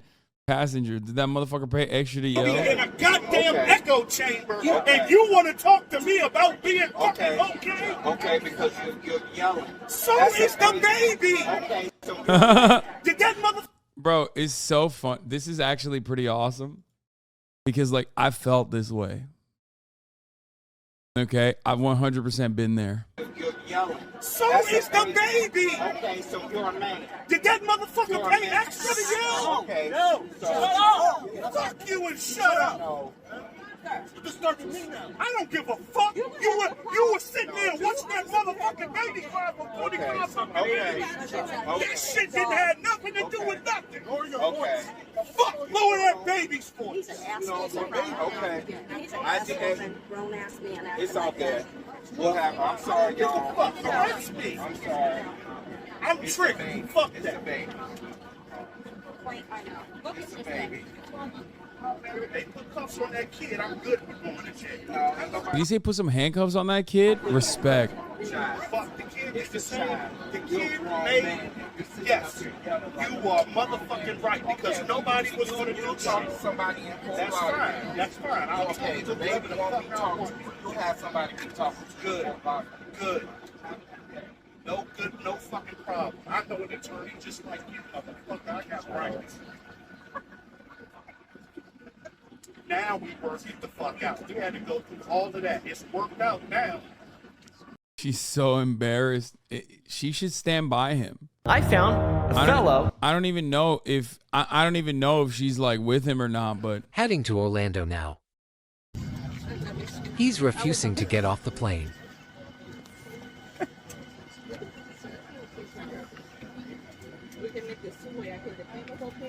I saw r/child free motherfuckers on Twitter calling babies cum pets. Yeah, I saw that too. It's just fucking insane, but also awesome. Like, it's just, I love freaks, dude. You know me. I think that is actually freak shit. It's quite literally like against human nature in many ways. Not to be like the fucking human nature, appeal to human nature fallacy Andy, but like, it's wild to have that level of disdain, like open disdain for children, that you like find a way to like slurify their existence. I respect it. I respect that level of being a hater.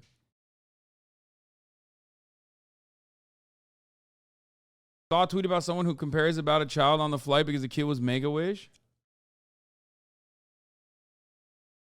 So now we're all getting deplaned. If you had said anything, we wouldn't be sitting on this motherfucking flight with a kid crying for 45 minutes. It wasn't crying for 45 minutes. Bullshit. No, that's it. You're not even worth anybody's time. Oh, he's still going. Oh my God, I love this man. He tried to plead his case that he had a right to yell because there was two adults with a crying baby, and he shouldn't have been disturbed.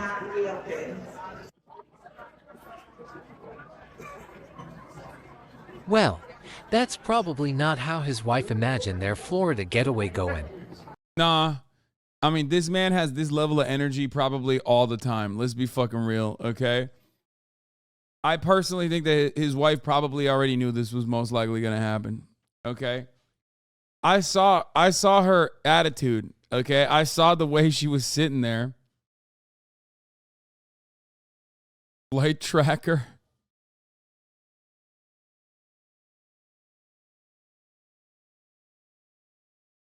How do normal people get like that? Man, have you ever been on a long-ass flight with a fucking baby crying? That's how they get like that. I'm not, dude, listen.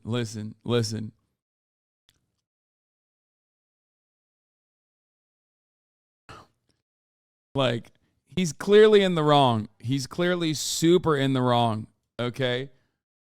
But this is the one instance where, like, even though he's clearly super duper in the wrong, like, I kind of get where he's coming from. You know what I mean? Like, I don't know what else to say. Okay, this is fucking funny as hell. The TikTok cult thing we're gonna watch too. And the detective we're gonna watch too. Before that, though, let's see. You remember yesterday when I said I wonder what happened to Steven Crowder's new guy? Turns out he actually is. He literally went on this guy's fucking show to talk shit about Steven Crowder. So let's take a look at what he did. The thing that I'm seeing is company will enforce a strict 5-minute tardy policy. Contractor agrees that if he arrives to work more than 5 minutes late, he's in breach of Section 1, must leave company premises, and will not be compensated for the day the breach occurred. Contractor's breach of Section, and you can't seek reimbursement for the days the breach occurred. So I don't think they even have this at McDonald's, to be honest. Like, if you're 5 minutes late, like, pack your crap and go home. How would that even be addressed on the air? Like, where's Dave? Oh, Dave was 5 minutes late? Yeah, they go, how can you prove that? Well, our watches are different. Yeah, this is when I had to now start dumping money into entertainment lawyers. So a lot of the money that I even made on tour Right. So, that became another issue. So the thing that I'm seeing is company will enforce a strict 5-minute tardy policy. Contractor agrees that if he agrees. Yeah, it's the fucking comedian. Wait, you say, bro, he looks like the adult version of Nelk Boys? Yeah, that's a Nelk man, dude. That's what happens to the Nelk boy. After drinking too much fucking seltzer over the course of a 20-year period and becoming like a 5-time divorce champion, you become a Nelk man. It was 5 minutes late. And this is it. This is the result. Beer and should incorporate that policy. Yeah, bro. If we fucking incorporated that policy, Austin would be fired in a heartbeat. Yeah, they fired him, and I immediately was like, I wonder what happened to him. I wonder what would happen to this man. Anyway, all right, murder is back on the menu, boys. Let's do it. We got a lot of fucking fire reacts lined up. We got the cult on TikTok by Oompaville. Okay. I'm going to fucking tweet that out. Murder is back on the menu.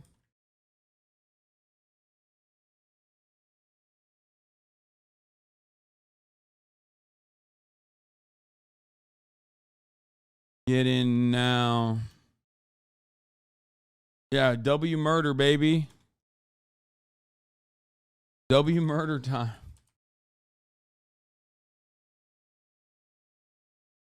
A wee bit of murder, lads. A wee bit of fucking murder, lads. W Police murder. discover the most gruesome murder they had ever come across in the small town of Clyde, Ohio. One detective in particular was determined to track down the depraved killer. However, the ghastly scene would not be the only shocking revelation in a case plagued by police corruption, where it seemed that an unhinged obsession placed blame on a group of innocent suspects, all while overlooking the monster hiding in plain sight, eventually landing a detective behind bars. The following interviews and interrogations have never been seen or heard before. Ooh. They've been analyzed by a qualified team, including a licensed attorney, a licensed clinical psychologist, a former licensed professional counselor, and a licensed professional counselor. Fremont Police, do you have an emergency? Hi, I'll be over there in about 10 minutes to give you information about the woman that was murdered over there in Clyde. Heather Bogle was a devoted young mother working a graveyard shift at the local Whirlpool factory to support her 5-year-old daughter. It was a means to an end, as she was also pursuing a career in nursing in order to better support herself and her little girl.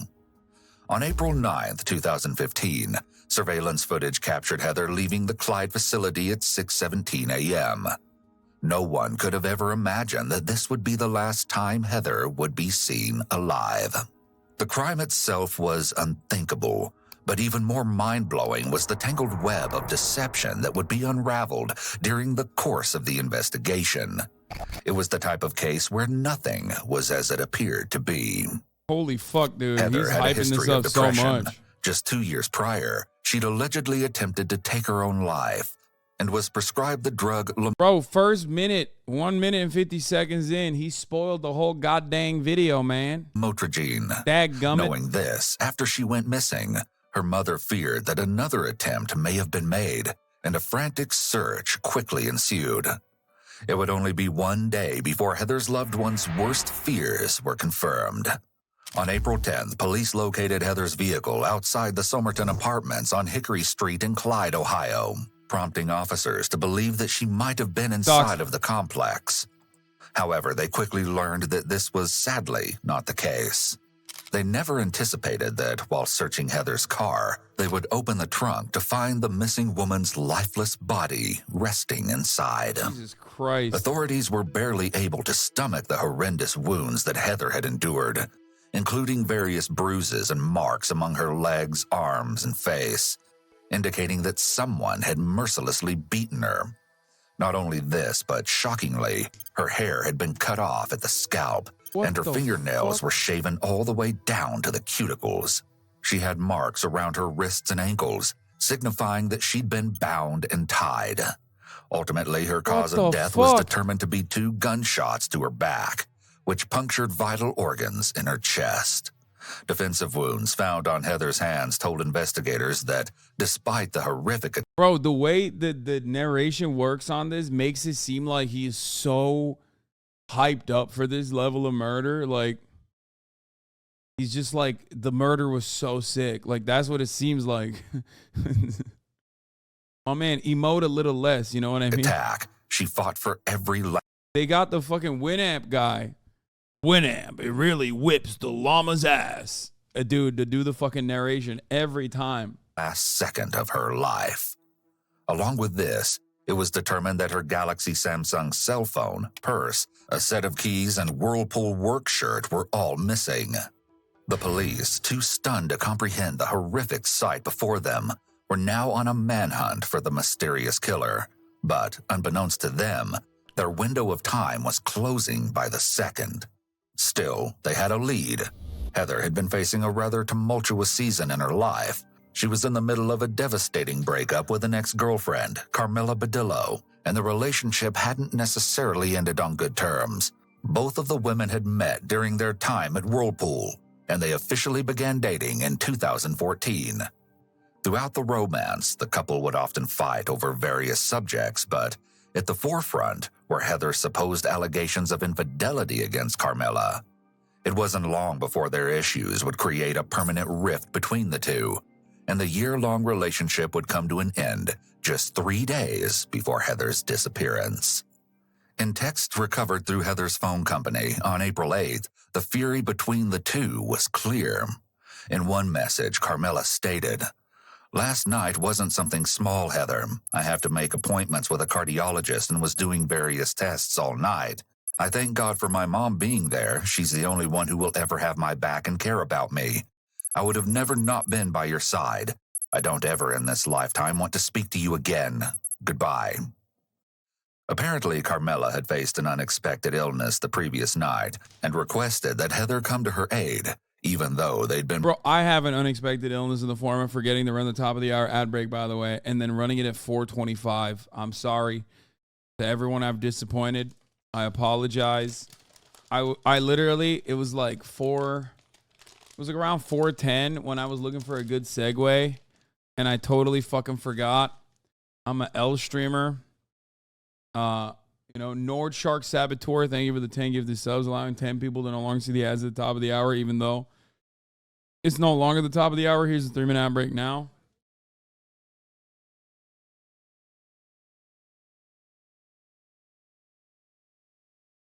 Have your resignation on my desk in an hour and hand over your badge. What about my gun? What about my service weapon? Can I keep that?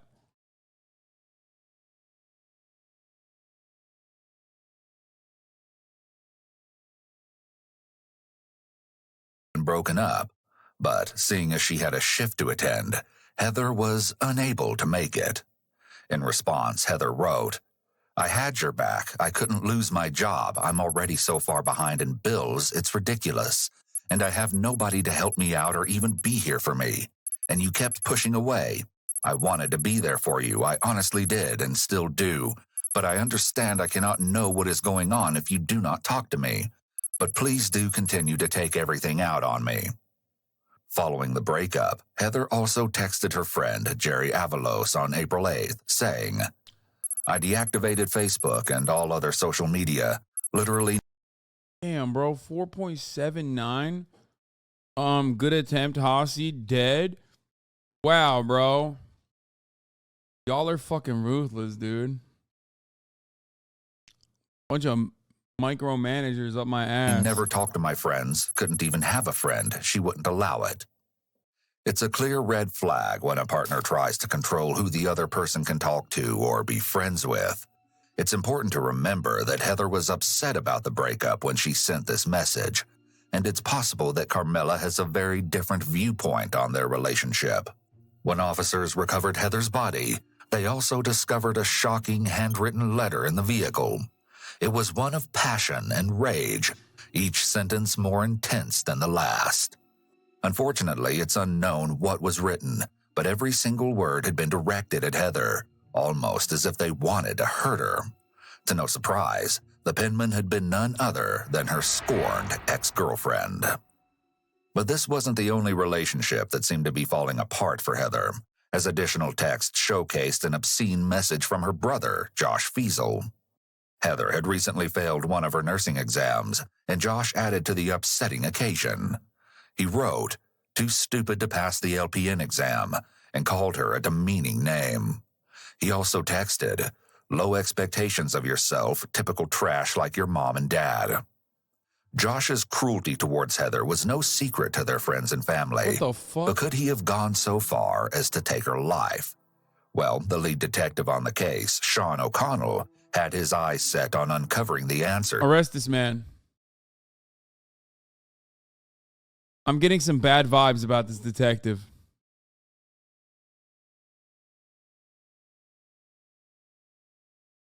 For no particular reason, you know what I mean? To this very question. However, as we will soon come to learn, his methods were far from the ordinary. Still, no one could have predicted the scandal that was about to unravel. Despite the varying fights with Carmela and Josh, it wouldn't take long before they were dismissed as potential suspects. I think As it the could hunt be for the the killer detective. continued, Guys. Detective O'Connell quickly located a new person of interest. Tenants had reportedly told the detective that they had seen Heather frequently visiting Building 240 of the Somerton Apartments, well before her body was found in the parking lot. It was believed that she would allegedly purchase marijuana from an unknown resident of the complex. When this information was discovered, Detective O'Connell began to dig and eventually found his new lead suspect, 24-year-old Kiona Bohr, thanks to a complaint filed against her by another occupant. It alleged that the scent of marijuana was emanating from her apartment. Kiona, a mother of two, was supposedly very nervous while speaking with police after Heather's body was discovered, and Detective O'Connell found this to be rather odd. Though she denied any involvement, O'Connell wasn't convinced. Despite this, following her discussion with the authorities, Kiona wrote a series of strange Facebook posts, especially under the given circumstances. "I can't believe this just happened," and "doing 8 to 10 years for murder and pleading insanity" could be seen amongst her account, only furthering the detective's suspicions. Not only this, but according to two residents of the Somerton Apartments, Kiona was allegedly seen wearing the same red Mickey Mouse t-shirt that Heather's body had been dressed in, well before the tragic event. And lastly, Kiona had been romantically involved with 39-year-old Julian Kaiser, who Detective O'Connell helped to put behind bars for 10 years on a first drug offense. It seemed that the evidence against Kiona was beginning to mount. 4 days after Heather's body was recovered, Kiona was interviewed by Detective O'Connell, and I think the main reason why everyone was probably suspicious of the detective is because he was doing the most to solve this. You know what I mean?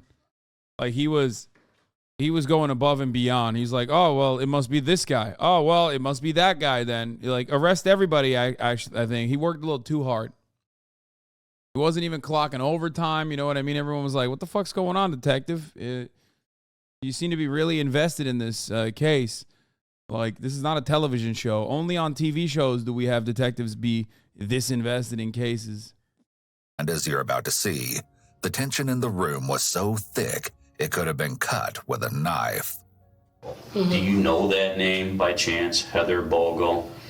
I don't even know who she is. The only time I heard of her was when the police knocked on the door, and then I didn't even know who she was. I was like, I don't know her. And then I went inside and got on my Facebook, and I seen her on Facebook. Obviously, for one reason or another, her vehicle ends up at the Hickory Street Apartments parked in front of your building 240. The question is, why did it end up there? So we've talked to a lot of people, and we are comfortable to say that Heather has been known to frequent building 240. We feel comfortable that she was voluntarily there probably on Thursday of last week, a couple different times. She was there, then her vehicle had left, and the vehicle had come back, and then the vehicle leaves, and then it finally comes back for the last time on Friday morning and around 1:30. Okay. So why am I here though? And I'm getting to that point. It's my understanding that Heather likes to smoke some weed.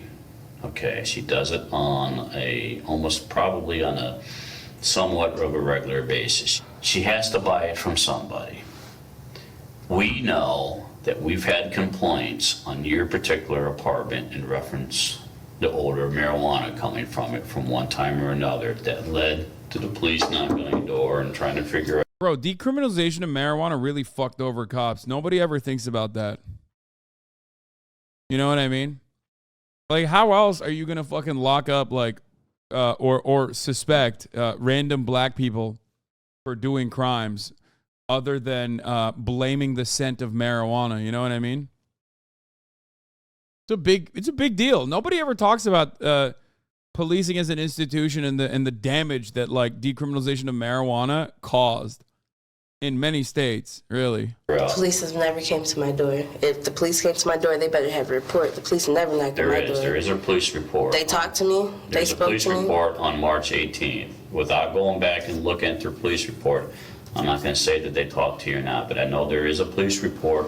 And there are incidents reports with management pertaining to the smell of marijuana coming from your apartment. So why hasn't anybody said anything to me previously? I don't. My landlord, the police. That's a good question. That's I guess real sketchy because yesterday a white man came up to me and asked me, were you the one that they had got in trouble for smoking weed that was smelling like weed in the hallway? And I said, no, that wasn't me. I don't even smoke weed. And he said, well, I do every now and then, whoop whoop, trying to get me to say something. So it was probably him that tried to call y'all. This is so possible. I mean, this is crazy. Like, y'all just raided my house. I work at a nursing home. I'm a single mom with 2 kids. Like, this is crazy. I understand. Kiona comes across as quite self-assured. When someone is telling the truth, they may appear more confident because they know the facts are on their side. The detective should have built some kind of relationship with her prior to starting into questions about Heather. Essentially, what he has done here is without any evidence whatsoever, he has launched into an interrogation rather than conduct an actual interview first. It's my understanding, and another thing that kind of supports what we're looking at is the idea that you are or have dated. Yeah, I mean, detectives would never do that to a black woman. You know what I mean? So, sure, this is the only time when this is the only time. This is the first and the last time he's ever done that. You know, Dated a guy from Mississippi that used to work at Whirlpool, correct? Who would say that? Well, I never dated anybody. Just because I talked to somebody, like. All right. So you talked to somebody. You They're not even here. They've been left months and months and months ago. So. Okay, what's months and months and months ago? Like months ago when they went home, we was never dating. Who's the 2 guys that keep coming and going out of your apartment? It doesn't matter. It doesn't matter. How does it matter? My personal business, I don't know this girl. Your personal business is not becoming our business. Okay, so who I sleep with is y'all business. No. Like, I mean, that's what I do. He's like, wait a minute, you fucked them? Tell me more about the gruesome details. That's all I'm doing, so that doesn't have anything to do with this. That's what I'm saying. These are the questions that we're going to ask, and these are the questions we're asking. Okay, well, I mean, if I need a lawyer, I can get a lawyer, but I don't. I mean, I'm just saying. You're not charged with anything. We're investigating a homicide. If we can tie your apartment into a homicide investigation. You can't tie my apartment. You can. Maybe not. I know you can't. I don't even know this girl, so I know. Bro, he said we can tie your apartment to the homicide investigation. Like, yeah, I know that the law allows people to lie. Okay. I know that the law allows cops to lie in interrogations, but pretty wild. Pretty wild to just like, you know, directly be like, no, we can tie you to the, you know, investigation. No, Like, we'll find a way, man. Chill. Apparently, 2 different men had visited Kiona at her apartment on various occasions in the recent past. As a Omar threat. Satchel and Carrie Jeffrey. It wasn't long before Detective O'Connell considered them additional suspects in Heather's gruesome murder. And soon, we will see exactly why that was. But this is the thing. That's why we're asking.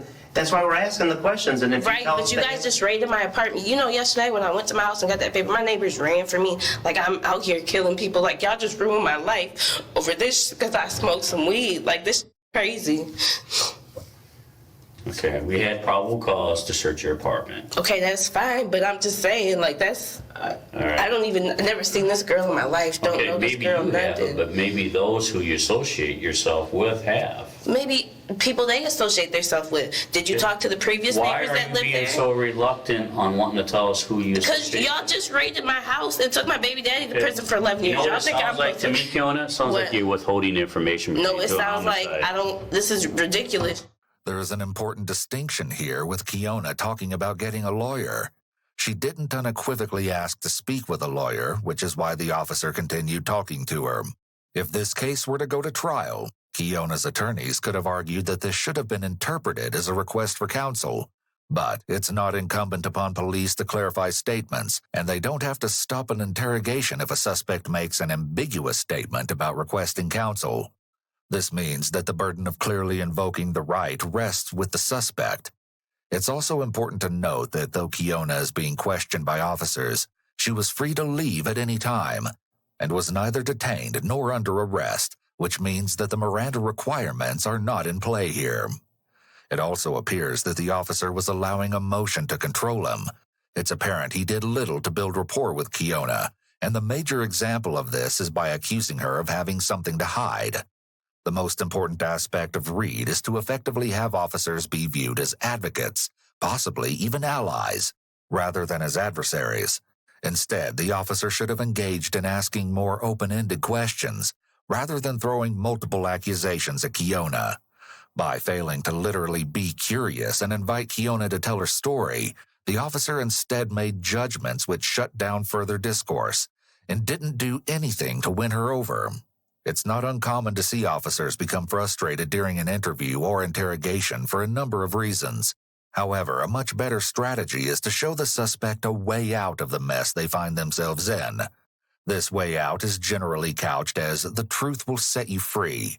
Most of the time, it won't set them physically free, but it can be a means to unload a burden via telling officers the truth. In these circumstances, officers emphasize remaining open and non-accusatory, even when presenting facts that contradict previous statements. This allows the conversation to continue. Y'all just ruined my life for some little... Yeah, we didn't ruin This anybody's ain't little, life. it's a homicide. I mean, but I don't know anything about it, but this is what I'm Apparently you talking do about. because you're not telling us who your boyfriends are. I don't have boyfriends. Then who are the guys that keep coming It and doesn't- going? I don't know. It does matter because we're talking about a homicide. I mean, am I being charged with something? Am I getting arrested? Not yet. Okay, then. I mean, I can get a lawyer and come back. If you want to get a lawyer, go get a lawyer. That just tells me you got something to hide. I don't have... What the fuck? Yo, these guys are so bad at their fucking jobs, dude. These are supposed to be like higher tier cops too. Like, you know what I mean? Holy fuck.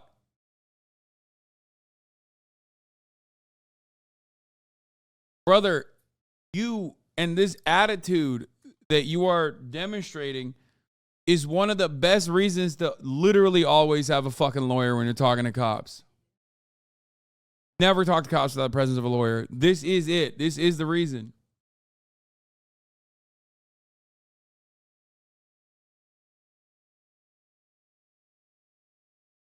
It's not bad at their job if they know they won't get in trouble. I mean, no, they are bad at their jobs on top of like not being able to, regardless of whether there's no scrutiny on their behavior here, they are bad at their fucking jobs. Well, at least the detective is bad at his job because he's the real murderer. Spoiler alert.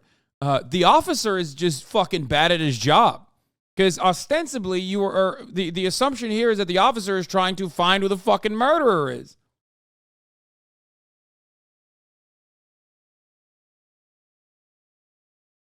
You know what I mean?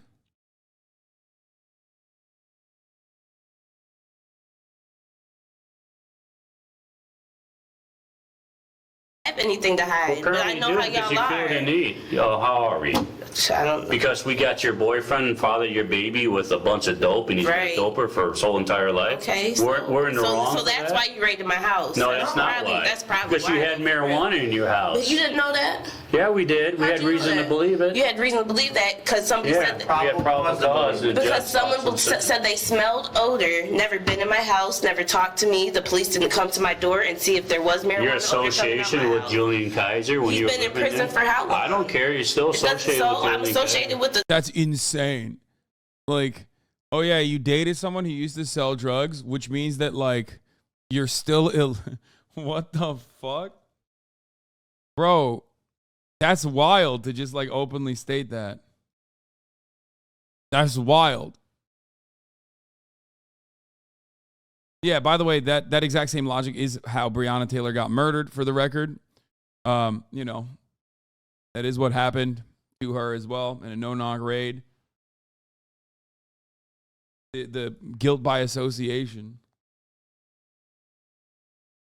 It's insane. All right, you know what? Do you want to talk or not? I don't want to talk. Okay, have a good day. Thank you. So You're now involved in a homicide investigation. Have a great day.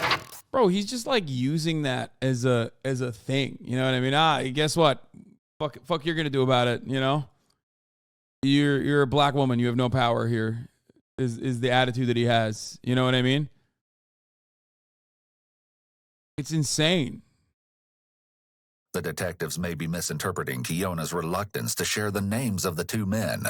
She's likely trying to protect her friends, but that does not mean they are guilty.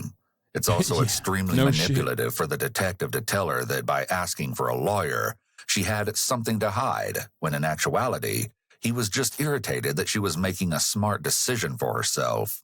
Nonetheless, the unrelenting pressure from the detectives left all parties in a state of frustration. But Kiona was living a real-life nightmare, suspected of murder, and was now in a fight for her life.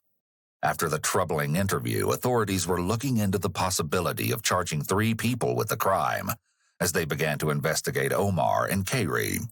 Omar, who had previously served prison time for home invasion and firearm charges, had allegedly sold marijuana to Heather, as reported by O'Connell, although this has never been confirmed. When police finally spoke with Omar, he supposedly admitted to having stolen a .380 caliber firearm from his fiancée, but claimed to have sold the gun to a resident living in Michigan not long after. Along with this, authorities allegedly found him to be in possession of unidentified pills and a pocket knife with a blonde strand of hair attached. In an interview with the Fremont News Messenger, Omar adamantly denied that he had ever met or known Heather, gravely pleading for his innocence. In a shocking quote, he described his encounter with Detective O'Connell by saying that, "Sean O'Connell told me I know it's not you, but I'll make it you." Of course, the detective would deny having ever uttered the threat, but the truth of the matter remains up in the air. Be that as it may, later actions by O'Connell that you'll soon learn of might have you drawn. I mean, I saw enough evidence, at least like with respect to his character, this detective's character, that like I believe it. You know what I mean? Straight up. I mean, he basically said that to the other lady. I 100% believe it. I mean, obviously we know that he's the one who did it, right? But like, drawing your own conclusions. Omar also stated that during the days of April 8th through the 10th, when Heather was missing, he was residing at the Days Inn Hotel. At the time of Heather's murder, he claimed to have been visiting 3 separate bars in the Fremont area. However, wait, the detective is not the one who did the crime? It has also been reported that he was actually hiding at Kiona's apartment in an attempt to evade an arrest warrant. Despite this, O'Connell was still extremely skeptical and supposedly insinuated that Omar could have still traveled from the various locations to commit the crime. Still, his focus shifted to his final suspect, 26-year-old Kayri. As a supposed friend of Omar's, Kayri was just as much on Detective O'Connell's radar, and he would do anything to prove their guilt. According to a source, Kayri was apparently seen throwing a suspicious black bag into a river on April 10, 2015, presumably containing a firearm. O'Connell asserted that the supposed gun was used in a homicide, potentially Heather's, and quickly released a full dive team to recover the weapon. But to O'Connell's dismay, the search would prove to be unsuccessful. Claiming that Kiona, Omar, and Kayri were likely the murderers. Wait, does that mean that there was no gun that they could recover? Like, or did they recover a gun and then they couldn't find information on the gun? Like, where's the bag? Just no bag, no gun, no nothing? The detective was still missing one important piece of information: the motive. Why would any of them want to hurt Heather, let alone kill her? Let alone kill her in this gruesome and incredibly personal way. Like, the fact that they, like, I mean, you know, number one thing when you look at a murder like this, we're all murder watchers. We all are experienced murder watchers. Like, the killer definitely knew this person. Like, unless there is a serial killer around, like, you know, the 80s style, 70s style serial killer running around doing this kind of shit to other people as well, that is an incredibly personal murder. Like, scalping the person, shooting them in the back twice. There was clearly, like, back and forth on top of that. You know, there's defensive wounds. Like, it seems like this is like a very personal murder. Not even O'Connell could say, but suddenly, in the blink of an eye, another disappointment abruptly struck the desperate detective, and it would send the case in an entirely different direction. Underneath Heather's fingernails was a small amount of DNA. The results were shocking, concluding that neither Kiona, Omar, or Kayri had come back as a positive match. In an instant, their names were cleared. Oh, at least. Big bummer for the detective. He's like, oh, man, I tried to log up as many black people as I could in proximity to this car that this vehicle that we found with the body. And it really fucking destroyed my case, you know? Oh, man, I hate it when that shit happens. At least that's what should have happened. Instead, O'Connell stuck to his original claims, not stopping to even ponder the possibility that he might have been wrong. What the fuck? But his delusions would only lead him further away from the actual killer. This just goes to show how detectives can sometimes develop tunnel vision and narrow in on a suspect, while ignoring other possibilities. Bro, this was like, what the fuck is going on? No, this is not narrowing in on a suspect, man. Did this guy do the murder himself? Like, I thought that was the case. Now chat's like debating me, saying that's not the case. I'm like a little confused about what's happening here. But like, this isn't just tunnel vision. This is a guy who's going extra hard on like as many black people as he can. He's like, oh, there were black people in the vicinity of the car that we recovered the body from. So seems like, you know, seems like, you know, this case is open and shut. Despite sufficient evidence, O'Connell had already spent a lot of time on the premise that Kiona, Omar, and Kayri were involved in Heather's death. He may have been afraid that if he admitted his mistake, he would look incompetent to both the public and to other members of law enforcement. In addition, he was likely experiencing a psychological principle known as confirmation bias. This means that people are more likely to accept information that supports what they already believe, and, on the other hand, may discount information that doesn't align with those beliefs. With this in mind... Or he could have been racist, too. I mean, I just think, like, how quickly he jumped to her is very weird. Just over a year later, Kiona is demanding answers. I just want to know when y'all are going to tell them that I'm not involved in this and I can clear my... She's saying she knows that her DNA won't come back. It's you know, at what point do we say... What point are you going to go public that I'm not disclosing? For a year, the detective would supposedly harass Kiona, frequenting her place of work with additional officers. At one point, he apparently gathered Kiona's co-workers for a meeting, although the subject of the matter has never been reported. It wouldn't be too long before the single mother found herself out of work while struggling to make ends meet. Every job interview for a new position was to no avail, and it seemed that O'Connell was never going to let her out of his grasp. These were likely acts of intimidation on O'Connell's part, which is a form of manipulation. He may have believed that he could scare Kiona into confessing, which would have been coercion. Yet, after securing a lawyer, Kiona was able to restrict her contact with the detective, but that wouldn't stop O'Connell from allegedly speaking with her acquaintances. In an interview with the Sandusky Register, Kiona recalled a time when she traveled to her local tattoo artist and was startled to learn that after she left the establishment, Detective O'Connell had allegedly made his way in to speak with the artist. Other accounts recall that Bro, this guy was just like stalking her. Like, what the fuck? Okay, this isn't like police work. This is just like, I mean, bro, this, okay, the title is apt. The detective is a criminal, okay? Like, the detective is like, straight up, at this point, the detective is doing crimes. There's no more murder investigation. He's just like, yeah, I took matters into my own hands. Like, I'm just going to harass the fuck out of this person. that the detective apparently had residents of the Somerton apartments act as informants for the investigation, hoping to gain more details on Kiona. I'm not here to say that you did do it, but I'm not here to say that you didn't do it. Okay, but I know for a fact that you guys got my DNA back and there's no matches. I know for a fact that you guys went through my phone record, there's no matches. I know for a fact that y'all been looking at my Facebook. There's nothing. I know that. Kiona's suspicious Facebook posts, as previously described, had actually been in response to Julian's prison sentence. And not only this, but she had never been in possession of the Mickey Mouse shirt found on Heather. Regardless of these revelations, the detective pressed on. Yeah, it is what it is. If you're not involved, then you're not involved. You know? Okay, so when you gonna clear me though, because me and my kids are When we're comfortable to be able to say for sure that it's not you. This reign of terror would eventually come crashing down. Bro, I think the detective did it. I'm sorry.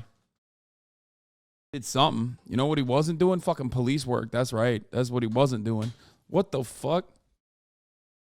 In an attempt to seek an indictment, O'Connell had written a report to the prosecution, but failed to include that the DNA found on Heather did not match any of the three suspects. Along with this, he refrained from giving all of his case files to the county prosecutor and dismissed every other lead, besides those relating to the trio. He even ignored a critical piece of information sent in an email by a Whirlpool employee just 2 days after Heather was found. And by the way, I don't know if you have any suspects, but I know someone who works at Whirlpool that is very capable of doing that to a woman. And by the way, I don't know if you have any suspects, but I know someone who works at Whirlpool that is very capable of doing that to a woman. This crucial lead would eventually become integral, but in his determination to convict Kiona, Omar, and Kayri, O'Connell did not even take it into consideration. However, this would not go unnoticed. Soon, O'Connell was caught giving a copy of the investigation report to an employee working for the Sandusky County Department of Job and Family Services, claiming that he wanted to gain their insight on a person of interest in the case. Once this was discovered by the sheriff, the detective was immediately placed on leave, but it only took a week to uncover the extent of it. Bro, think about it this way. He got so racist and so stalker-like that, like, he was placed on leave. Something that cops rarely ever get put on unless, like, even when they fucking kill someone, okay? Even when they kill, like, an unarmed person fleeing from the back, that's the only time when they, like, if there's, public outcry, they put him on fucking paid leave. You know what I mean? The level of the level of malpractice in this regard got to a point where they were just like, bro, you are literally fucking up county resources. Okay, you got to fucking chill out. Like, the sheriff was like, listen, we all love this Sandusky, Ohio. We love to do racism here. Okay, but you got to do it piece by piece. You got to do a little bit. it's like when the baklava comes in and you want to have fucking all the baklava, you can't have more than like 4 or 5 pieces. You know, you got to save some. Got to save some racism for the rest of us, okay? If you eat all of it at once, like there's not going to be any left for anybody else. Stop. You're doing too much. You're doing too much racism, dog. Please. Okay? Baklava on the mind? Yes. I mean, a little bit. I'll be honest, how many ate yesterday? 4. I ate 4 pieces of baklava. His malpractice. As a result, the detective was quickly let go from his position and was facing an increasing amount of legal charges. Shut the fuck up. Former Sandusky County Sheriff Kyle Overmeyer will be released from prison on Monday. Wait, this is a different... This isn't the guy. Wait, this... Is that him? No, that's the boss. Wait, hold on. Vic, Kiona, Omar, and Kayri. Bro, stop. You're spoiling. I didn't look at anything. I didn't look at anything. But I think the sheriff himself even to got uncover fucking... the extent of his malpractice. As a result, the detective was quickly let go from his position and was facing an increasing amount of legal charges, which included misleading a public official and tampering with evidence. O'Connell had broken the law that he vowed to protect and was eventually sentenced to 2 years in prison. That's bullshit, by the way. Like, what? Cops... No, okay, I got to say something here, okay? No, that doesn't sit right with me. First of all, cops never go to fucking jail for this kind of shit. That is insane. Let alone 2 years. Are you insane? There's got to be some other additional reasons for why this happened, the way that it happened. Because no fucking shot. Bro, cops literally plant shit openly and very publicly. They plant evidence.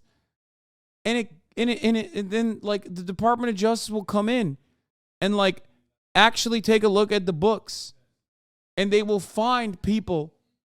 They will literally find cops that have openly fucking planted evidence, and it doesn't matter. Like, it still doesn't matter. Those guys still don't go to fucking jail. Okay, maybe they'll be let go, and then maybe a couple years later, that cop will pop up somewhere else, you know, at another precinct or whatever. No, this guy probably wasn't. Even when they get caught on camera, they don't get fucking thrown in jail. They have to do something extraordinary to go to jail. The Baltimore police are a perfect example of that. Exactly. It's not just that those Baltimore cops didn't go to fucking jail or didn't go to prison because they were planting drugs and planting guns on suspects and shit like that. They did it over and over again while also stealing money from people. They also did overtime fraud. Like, you have to, it's similar to what I always say about, like, if you steal from the poor, you become wealthy. If you steal from the wealthy, you go to jail. It's kind of similar to that. Cops don't face any serious punishments for doing cop shit like planting evidence or, you know, being racist or whatever. They get in trouble if they are misusing department resources and misusing department funds. Okay? Like, that is and they're doing it with like wanton disregard. You know what I mean? Something like that. Yeah. Overtime fraud was the biggest part of the reason why the Baltimore Police Department actually took action against these cops. That's what it was. Because they were just like aggressively fucking taking money from the overtime funds. Like, they were aggressively billing overtime.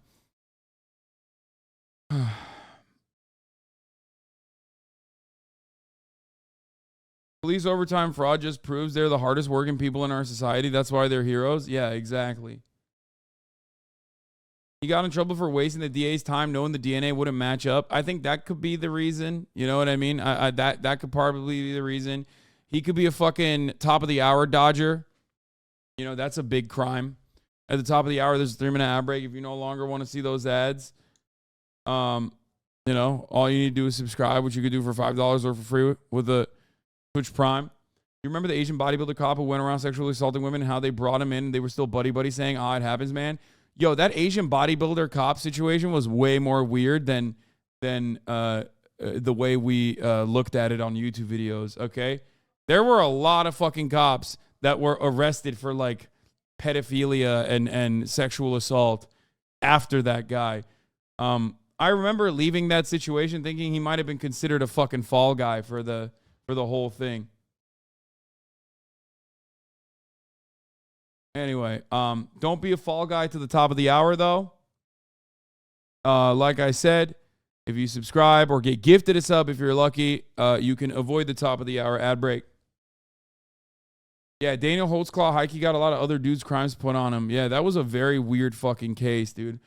Cat named Dog, thank you for the 10 gifted subs. Womick7, thank you for the 5 gifted subs. Allowing 15 people to no longer see the ads at the top of the hour. Here's a 3-minute ad break now. Although this would not be the end of the shocking corruption, seeing as how another scandal had just as quickly broken through the walls of this quiet and quaint little town.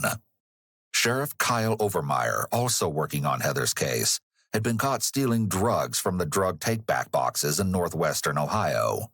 Facing an ongoing opioid addiction, Kyle was sentenced to 4 years in prison in December of 2016. But during this time, he was able to sit down with authorities to give his side of the story on what happened with former Detective O'Connell. And we'll get into more on Sean about what he did, but a lot of stuff was secret squirrel with him, and he did his own thing, and I entrusted in him as a detective, and because you can't do it all, you can't be a detective and a sheriff and wear all the hats. He was dead set on Kiana Boer, and then he found out that Omar might have been out. Was hiding out there. He was there that night supposedly, and there was a warrant for his arrest. And that's where it all unraveled, where he became obsessed. Why is that? I don't know. See, now here's another thing I've been told. Yeah. That he had a personal vendetta against Kiana Boer. Kyle gives a brief rundown on how O'Connell helped to imprison Kiona's ex-boyfriend, Julian, and why that might have placed the single mother at the top of his suspect list in Heather's case. Now, in speaking to Heather's family members and Carmela Badillo, they all indicated that the 3 people that provided Heather her drugs were, and then was the other. Oh, there's only 3. Nobody ever mentioned Kiana Boer. Right. So I don't know how he's getting in and going Kiana Boer, and he's making that up. Right. And correct? Yes. All the while, residents across the community were stumped when it came to who might have carried out such a gruesome crime. And some were inclined to leave their thoughts on the most popular social media platform, Facebook. For Ohio. One user wrote a post insinuating that Carmela, Heather's ex-girlfriend, may actually be the one that authorities were looking for. The sad thing about this is just a few days after it happened, my brother worked with a guy who no longer works there with him, but he stopped over and told me his sister and Heather had a thing, and that she might have had something to do with it. I called O'Connell to report what I was told at the time, but nothing was done. Was Heather's ex-girlfriend the perpetrator who'd been hiding in plain sight, or was there someone else sneakily going unnoticed?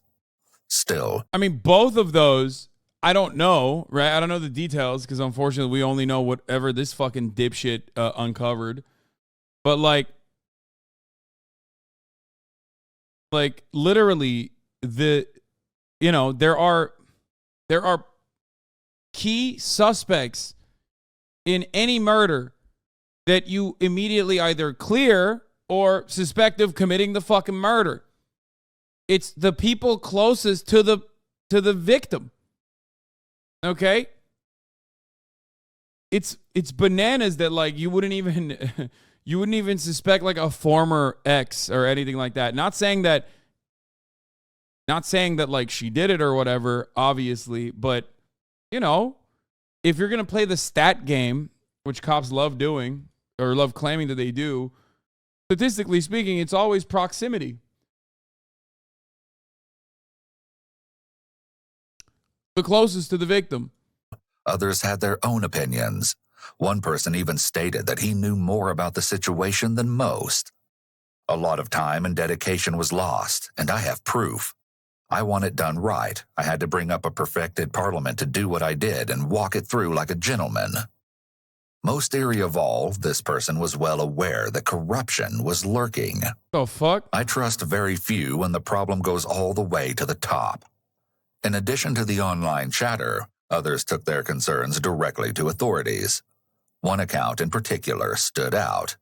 Michael Abdu, a resident of Fremont, Ohio, was in a frantic rush to give a statement on an alleged conversation that had taken place at a nearby bar. Fremont Police, do you have an emergency?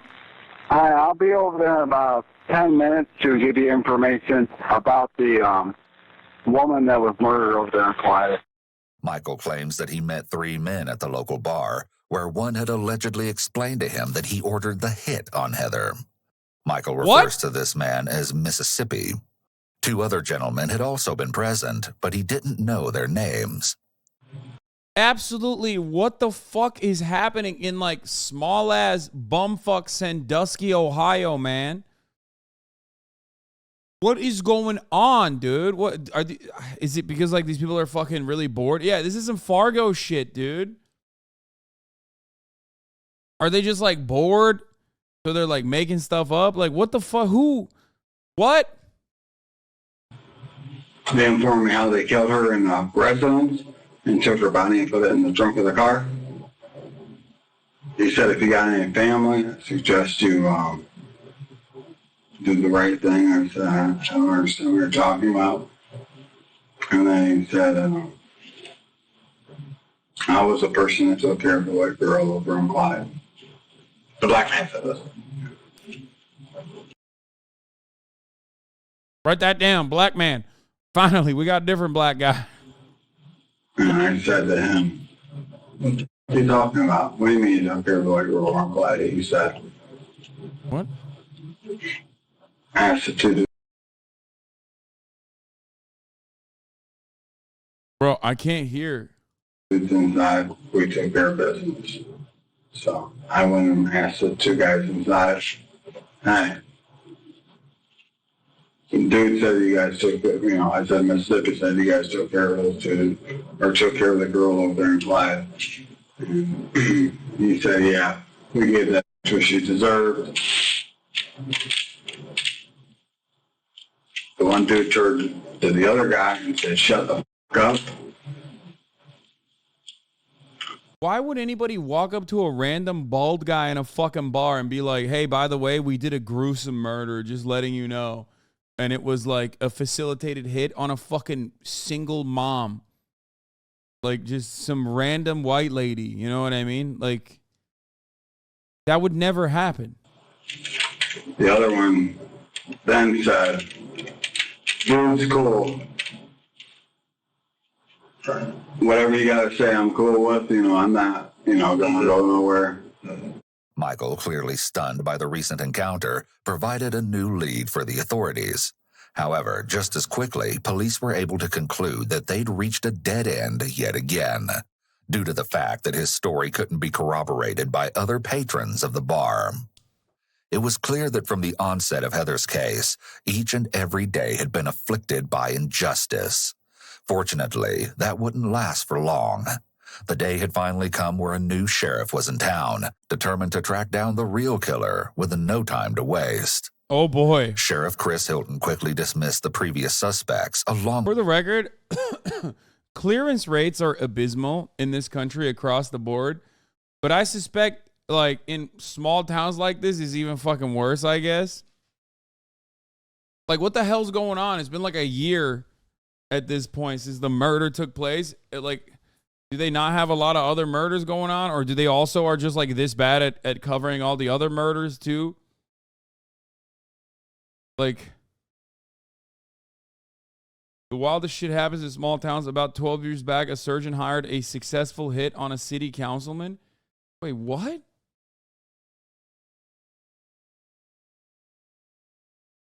With Carmela, and soon enough, he'd also pinpointed exactly where Heather had been following her last shift at Whirlpool. Through her Gmail account, authorities were able to see her movements throughout the entire day of April 9th, thanks to the several electronic coordinates kept in Google's GPS function. This indicated that around 6:30 in the morning, Heather had been at a trailer park home in the Emerald Estates lot, a little over a mile away from Whirlpool. She remained there for at least an hour before her phone had apparently been shut off. The residence was that of 44-year-old Daniel Myers, one of Heather's co-workers at Whirlpool. The authorities were able to speak with Daniel on May 24th, 2017. Wait. Over 2 years after Heather's disappearance. How you doing, Dan? Hey, Nick Katsopoulos with the Sheriff's Office. Would you be able to take a few minutes and talk to us? For what reason? Well, we're working a cold case homicide. Do you still work for... Bitch, that shit didn't have to be cold. It's a cold case now. That's crazy. Whirlpool right now, then? Okay. Back then... Bro, there is still half of this... There's another 30 minutes. I don't know where the fuck this is going to go. At this point, I've given up, okay? I've been trying to comprehend the actions, but the people don't move like normal humans in this story. They do things that are actually crazy. What shift were you working? Midnights.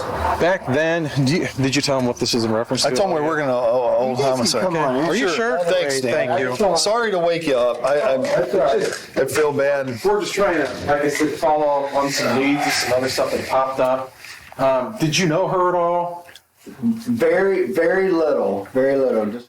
The officers have not mentioned Heather's name, yet Daniel is already aware of who they are speaking of. Yeah, I mean, of course he would. Very limited conversation. Yeah, I mean, that's not, no, I don't even think that's that suspicious because, like, yeah, if someone at your fucking workplace got murdered, like, you would know that that's why they're asking you, right? I guess if you want to know how long I knew her, maybe 3 months, but how long I talked to her, maybe a couple weeks. And I mean, you don't get long breaks at Whirlpool. So, I mean, it's like pee, eat within 10 minutes for first break. And it was very limited chit-chat.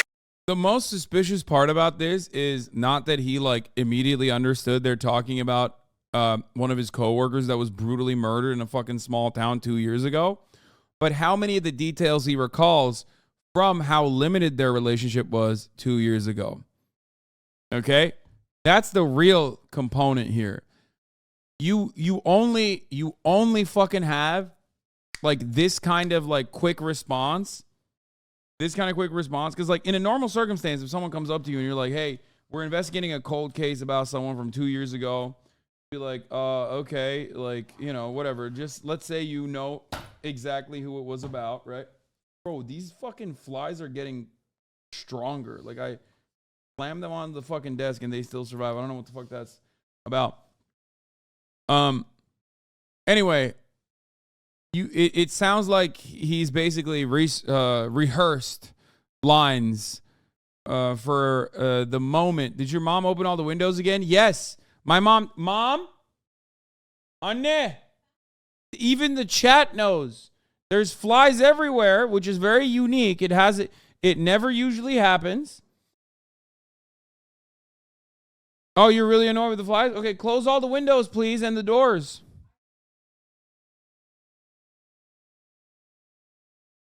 Yeah, people in the chat are saying, you know, Anne's home when Hasan is sniping flies nonstop. Well, I mean, they know because it's a unique predicament.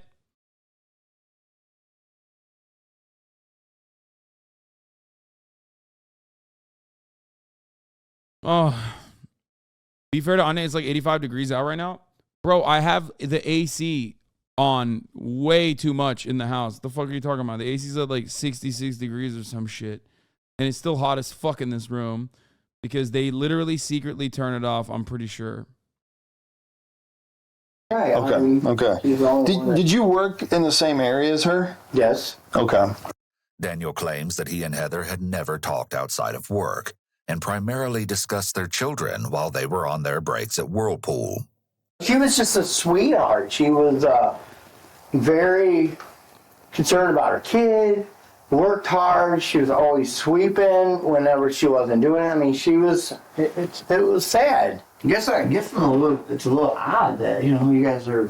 Well, here's what... I know it's cold case and you guys are just, you know, grasping at straws trying... We want to try our best. Right. And a part... Bro, the cop talking to this guy who, like, someone has, like, emailed could be the guy who, you know, there's at least, like, some connection to the fucking victim.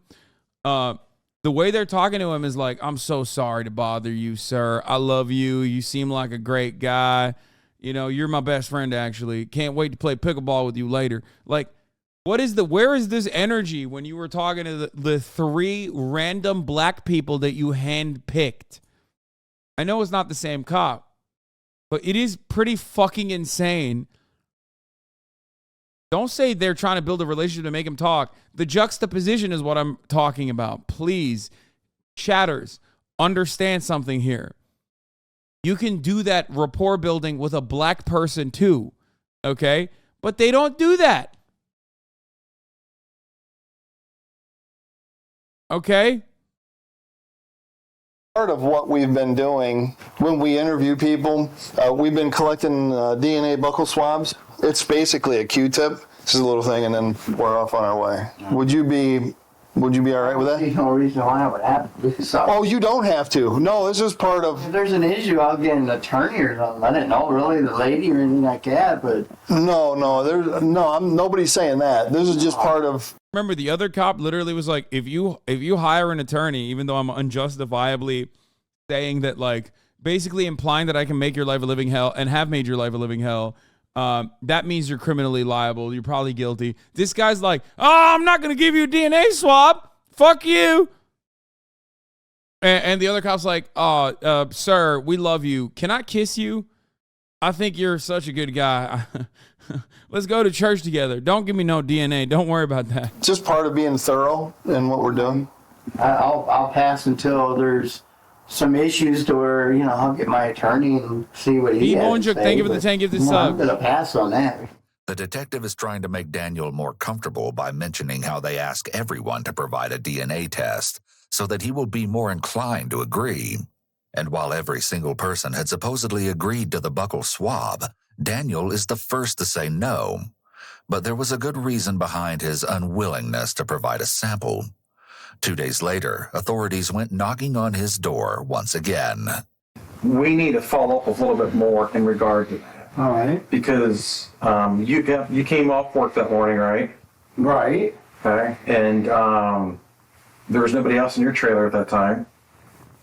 Right. Right. Yeah, There was nobody else living but you at that time. No. And then Heather was down in the area. Well, I don't know. How would I know that she's down? Well, you're at the trailer and she's at the trailer. So that's what we need to get cleared up. And we know this. She wasn't in my trailer. He's like, sir, take your pants off. It's not that I want the DNA for the DNA swab. I want to suck your cock. Okay? Take your pants off. Let me suck it. Let me suck your cock, sir. I want it for my own personal consumption. There is no way she was in my trailer. She was in your trailer. Okay, well then you're going to have to show whatever that she was there. The first time he says she wasn't in my trailer, Daniel ends with upward inflection, as though asking a question, not making a statement. The second time he says it more forcefully. It's almost like he had to ask it as a question first, so he could repeat it to deny it. We know people struggle with outright lies, so this was likely a way to handle his nerves when deceiving the detective. Someone who is wrongfully accused of something is more likely to deny it using a firm tone of voice. An innocent person may even become a bit hostile. However, Daniel gives a quick and weak denial. And not only is his evasive response more than a little worrisome, but Daniel was also hiding a mountain of disturbing secrets, and his true atrocities were about to be revolved. I don't like when you do that. I just don't know what you know Heather better than what you're telling us. No, I didn't. Bro, this guy folded under the lightest pushback, okay? This guy folded after the cop literally was like, I'll suck you, sir. I'll suck you off. I would like to suck your pee-pee. And he's like, what? No, I didn't do a murder. On April 19th, 2015, I was certainly not doing murders. I promise you. Did not know Heather that well. I didn't. There is no way. Okay. I don't know anything about Okay, I know like the inflection or whatever is pseudoscience. I'm sorry. This right here. But no, I did not know Heather. Like, come on. That's like a E-Rob level voice break, okay? That is the guiltiest fucking whine I've ever heard in my entire life, dude. Look at this. Oh, I did not know Heather that well. I didn't. Come on, dude. Come on, dude. That's like, he's squealing like a piglet, dude. I would fucking arrest him on a vibe check. We will vibe check police. Vibe check police. You're going to jail. There is no way. I don't know anything about her. Just the basic conversation that we had when we sat for a very limited break. That's all it was. Remember, this is literally 2 years ago. The fact that he has this level of detail, ready to go, fired up, you know that's suspicious. Okay? That's more suspicious than his voice crack even. The fact that he's like, holy fuck, he had a script for 2 years. And he probably thought, man, these cops are so fucking dumb. Holy shit. Is crazy. What her car looked like, right? Yeah, I knew what it looked like. I didn't know what it looked like. I knew from the news, from online, Facebook. I mean, there's pictures from that's on the Facebook about the car, when, going by Miller's. There was a vision of a car. I mean, yeah, I mean, it's common knowledge. I mean, even the news was showing her vehicle, but I've never seen her vehicle personally. We didn't draw your name out of a hat and show up at your door. Okay. So we're here asking you to help yourself out. Let us know what happened. Detectives are taught to never reveal to suspects what they know. And in addition, they want to give off the impression that they know more than they do. This accomplishes multiple things. For one, it allows officers to catch suspects in a lie. And two, suspects are left wondering how much police know. They may believe that police do know more than they actually do, which makes it more likely that they will let something slip. The officers further explain to Daniel that they are well aware of his involvement, but they want to hear from him just how that came to be, and more so, what exactly happened on that fateful day. She was never at your trailer before? No. Never? No. Okay. There's nothing for me to tell you. Daniel maintains that Heather was never at his trailer. However, he does give some information relating to what he discussed with her on April 9th at work that day. After failing her nursing exam, she was already feeling down on herself, but the cruel text she received from her brother had only worsened these emotions. When Heather saw the message from Josh around 3:44 a.m., Daniel was supposedly the shoulder that she would cry on. He states that nothing more happened, but as police would soon learn, this couldn't be further from the truth. Oh, dude. Following the intense confrontation, they informed Daniel that there is a warrant for his trailer, in addition to his DNA. From here on out, Daniel would be unable to hide the monstrous lie that was masked behind his seemingly normal facade. However, what you're about to see is more shocking than you could ever imagine. I don't like that.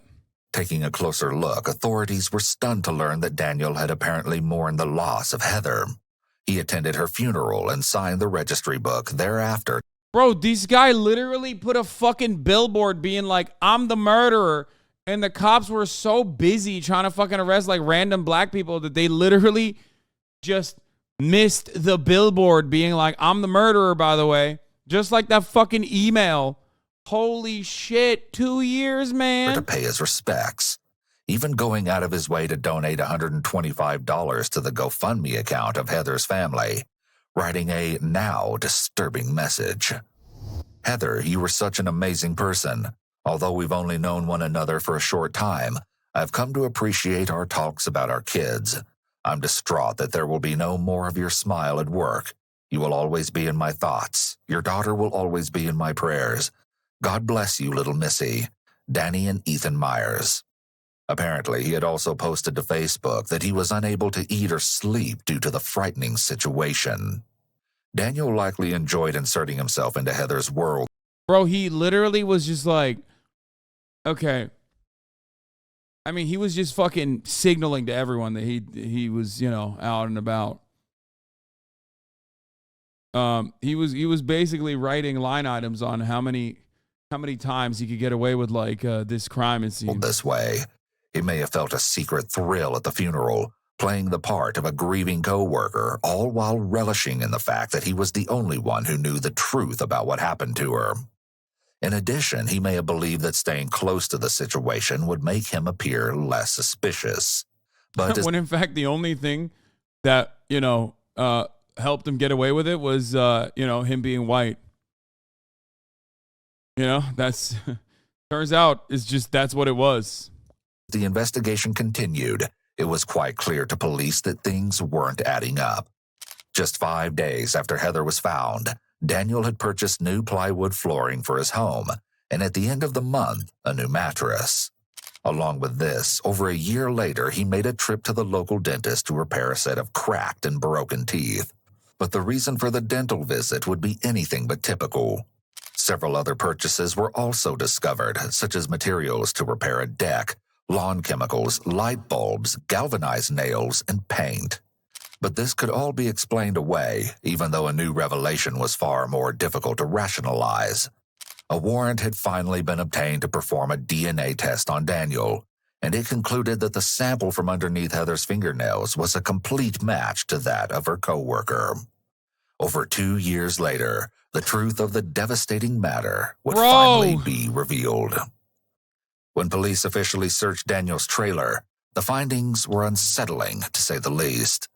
Upon entering the residence, investigators found various adult toys, surveillance equipment, a Dell laptop, disposable cameras, handcuffs, jewelry, a pair of women's underwear, and a Samsung Galaxy cell phone.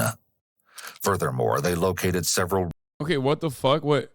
Why is he saying a dildo and then a Samsung Galaxy cell phone in the same sentence? Like it's like he was using that in the crime or something.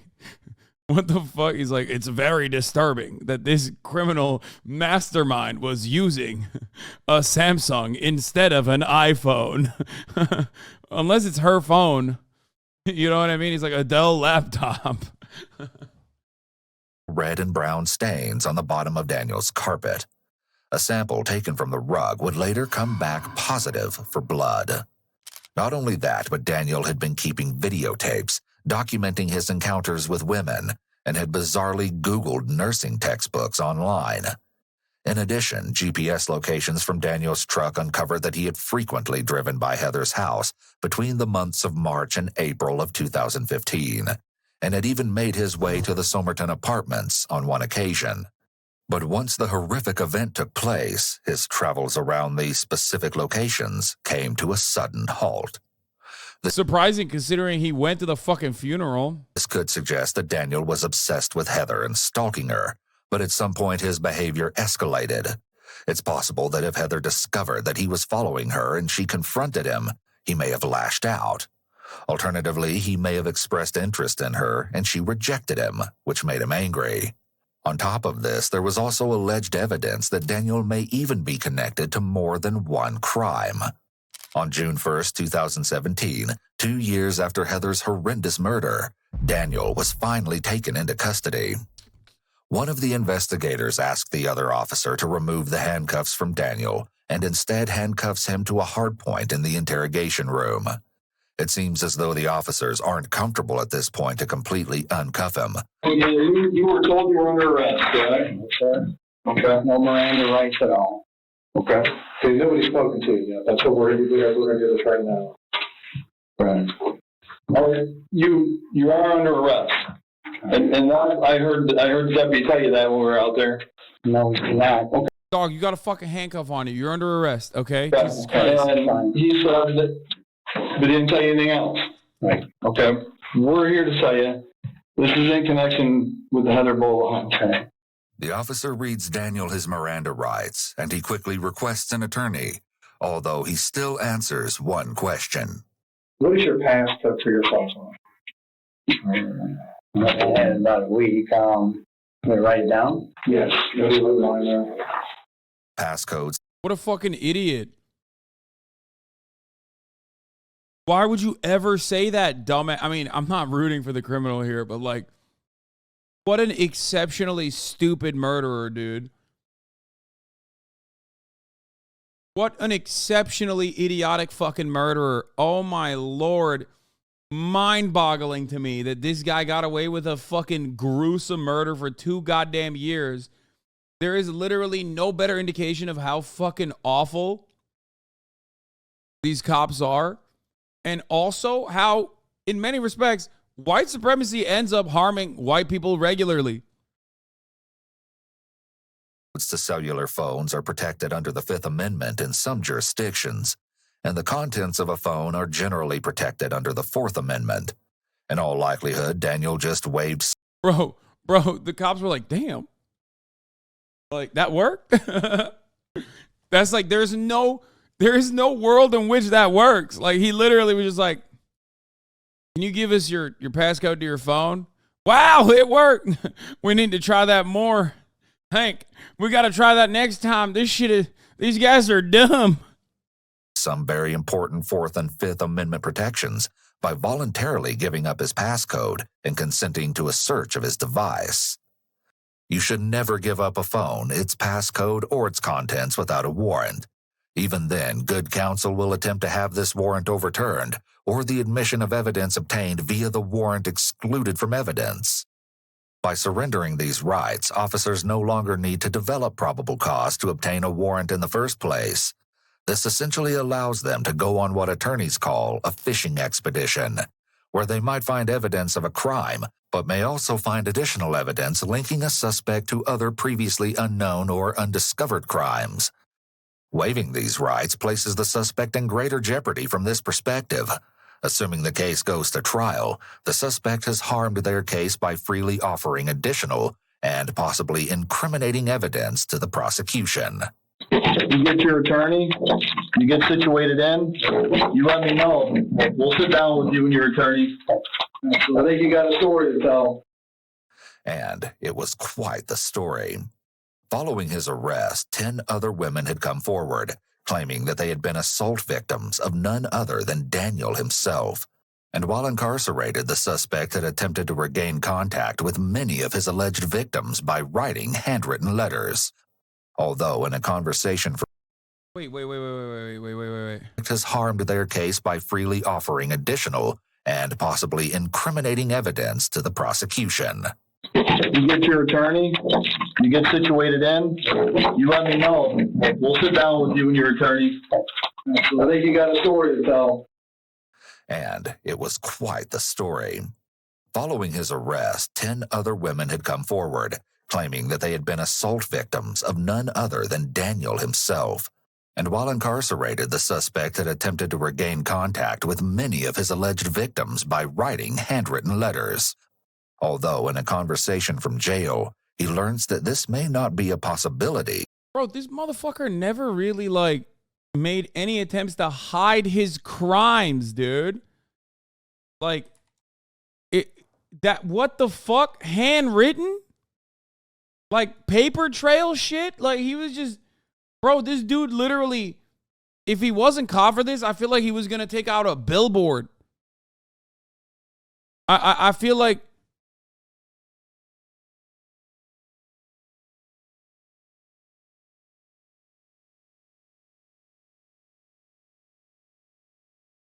with at least one woman.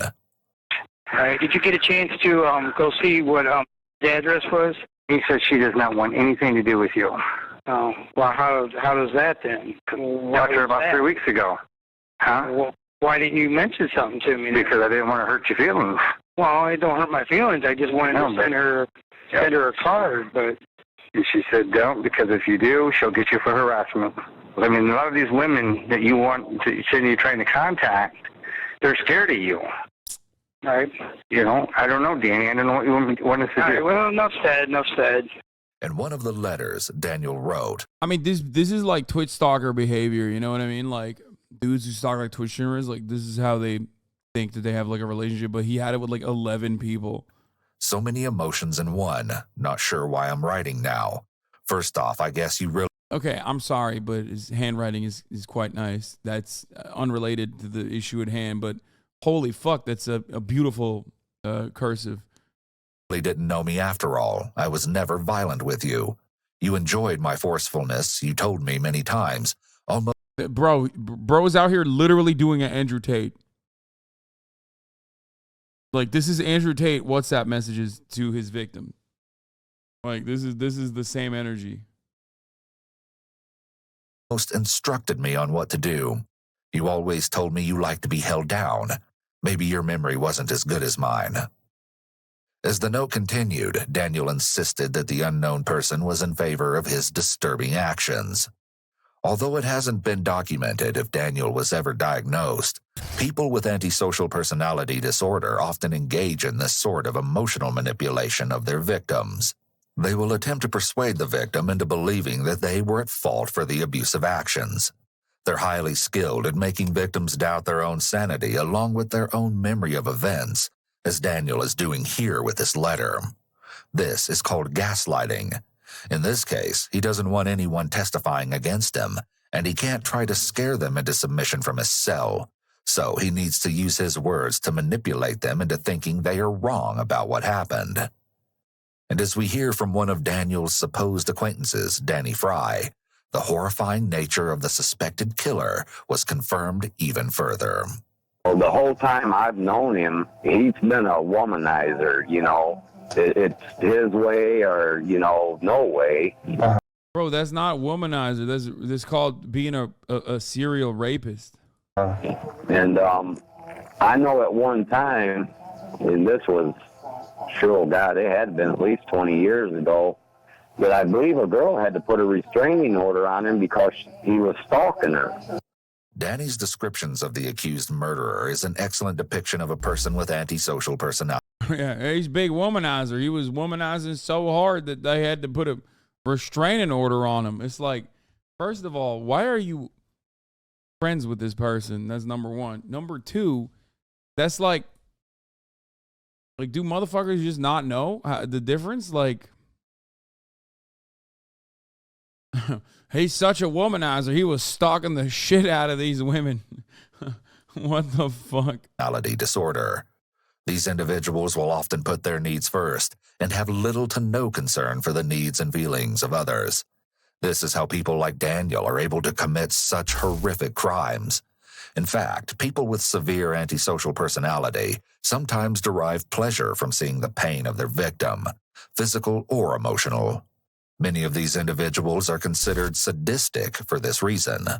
He was dating her, and she broke up with him, and he couldn't let it go. This is because individuals with antisocial personality disorder don't consider the feelings or desires of the other person. They function in pursuit of what they want, and only what they want. Additionally, these individuals often have an inflated sense of self. Many of them think so highly of themselves that it is to the point of delusion. This can often cause them to become very vindictive and even aggressive if a love interest or romantic partner rejects them. He was married to a girl named Kimberly at one time, and I guess she didn't tell me until here a while back that he used to be abusive to her, too. And then he was also married to a Bobby girl at one time, and she said that he was abusive. Daniel and Bobby had a daughter together named Tabitha. On March 28, 2018, she sat down with detectives to give chilling details on the horrors that she encountered as a child, all thanks to her father. Supposedly, when she would visit Daniel every other week, seeing as he and Bobby were no longer together, Daniel would always have a new woman at the house while acting out his violent fantasies. To no surprise, the women were allegedly under Daniel's rule, whereas he would punish them if he didn't approve. This is just demonizing people with mental health issues. What the fuck? The dude is just a POS. It's not that he's antisocial. Like, there's plenty of antisocial personalities that don't do chatter. Antisocial personality disorder is a very specific term, colloquially known as sociopathy or psychopathy, okay? That's what that is. That is actually a correct assessment. It doesn't mean someone is antisocial and like doesn't or introverted, okay? Not just like, oh, this was a shy guy. No. It's a very specific term. And it's the correct term in that situation. They also openly admit that they didn't this person wasn't diagnosed with it, but they went to a clinical psychologist to diagnose or to make this assessment. So the video is actually correct.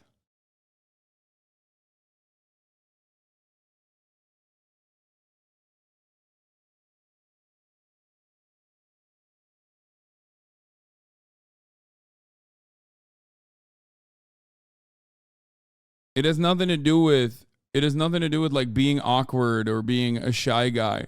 As a matter of fact, a lot of people who are psychopaths are not shy at all because they do not have any kind of mental burdens that stop them from feeling like embarrassed or whatever. It's not.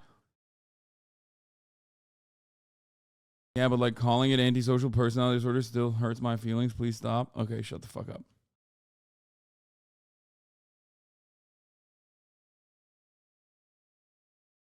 Yeah, it just means that they, as this chatter correctly points out, that they are neurologically incapable of feeling empathy. Obviously, it doesn't matter. There's so much that we don't know about. There's no like full assessment on this because of the nature of this disorder. It is I have ASD and I feel empathy still. Yeah, ASD is not. What the fuck are you saying? Isn't ASD autism spectrum? What? Yeah, you're autistic. That's different. I'm losing my fucking mind, dude.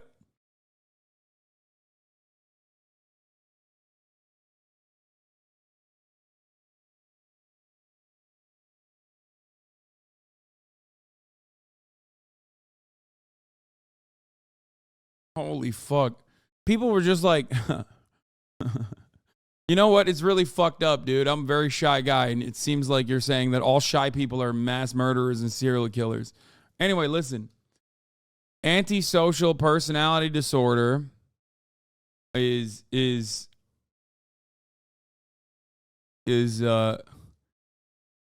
hard to make assessments on, hard to medically solve.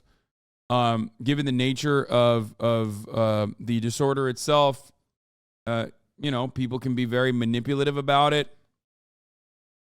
It's one of the reasons why I say that I am not fully in support of like full-blown prison abolition. There are plenty of,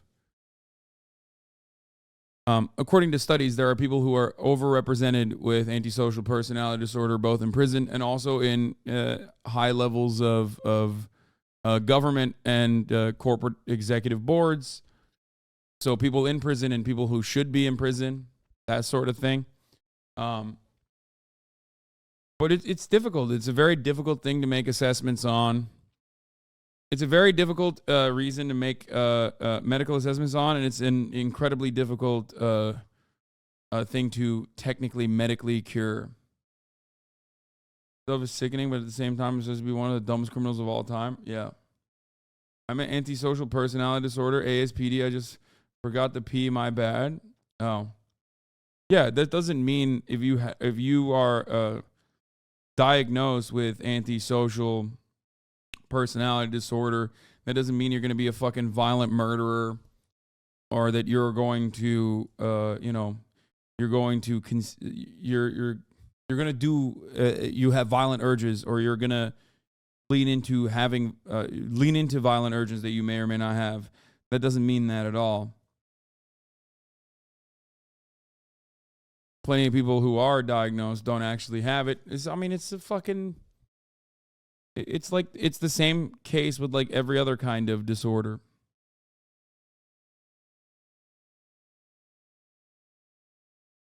Anyway. But as it stands, the word disorder triggered the Twitter pathologizers. Yes, it did. Very frustrating. Dumb stun lock on HasanAbi. I don't think it's a dumb stun lock because it's at the heart of like my advocacy. It does not stop me from obviously still focusing on rehabilitation over incarceration, but also it is unfortunately a very I wouldn't say hard thing to solve, but you're not allowed to diagnose someone with ASPD before age 18 because the diagnosis carries such significant stigma and people get misdiagnosed at young ages so frequently.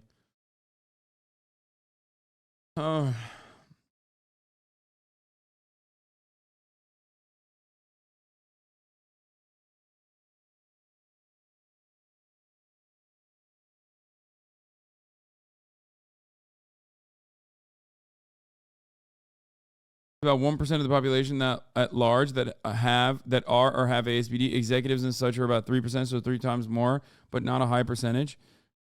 Yes, but in the prison population, it's much higher.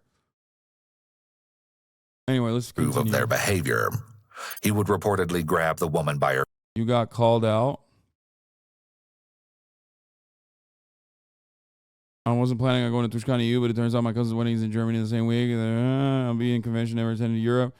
Wow, first time in Paris and Germany, world traveler. Don't tweet at me while watching crime vids without me, traitor.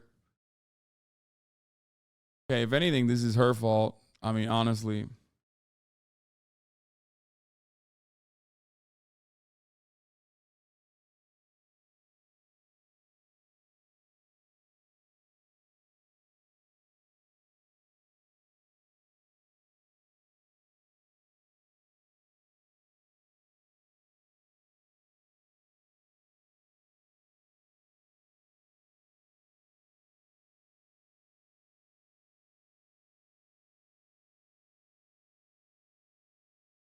Gaslighting.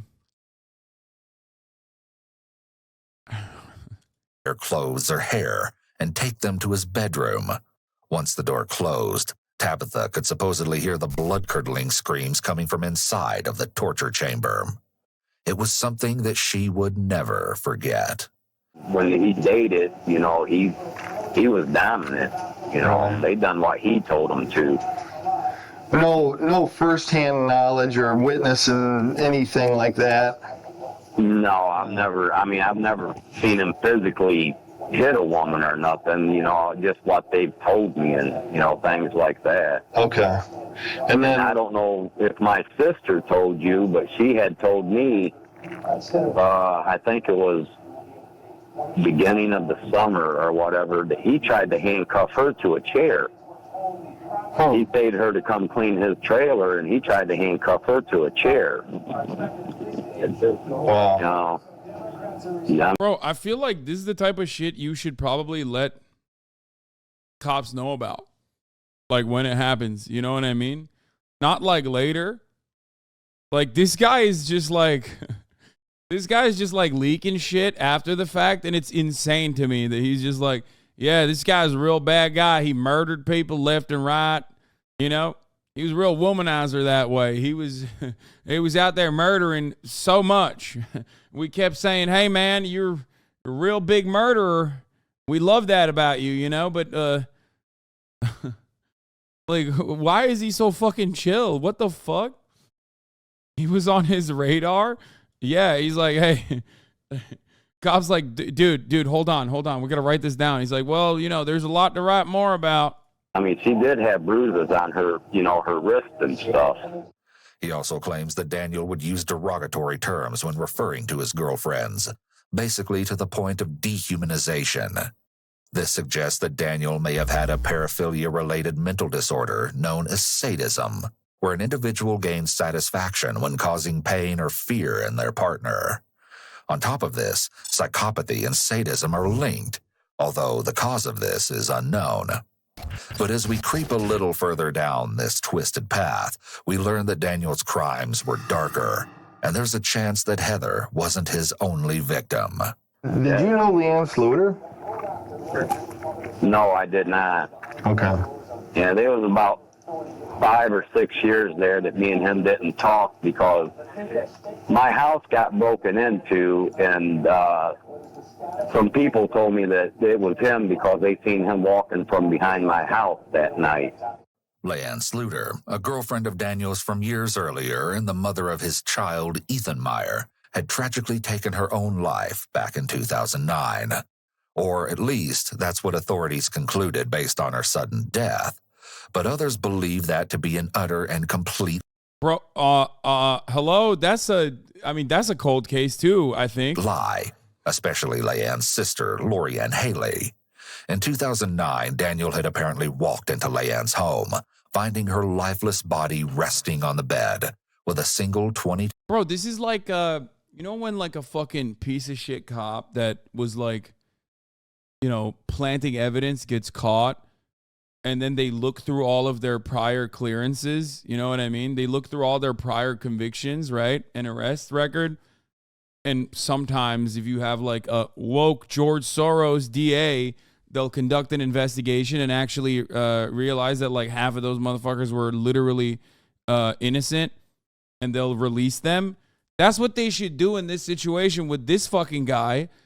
I mean, what the hell? He shot herself in the chest.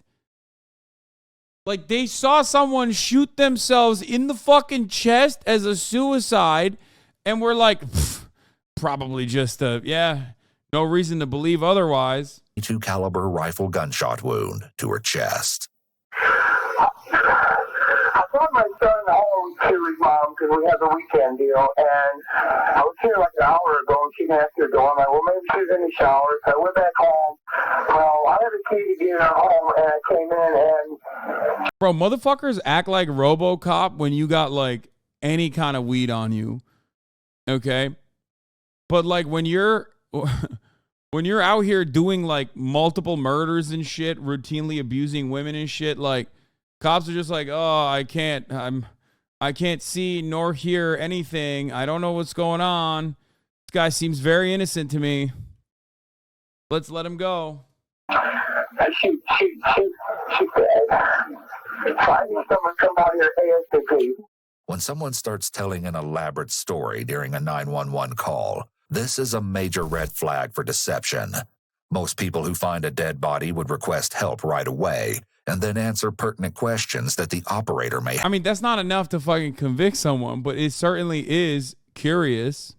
have, rather than delivering a monologue about how they came to find the scene. It already sounds like he's potentially building up an alibi. But the barrel of the firearm had been exceedingly long, and the trigger would have potentially been too far to pull had it been facing towards Leanne. Not only that, but the gun was resting quite neatly beside her, almost as if someone else had placed it there after committing the ultimate crime. However, there was also a note supposedly written by Leanne that Daniel had kept hidden away. Part of it reads, "I have loved you unconditionally without waiver, and all you ever did was use me as a bank, kick me to the side when the next best thing came along. All I ever wanted was to just die so that the hurt would stop." The note had supposedly been written in Leanne. Bro, when I see stuff like this, like, listen, LAPD is dog shit, $8 million a day burn rate. Like, they're horrible. And then I see a whole new level of incompetence when I look at, like, small town police departments that have, like, armored personnel carriers and, like, just fucking, you know, minefield clearance devices and shit just for the sake of funsies to have it. And then this is the way they're operating. Like, how? How the fuck? It's because they're defunded, bro. Yeah, I know. They can't even fucking buy the $5 a month subscription at the top of the hour of these small town cops. It's pretty fucked up. Many murders go unsolved simply because people don't talk. Dude, what are you saying? What do you mean many murders go unsolved simply because people don't talk? The fuck are you talking about? They already said, the family literally said there's no way this was a suicide. And also, you don't need someone to talk in this regard. Look at the barrel and how long the fucking rifle is and how it was gently laid aside this person. And they were just like, all right, rule it a suicide. Let's call it a day. Are you fucking nuts? Are you fucking insane? You must think that you'll avoid the top of the hour ad break without subscribing.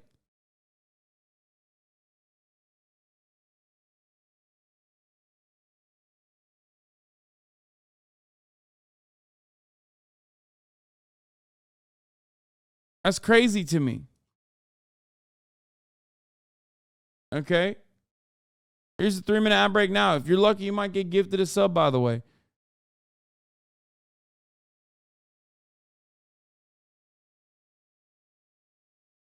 Handwriting is reported by authorities.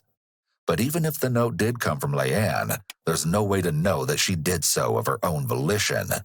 Given Daniel's behavior toward other women, it's likely that he treated her in a similar manner. Authorities have maintained their original ruling to this very day, but many have suggested that a certain someone was actually behind her death all along. In addition, Daniel's brother, Stephen Myers, had written an alarming message on Facebook, indirectly admitting his siblings' guilt. I just wanted to say how truly sorry I am. I can't explain why my brother did this awful thing, but please don't look down on my family or myself. But we are all proven innocent until guilty. Not saying he is and not saying he's not. Only one person knows who did this horrifying crime. Despite Yeah, that chatters like nobody talked. That's why they can't fucking clear murders thing is so like, it was already stupid before we found out this additional evidence, okay? But like, no, they definitely did. People were talking, man, it seems.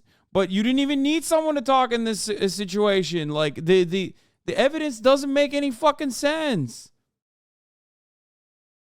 Previously not admitting what had happened to Heather during his time in jail, Daniel had been spewing an inordinate amount of suspicious comments. This included a time where he'd been watching a TV show starring a female judge and supposedly claimed that he wanted to hurt the woman and rip her hair out, just as he did to someone else. With this, he apparently confessed to an inmate that Heather had traveled to his house after their shift on April 9th, 2015, where Daniel comforted her regarding the text sent by her brother, but then tried to initiate a romantic gesture towards her. In return, Heather began to laugh, sending Daniel into a rage. In an instant, Daniel supposedly overpowered Heather, trying to force her to submission. However, the young woman was much stronger than Daniel had imagined, and she was able to fight back, and even managed to knock a tooth from his mouth. He would later superglue the tooth back into place, according to his dental records. But sadly, Daniel was able to subdue his victim, handcuffing her wrists and tying her feet, all while beating her without any remorse. Eventually, he would end the young woman's life with 2 gunshots to the back, place her body in the trunk of I'm surprised the police didn't rule that a suicide, you know what I mean? car and drop the vehicle off at the Somerton apartments. The truth had once and for all been uncovered, but the brutality of the murder forever remains one of the most shocking events in that small Ohio town. Yet this case doesn't end here. What? On February 1st, 2019, within days of starting his trial, Daniel was found face down in his cell, prompting a medical emergency. You doing all right, Dan? I'm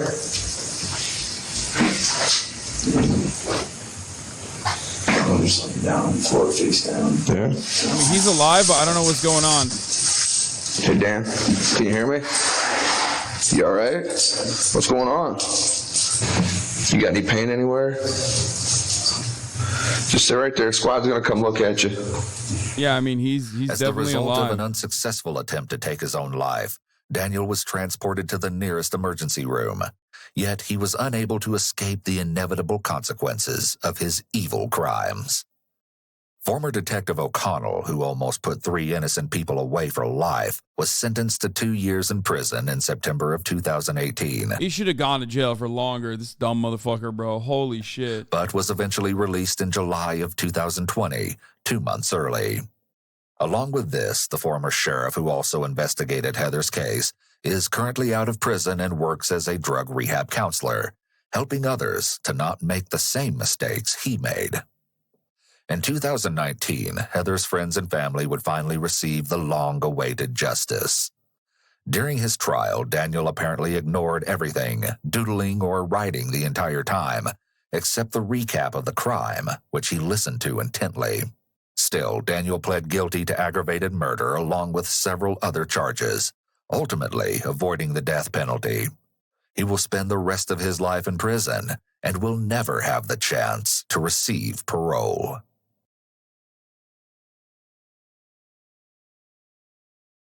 That was a lot of fucking plot twists on that one. A lot of twists, a lot of turns. Okay. That was depressing. What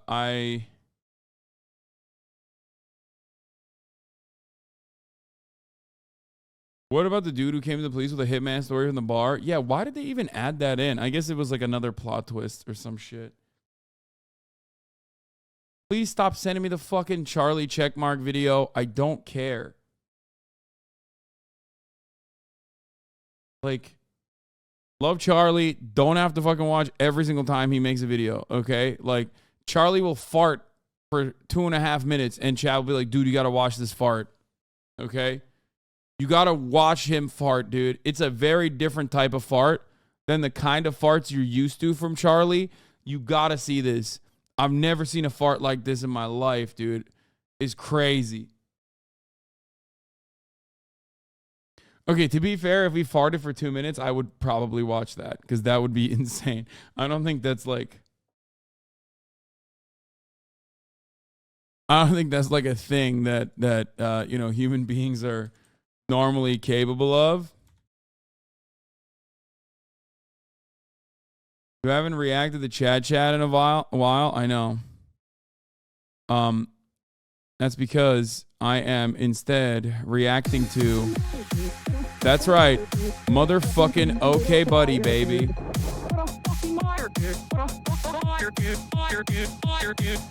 No, man, I'm not gonna do fucking Sudan coverage at 7 hours into my fucking broadcast on a Friday night, dude.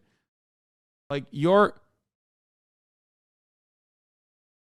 that's crazy to me. I'm an incel myself, so do you know what an incel is? Involuntary celibate. It's like a community of people on the internet who can't get laid, and some of them go out and like kill people, like Elliot Roger. I'm not saying I'm cringing right now. I'll explain it later. The virgin is the incel, involuntarily celibate, who never gets laid. He's like unable to get laid. He's very nerdy. He has terrible posture, and that would be someone that would be considered a cad.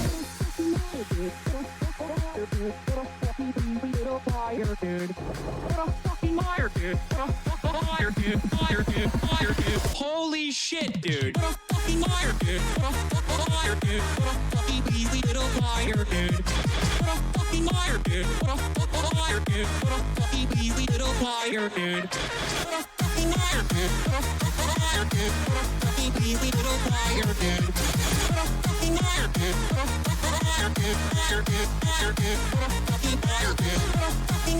That's right, ladies and gentlemen. It's okay, buddy time. Let's fucking go.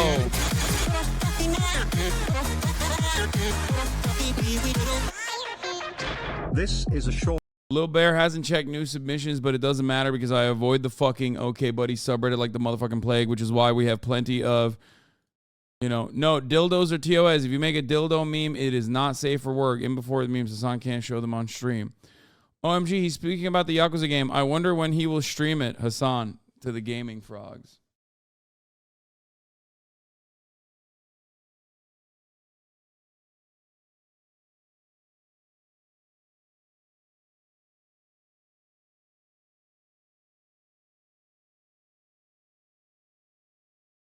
Okay, listen.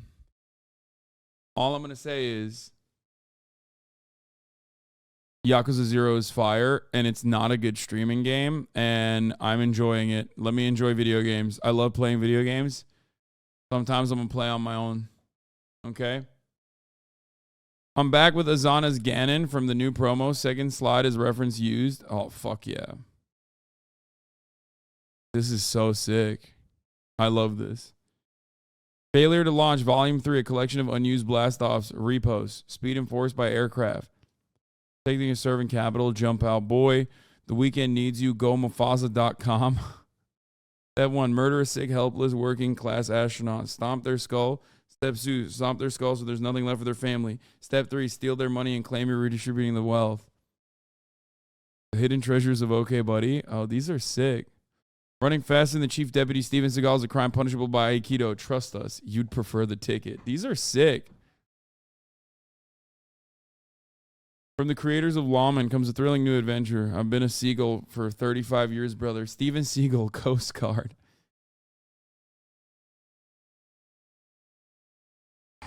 These are sick. Wishing you a very happy Valentine's Day. Bro, did you make my head smaller in this? Come on now.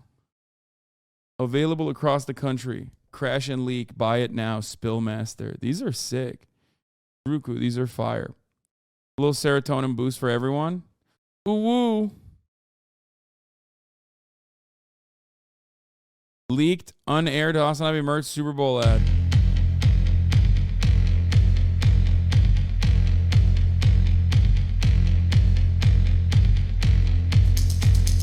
Woke companies that hate freedom, God, and conservatives. They hate you. We don't.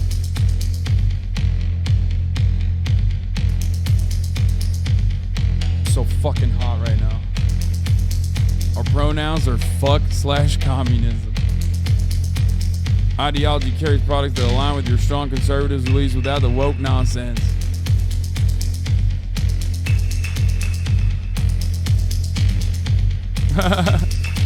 The zooming on the gun. Ultra right. Beer, guns, gods, truck, gas stoves, liberal tears, baby.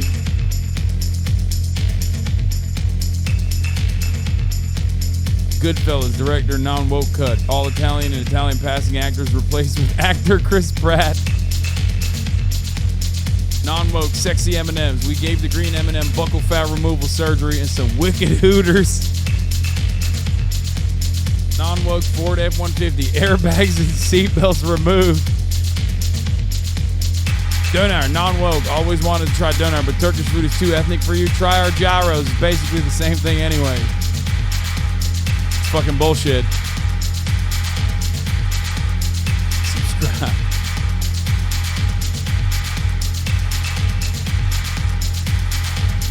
This was funny.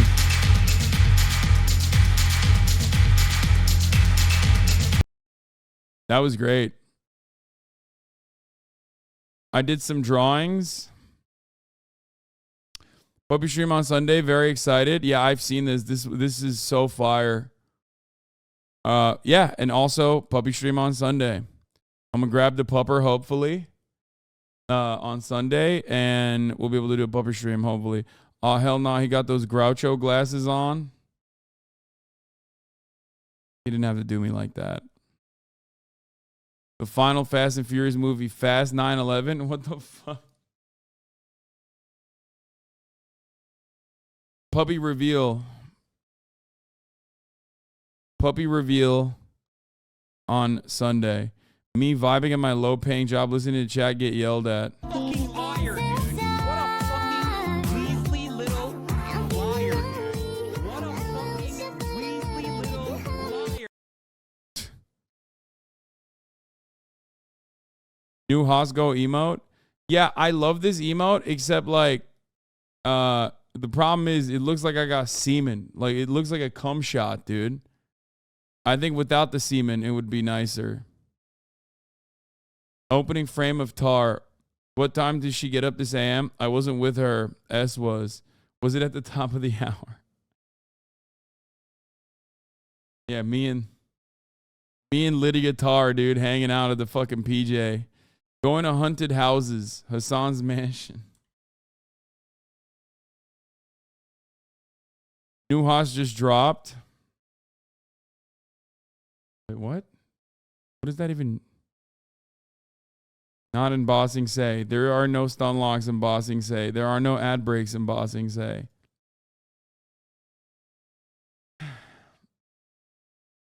Oh, John Kerry.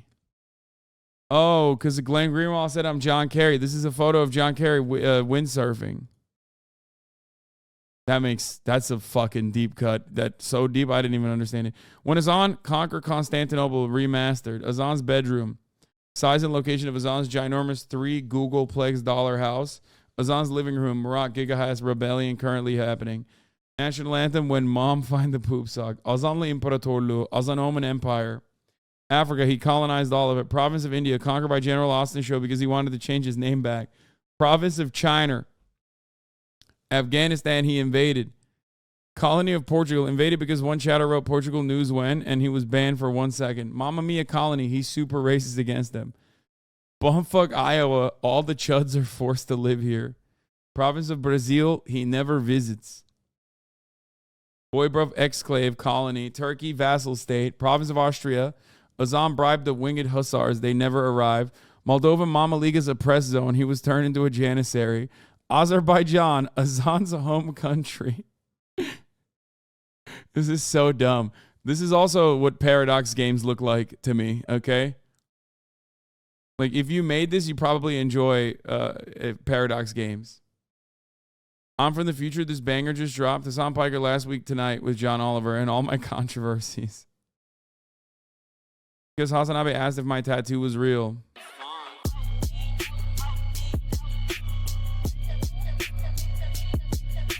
You tatted the Haas mods on yourself, by yourself? That's even crazier. That's wild, dude.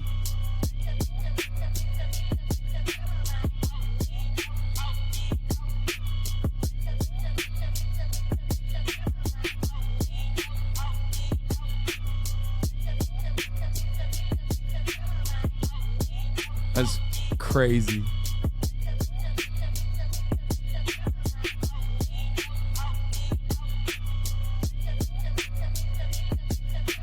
This is Thought Police. He's the one who makes all the funk, HasanAbi funk songs.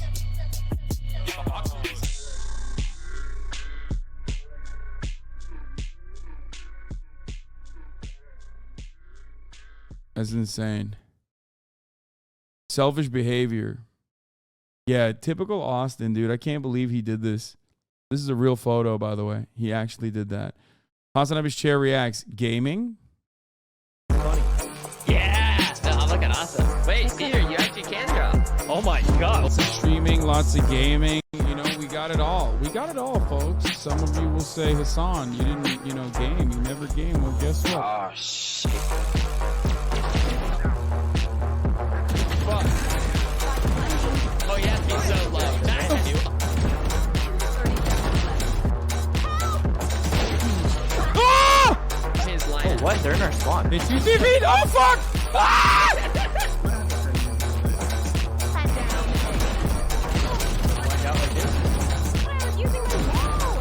Damn, bro. I'm out here getting steady doinks, dude. I'm out here getting doinks. Damn, this guy's good. Dude, I'm out here getting fucking doinks. Straight up. Man's got a tower. Oh, come on now. This is a hype to get you to play more Valo. He balled. He will never ball in.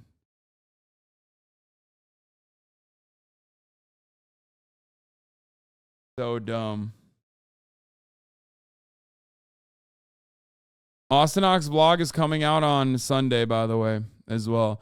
The Blurg incident. OC, you're laughing. Steven broke his tart and you're laughing. That's such a old...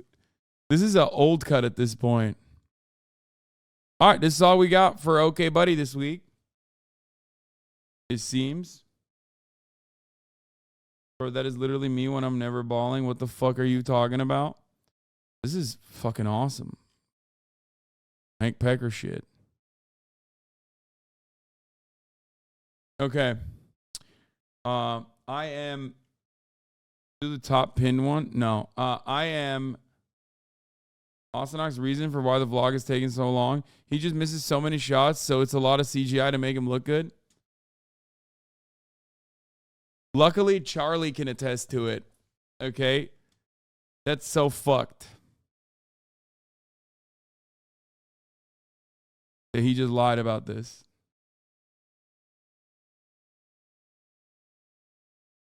Anyway. For the record, I am balling, and that is precisely why I'm going to go ball.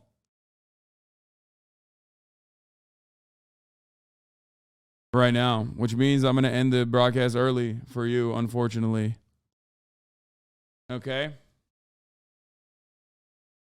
That's what's going on.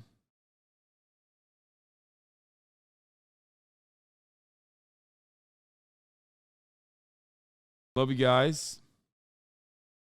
I am going to go to dinner with my family. I'm going to ball a little bit and then go to dinner with my family.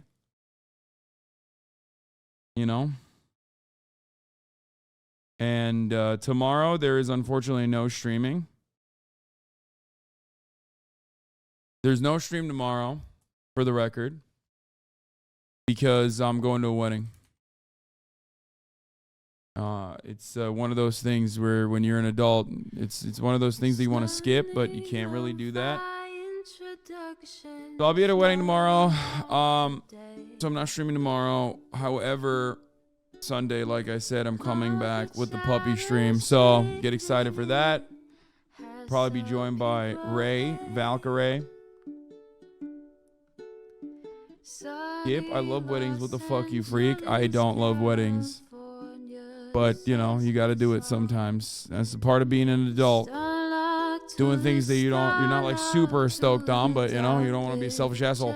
Anyway, so yeah. Love you guys. See you on Sunday. Peace.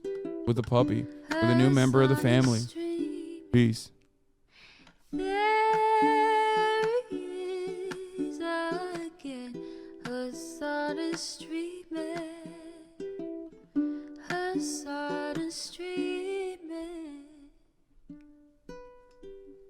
Reviewing the P.O. box, Uncle Uger's face.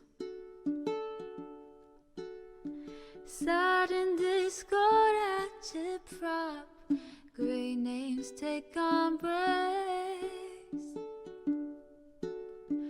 Tiny Bernie Sanders, LGBTQ Air Force.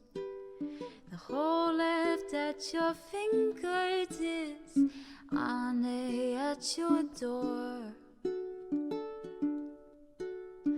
H3 crowded debate, the Young Turks online show. 3 full fucking years of this, plenty more to go. 90-day fiance talks of champagne bourgeoisie.